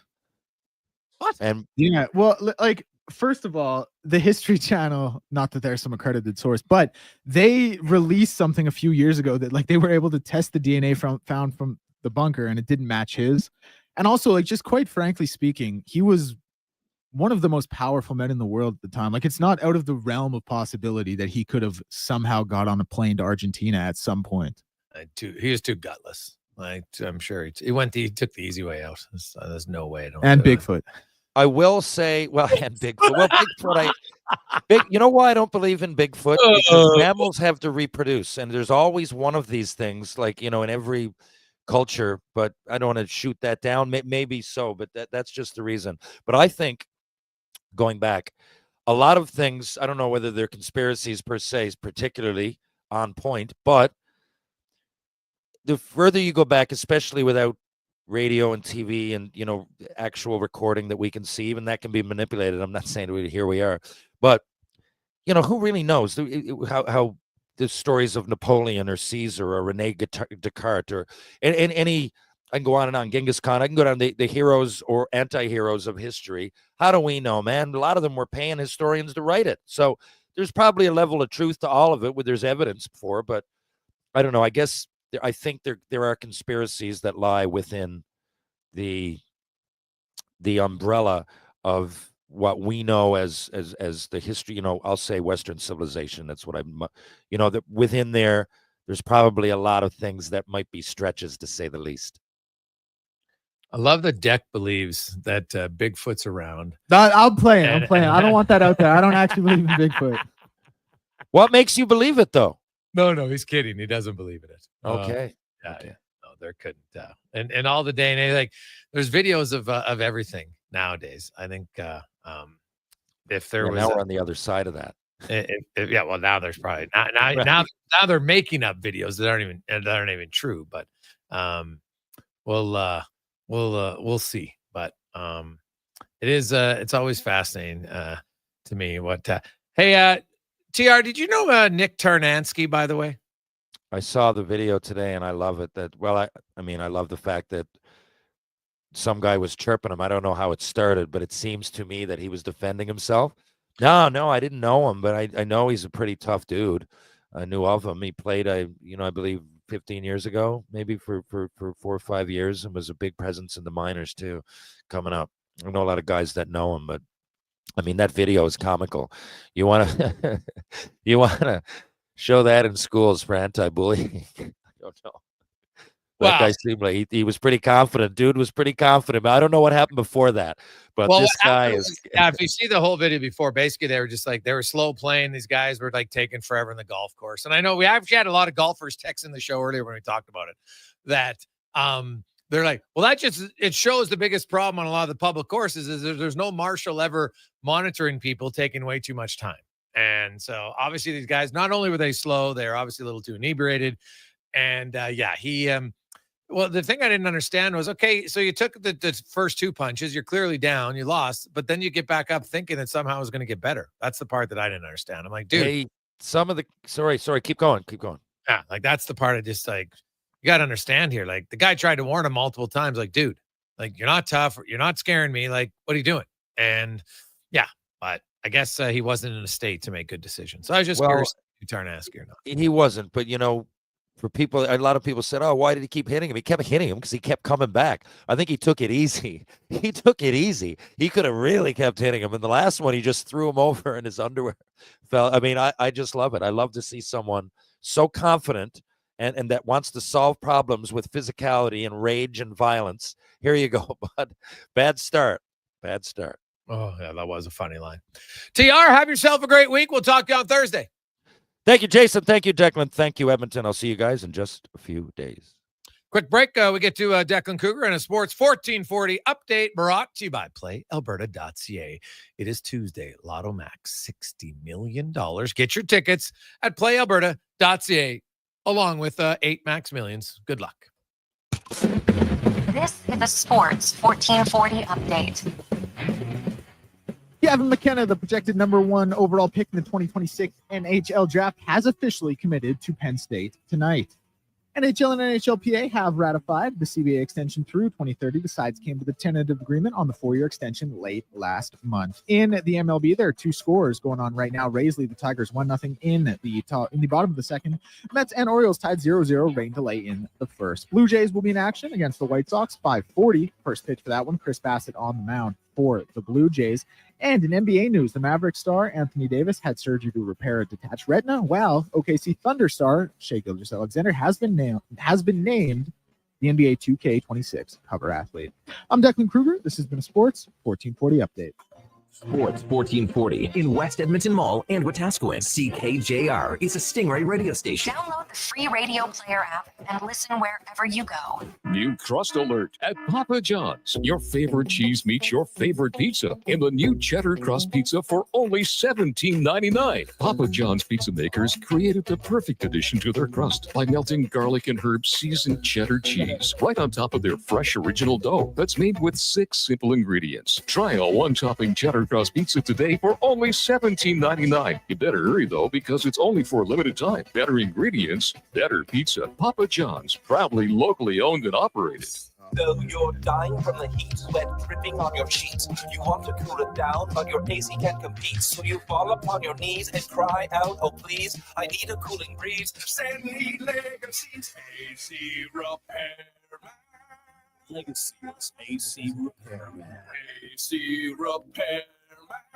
Can't spell Legacy without AC. Legacy Heating and Cooling's got a guy who's really good at fixing broken ACs. So if you got one, call Legacy. Okay, see you later. Legacy Heating and Cooling. Canada's biggest appliance sale is at The Brick. Get up to $1,000 off select major kitchen appliances. Convertible fridge freezers start at just $199. Barbecue start at just $299. Get up to 60% off clearance models and below-cost scratch and dent items in-store only. Plus, pay 0% interest on appliances until 2029. Best of all, they'll beat any competitor's advertised price. Some exclusions apply. See in-store for details. The Brick, saving you more. And here comes Action Electrical Service Team sprinting onto the scene. These are your first responders for any electrical emergency. That's right. With their fleet of service vans and specialized gear, they assess, they service, and maintain electrical lighting and automation systems. They're all about rapid response. Quick diagnostics and repairs to restore power and safety fast. Hire the Action Electrical team to bring home a win for your project. Visit actionelectrical.net. Ease joint pain and support healthy skin with NACA Platinum Pro Collagen, marine or bovine in caps or powder. Plus, fuel your workouts with NACA Platinum Pro BCAA caps. Find these and other NACA products at Vitality Health Foods, where customer appreciation is July 8th and 9th. Race into adventure this summer with your friends and family and register for the Sourdough Raft Race. Build your raft and race down the North Saskatchewan River in true sourdough style. Your $10 per person entry fee gets you breakfast by Friesen Brothers, souvenirs, and a day of wild fun on the river. It's the best summer adventure ever. Sunday, August 17th. Register you or your team now at sourdoughraffrace.com. Sponsored in part by Oil City Cranes. That's sourdoughraffrace.com. It's happened again, and construction season is in full swing. Job delayed, money lost, and clients disappointed because your rigging failed and it wasn't inspected. Don't let this happen to you. Have your lifting slings, fittings, hoisting tools, and safety harnesses checked with Titan Supply. Titan Supply offers certified on-site and in-house rigging inspections and service, so they can repair it, replace it, and recertify it. Titan Supply in Edmonton, Grand Prairie, Red Deer, and Calgary, and at titansupply.ca. Lift, dig, haul.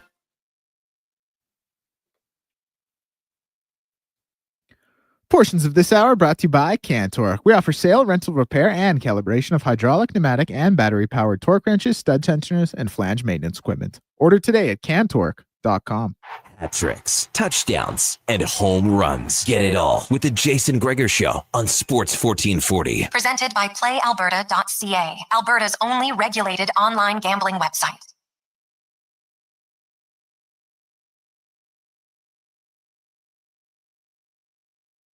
Through a busy Tuesday, man, we've flown by. 3 hours already done. Welcome back to the Gregor Show, Sports 1440, sports1440.ca, Oilers Nation, YouTube, Facebook, X, and Instagram. Always brought to you by PlayAlberta.ca. Use the promo code Gregor15, get a free $50 play, or you can use the promo code Summer100 and you'll get a free casino play right now at PlayAlberta.ca. Lots to get to, but as we get to the Spec Report, brought to you by GS Construction, underground infrastructure specialists. Remind you, when you go through construction zone this summer, respect them, be slow, be alert. Everybody gets home safe from GS Construction. As Mark Spectre from Rogers Sportsnet joins us. Spec, how you doing? Doing pretty fine. It's a little hot today for my liking, Jason. Can you do something about that? Well, it'll cool down tomorrow. So, it's the one day I think this week in the 30s. So, man, I kind of like a day like this. It's good. Run through the sprinkler, Spec, do whatever, because those days in Alberta, we don't get that many of them, thankfully, because I'm with you. If it's like a week of this, it's like a little too much. But, man, today, you walk outside and went for a walk in the morning. By the time I got home, it was it's starting to get pretty warm. You're like, all right, the dog's looking at me. Let's get in the house. So it was nice. Even then, I just sit outside doing a little show prep, just sitting outside in the heat. I loved it. Yeah, I went to the water park, but the moms got mad. I kept knocking the little kids over, so I had to leave. You I don't know. are the George Costanza of the water slides. I could see that. That would make a lot of sense.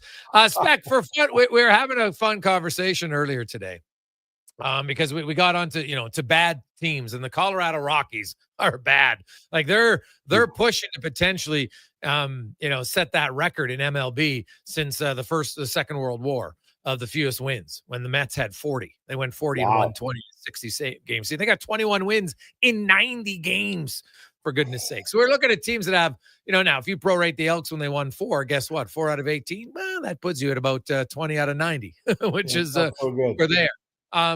But so we're looking at the Oilers in the decade of darkness, and 3 teams had 62 points: the 10 team, the 11 team, and the 15 team.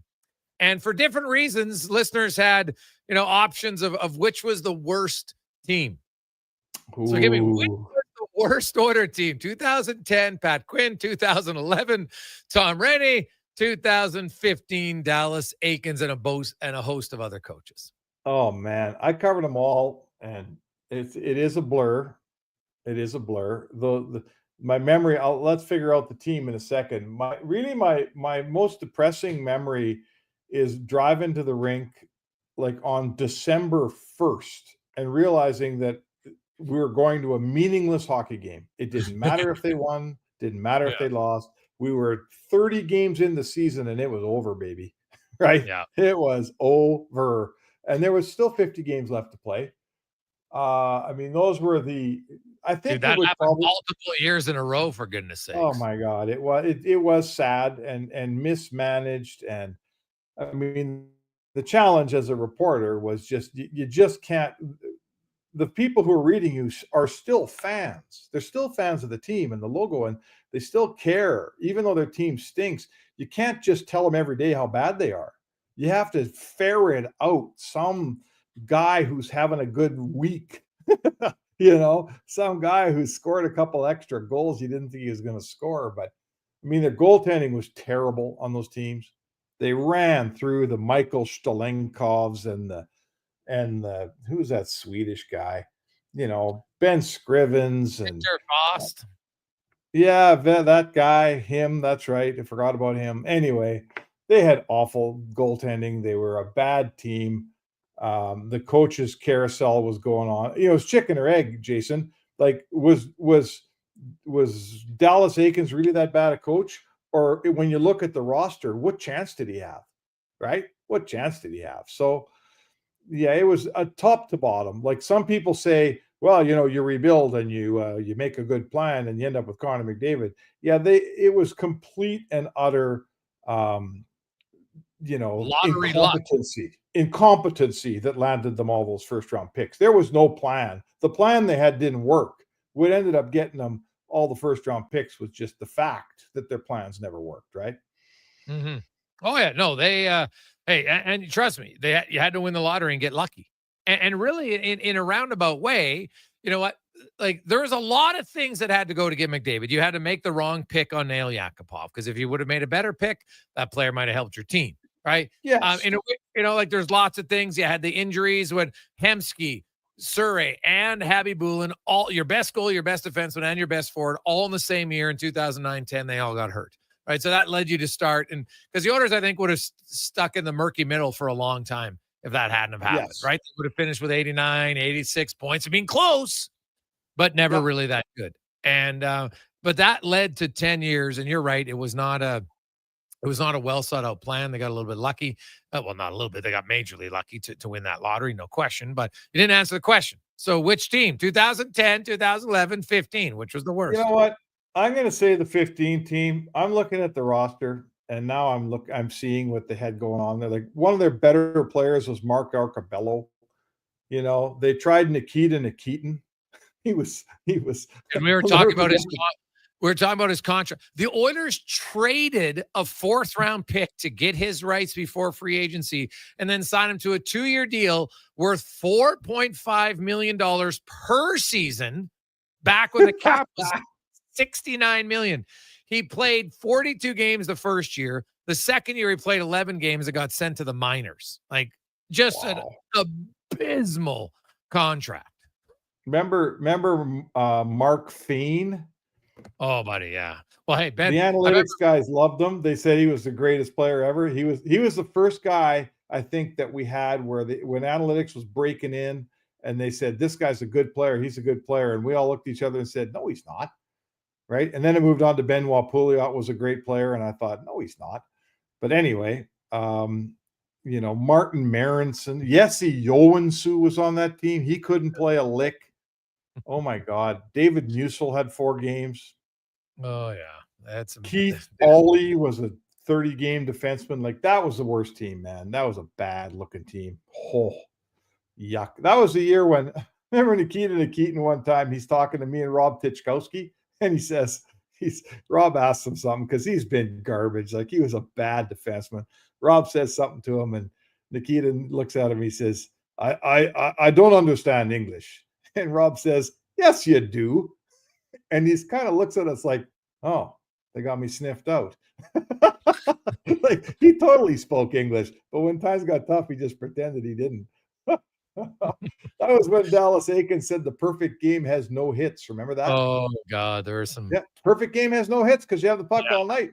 And I'm thinking, oh yeah, haven't seen a lot of perfect games in this town for a while. Yeah. See, the reason I couldn't pick the 2010 team was because they had all the injuries, but also Pat Quinn. The reason you went to the post game or morning skate was the Pat Quinn press conferences were must see.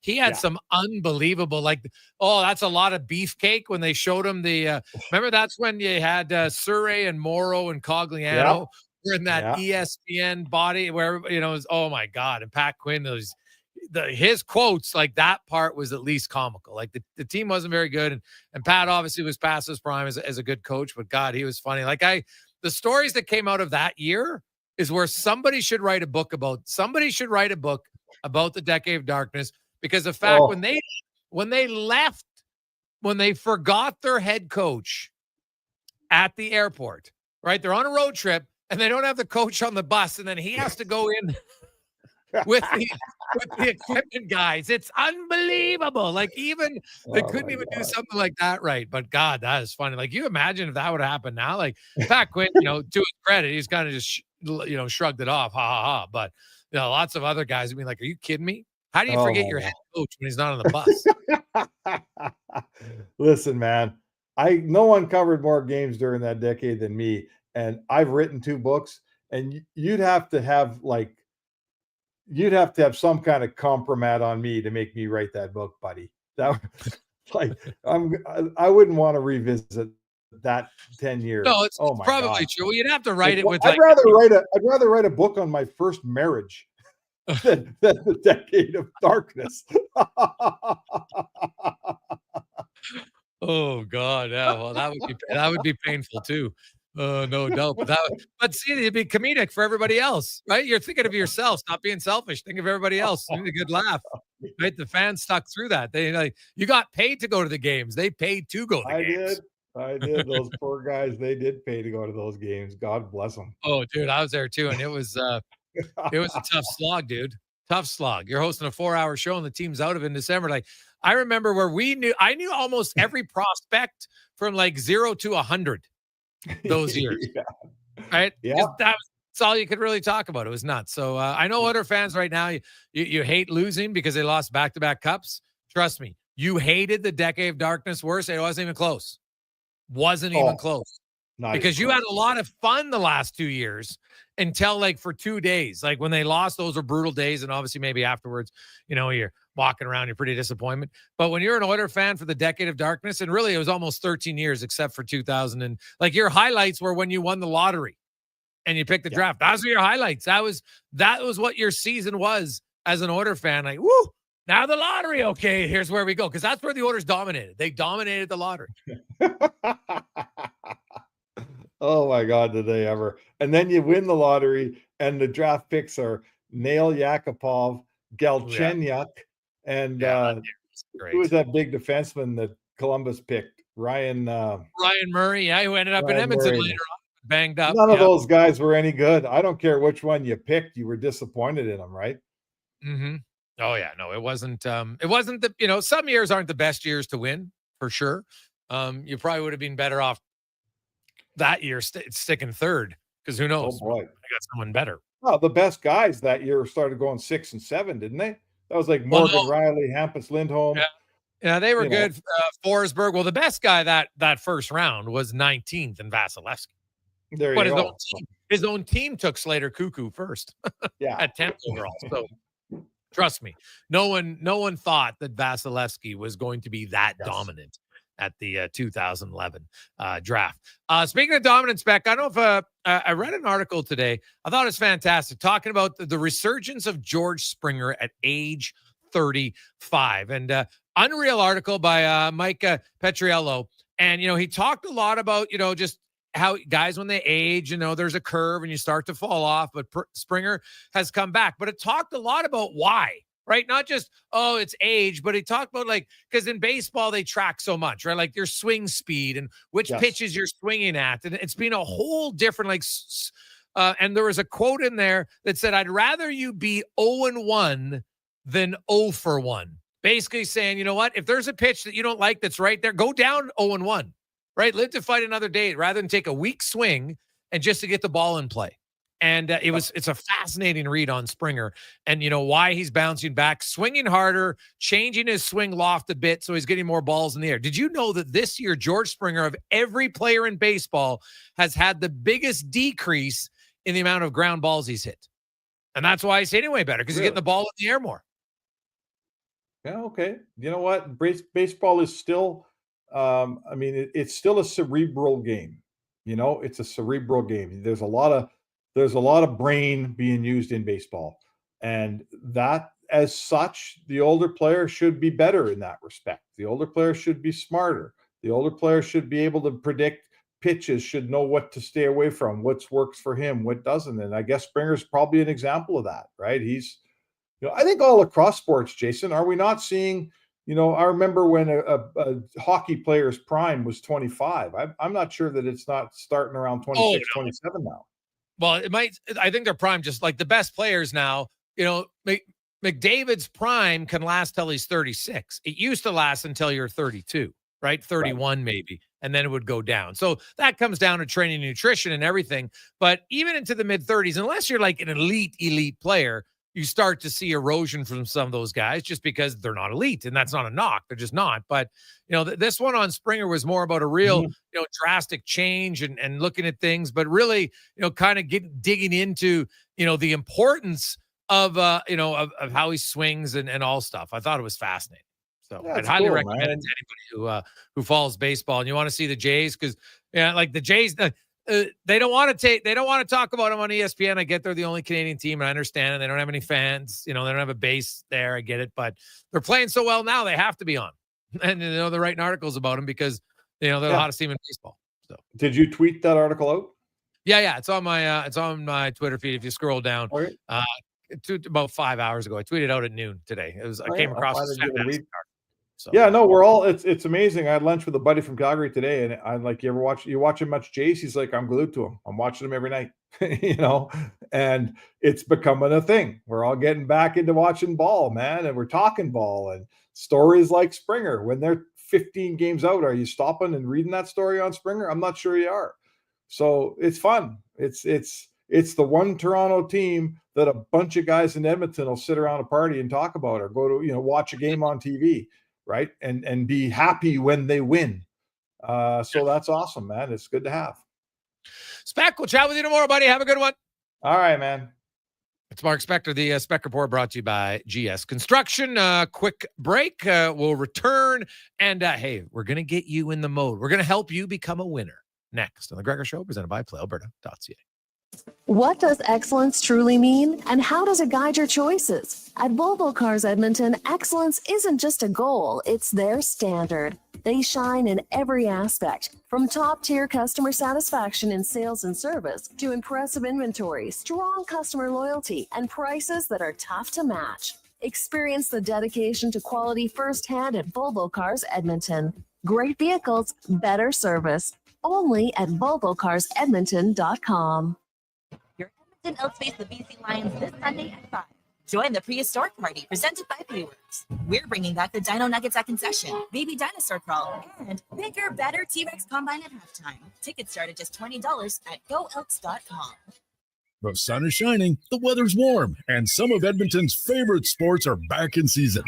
If you're looking for the cherry on top of a perfect summer day, check out Play Alberta to experience casino, sports, and lottery all in one app. Download the Play Alberta app today and deposit $20 or more with promo code SUMMER to claim a $100 casino bonus. That's promo code SUMMER for a $100 casino bonus on us. Redeemable once per Play Alberta account. Remember, if you gamble, please use your game sense. Breaking news, McDonald's international menu items are vanishing. McPizza Bites missing in Italy. Big Rusty stolen from Germany. Teriyaki chicken sandwich disappears in Japan. And a Biscoff McFlurry blackout in Belgium. Oh, this just in. We can now confirm the stolen favorites have resurfaced at McDonald's Canada. The international menu heist. Try them all while you can. For a limited time in participating McDonald's in Canada. Is it Riverside Motorsports? No. It's Riverside Motorsports. Over 55 years in business, and people still get it wrong. Guess it's time to get it right. Riverside Motorsports. What you do for fun is our business. Ease joint pain and support healthy skin with NACA Platinum Pro Collagen, marine or bovine in caps or powder. Plus, fuel your workouts with NACA Platinum Pro BCAA caps. Find these and other NACA products at Vitality Health Foods, where customer appreciation is July 8th and 9th. I'm Rick Showers from No Bull RV. Did you wake up this morning and think, I want to be a used RV salesman? If you're like most people, the answer is no. But if you want to sell your quality used RV yourself, then a used RV salesman is what you are. Welcome to your new job. That's right, Bob. Put it up on all the best websites. Wait for the phone to ring and be ready day or night, weekday or weekend. Drive out to the storage lot for every random tire kicker who calls and hope that what you have is exactly what they want. There's an easier way to do this, Rick. That's right, Bob. You could bring it to No Bull RV. We love selling used RVs, and the customers are already here. Commercials like this bring them in by the hundreds. All you need to do is cash the check when it leaves our lot. Used RV salesman is not what you wanted to be when you woke up this morning. And if it was, well, I think you better come out here and apply for a job. And that's No Bull. NoBullRV.ca. Portions of this hour brought to you by Sherbrooke Liquor, the best place for wine, cocktails, and beers from all over the world. Also, a variety of excellent non-alcoholic options. See more at SherbrookeLiquor.com. The Jason Gregor Show, the best of Edmonton sports talk and beyond. This is Sports 1440. Presented by PlayAlberta.ca, Alberta's only regulated online gambling website.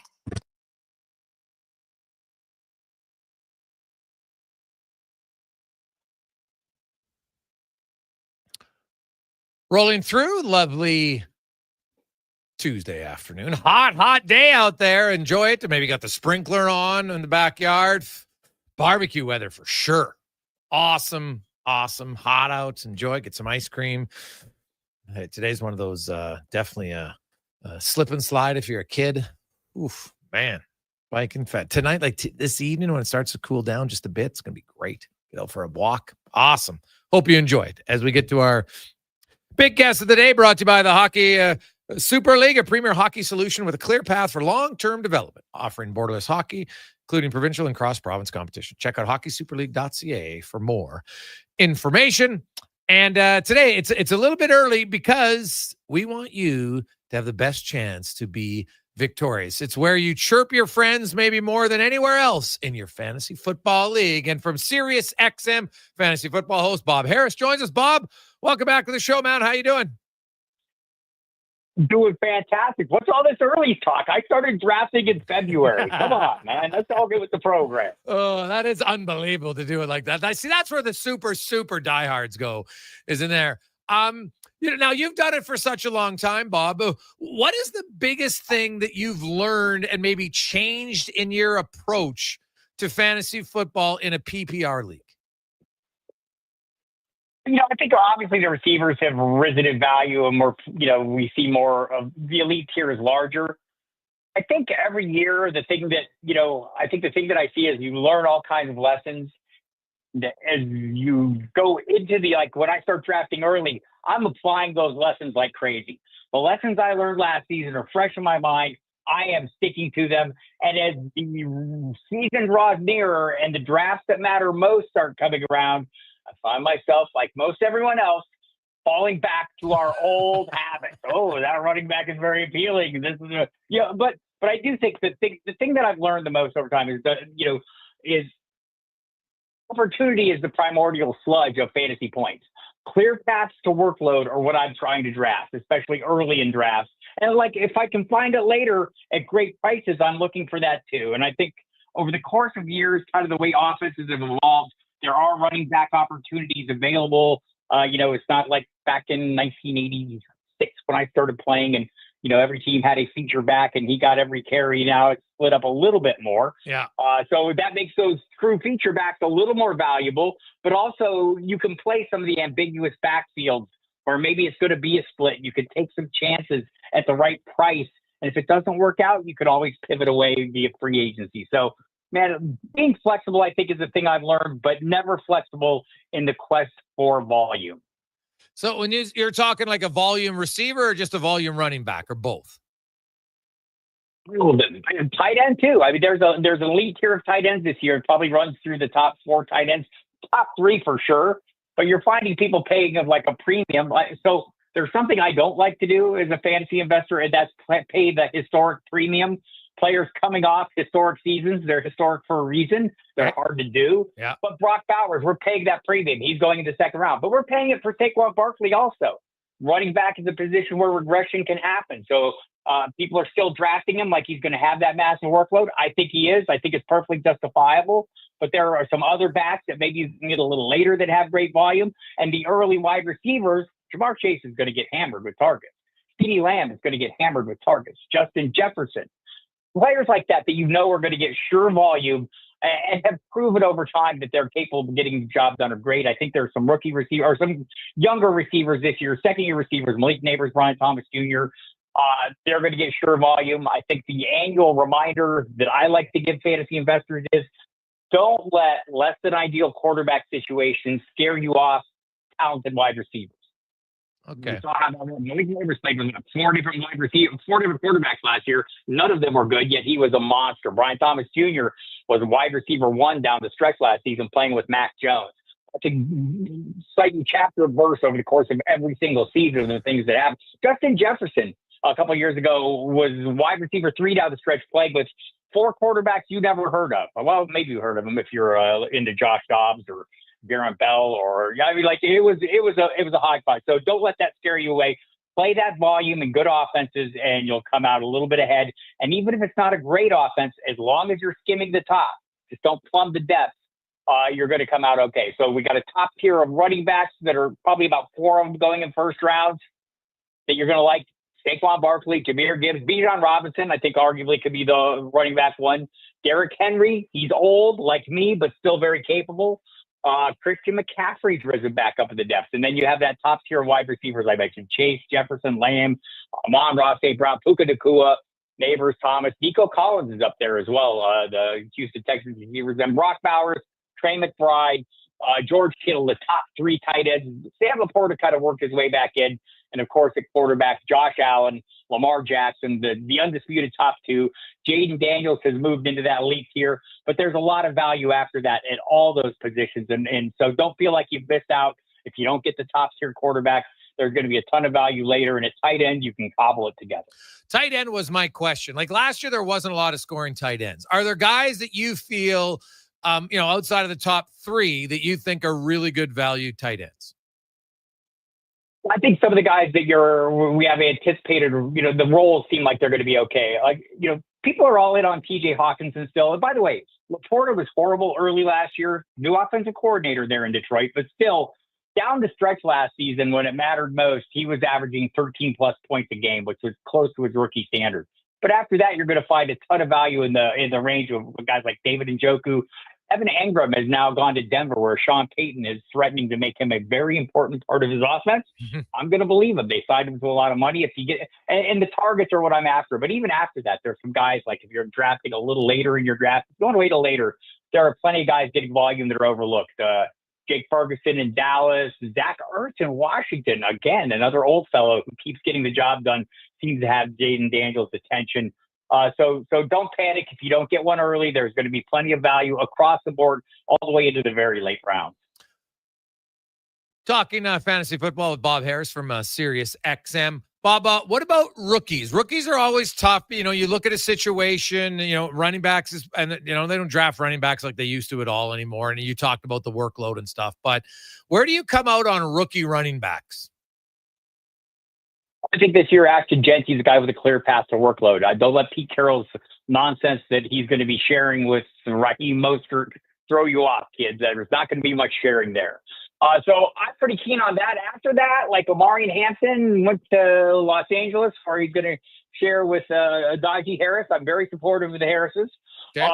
But Hanson's going to play a lead role, but it's going to be a split, right? And I think that, when you look at Caleb Johnson in Pittsburgh, going to be a split there to some degree. Quinshon Judkins, maybe not as much of a split as in Cleveland. So kind of interested in him. Travion Henderson, maybe a split in New England with Ramondre Stevenson. I like Cam Skatebu in New York, where I think he could probably beat out Tyrone Tracy. But I think this year, the guys don't necessarily have great paths to workload. Other than Ashton Gentry, I think you're going to take your chances a little bit, but you're not paying up either for them, so that makes it a little more worthwhile. Where do you come out on Mahomes as a QB and what kind of numbers he could put up this year potentially?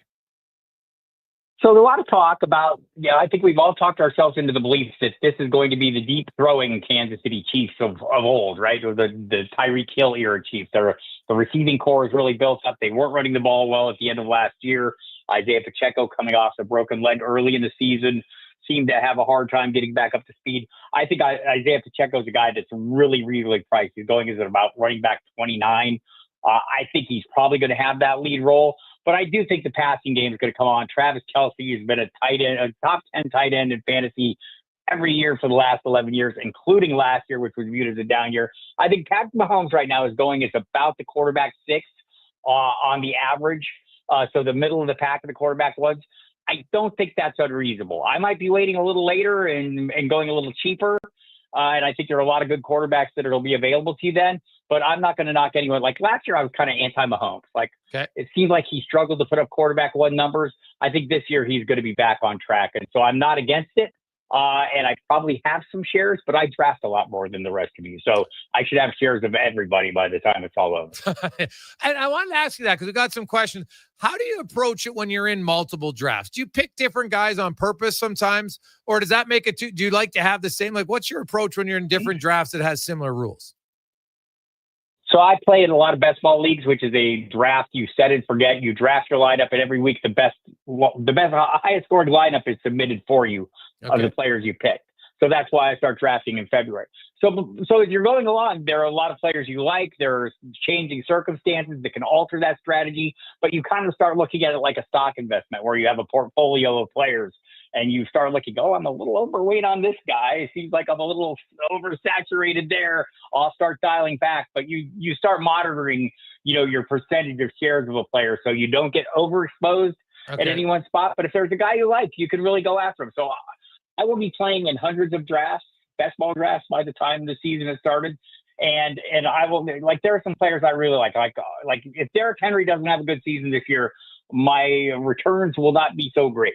But I've hedged that bet enough that it's not going to kill me if it happens. And we all know anything can happen in football, especially when you get up to some of the older players. I think his workload's pretty well established. But you can start spreading it out. You'll hit a point where you maybe hit 30 to 40% ownership and say, okay, I can probably get some other shares of some other players at this point and maybe diversify enough to keep myself afloat if something disastrous happens to my favorites.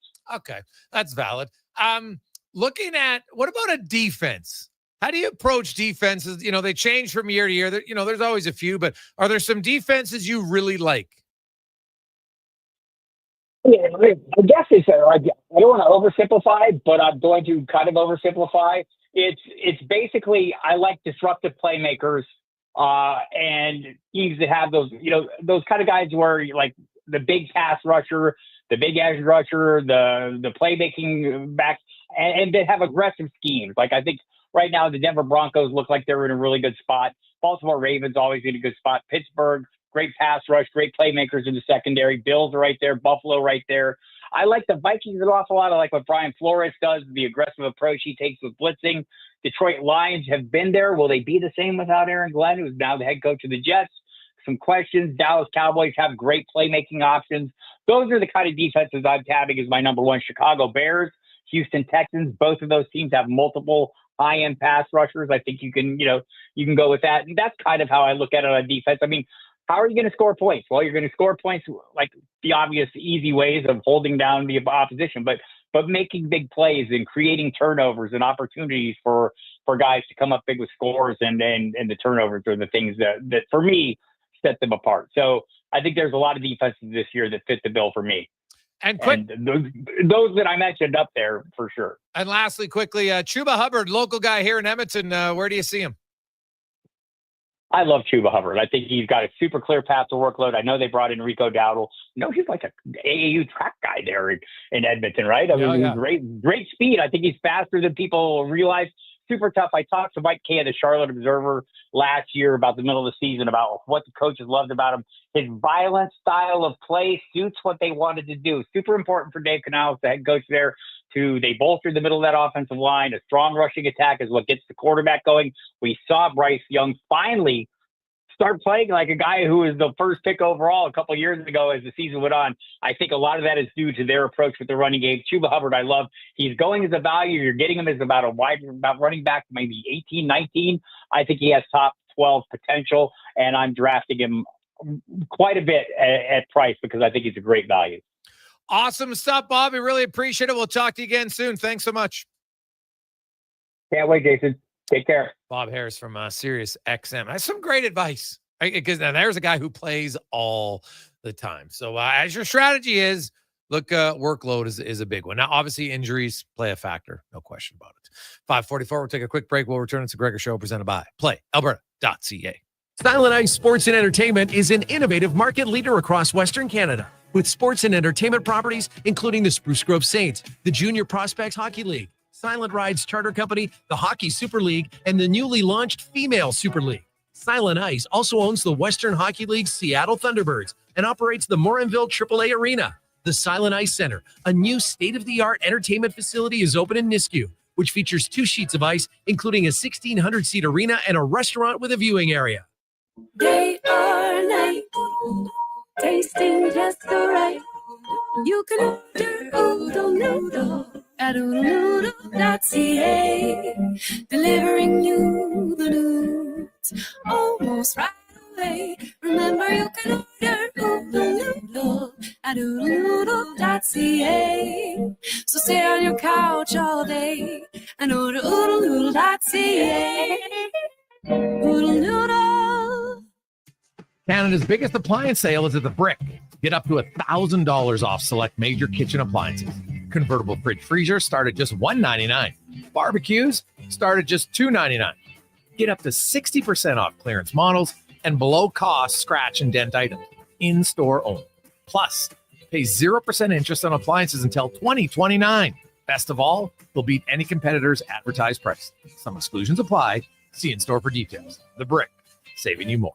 The dog days of summer means baseball. Every weekend, Sports 1440 carries Toronto Blue Jays ball games. Ben Shulman will have the call. Grab a cold one and tune in this weekend to Blue Jays baseball on Sports 1440. Reports suggest the Canadian taste buds are bored to tears. Can't handle another dull drink. Summertime smoothie experts everywhere are recommending a watermelon wake-up from Booster Juice. It's so smooth, cool, and refreshing. And ridiculously delicious. Enjoy the Watermelon Wave and Watermelon Explosion smoothies, available all summer long at a Booster Juice near you. Stay cool, Canada. Booster Juice, Canadian born, blending since 1999. Ease joint pain and support healthy skin with NACA Platinum Pro Collagen, marine or bovine in caps or powder. Plus, fuel your workouts with NACA Platinum Pro BCAA caps. Find these and other NACA products at Vitality Health Foods, where customer appreciation is July 8th and 9th. Uh-oh, another sacrifice to the water hazard. Hey, we've all been there. At Colonial Golf Club, you'll find lush fairways, challenging greens, and just enough water hazards to keep things interesting. Whether you're a seasoned pro or a first-year player, Colonial Golf Club has a tee time for you. After, reward yourself with a post-game recap at Colonial Grill and Bar. In the hole! Colonial Golf Club, where even bad shots come with great views. Book your tee time now at colonial.ca. Get this, Metal Supermarkets now offers welding services for their customers. Simple welds, steel, stainless, and aluminum welding. TIG, MIG, and stick are all available. And I tell you, these welding helmets are really something. Like the jousters wore in the days of yore. Quick, fetch my lance. Lance is on lunch break. That's not what... Never mind. Metal Supermarkets, your local convenience stores for... and welding. Southside, West End, metalsupermarkets.com.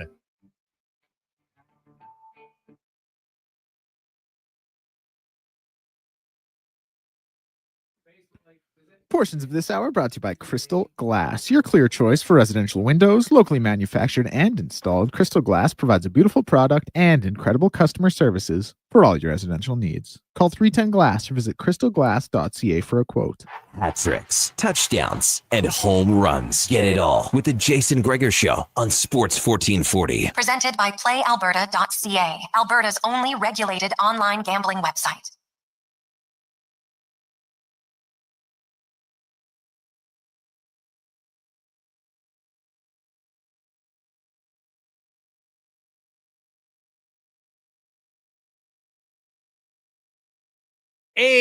Welcome back. Jason Gregor.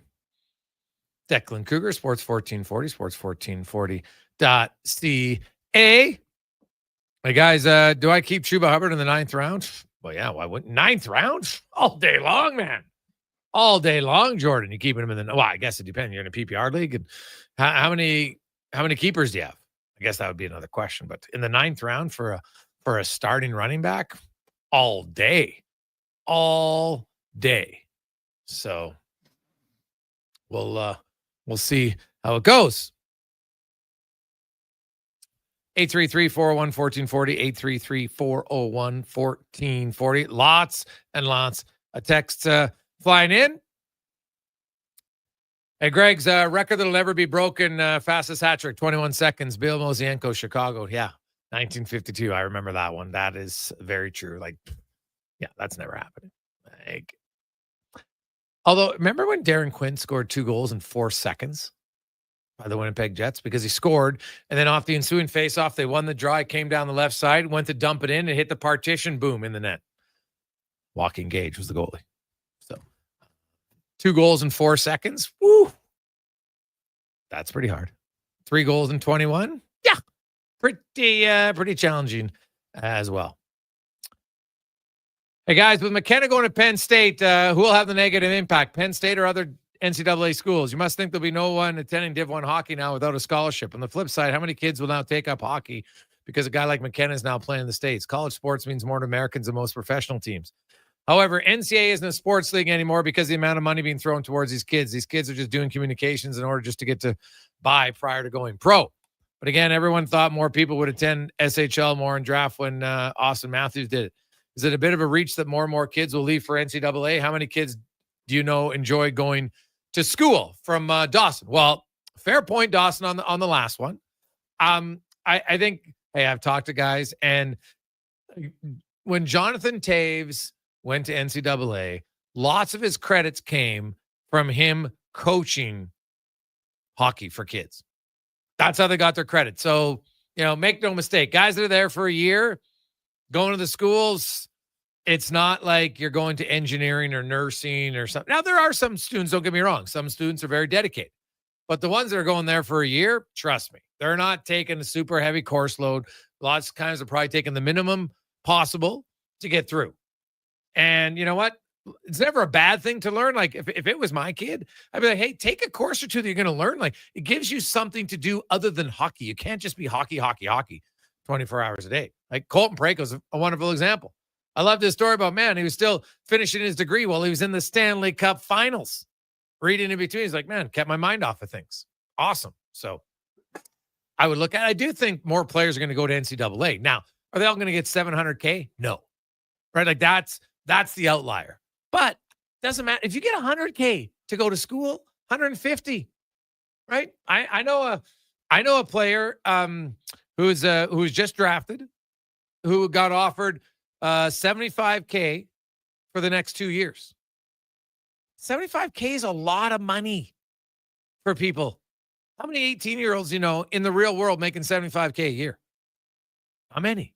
So trust me, I think some players will look for the opportunity. Like if you're smart, you get paid and you get to go to school.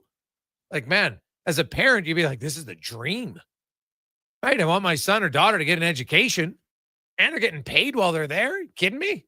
Geez, I thought I hit the jackpot when I went to health, safety, and environmental technology, getting paid $9 an hour to be in. Trust me, I wasn't interested in the program. Obviously, it didn't go anywhere in my career. But that's honestly true story. That's how I went to Nate the first time. That's when all environmental safety and stuff, the big push on safety. And I didn't really know what I wanted to do. And I saw this ad once on TV. And so I applied and got in. And the first year I got $9 an hour while you're in school. The second year, I think was 11. Third year was 13 or something. You got paid to go to school. It's like a part-time job. It was unreal. So imagine getting paid $100K to do it. Sign me up. Coming up on the program tomorrow, Kevin Woodley is going to join us in hour number 1. We will talk about a goalie department. What does it entail? Why the Oilers need one. And they should have one. So we'll get to all that and more. On behalf of Declan Kruger, Josh Fenwick, I'm Jason Gregor. Enjoy the baseball. Enjoy the great weather. We will talk to you tomorrow. There's Declan Kruger in a Sports 1440 update brought to you by E-Well, your partner in power since 1975. For all your electrical gears, one-stop shop, ewel.ca. Good night.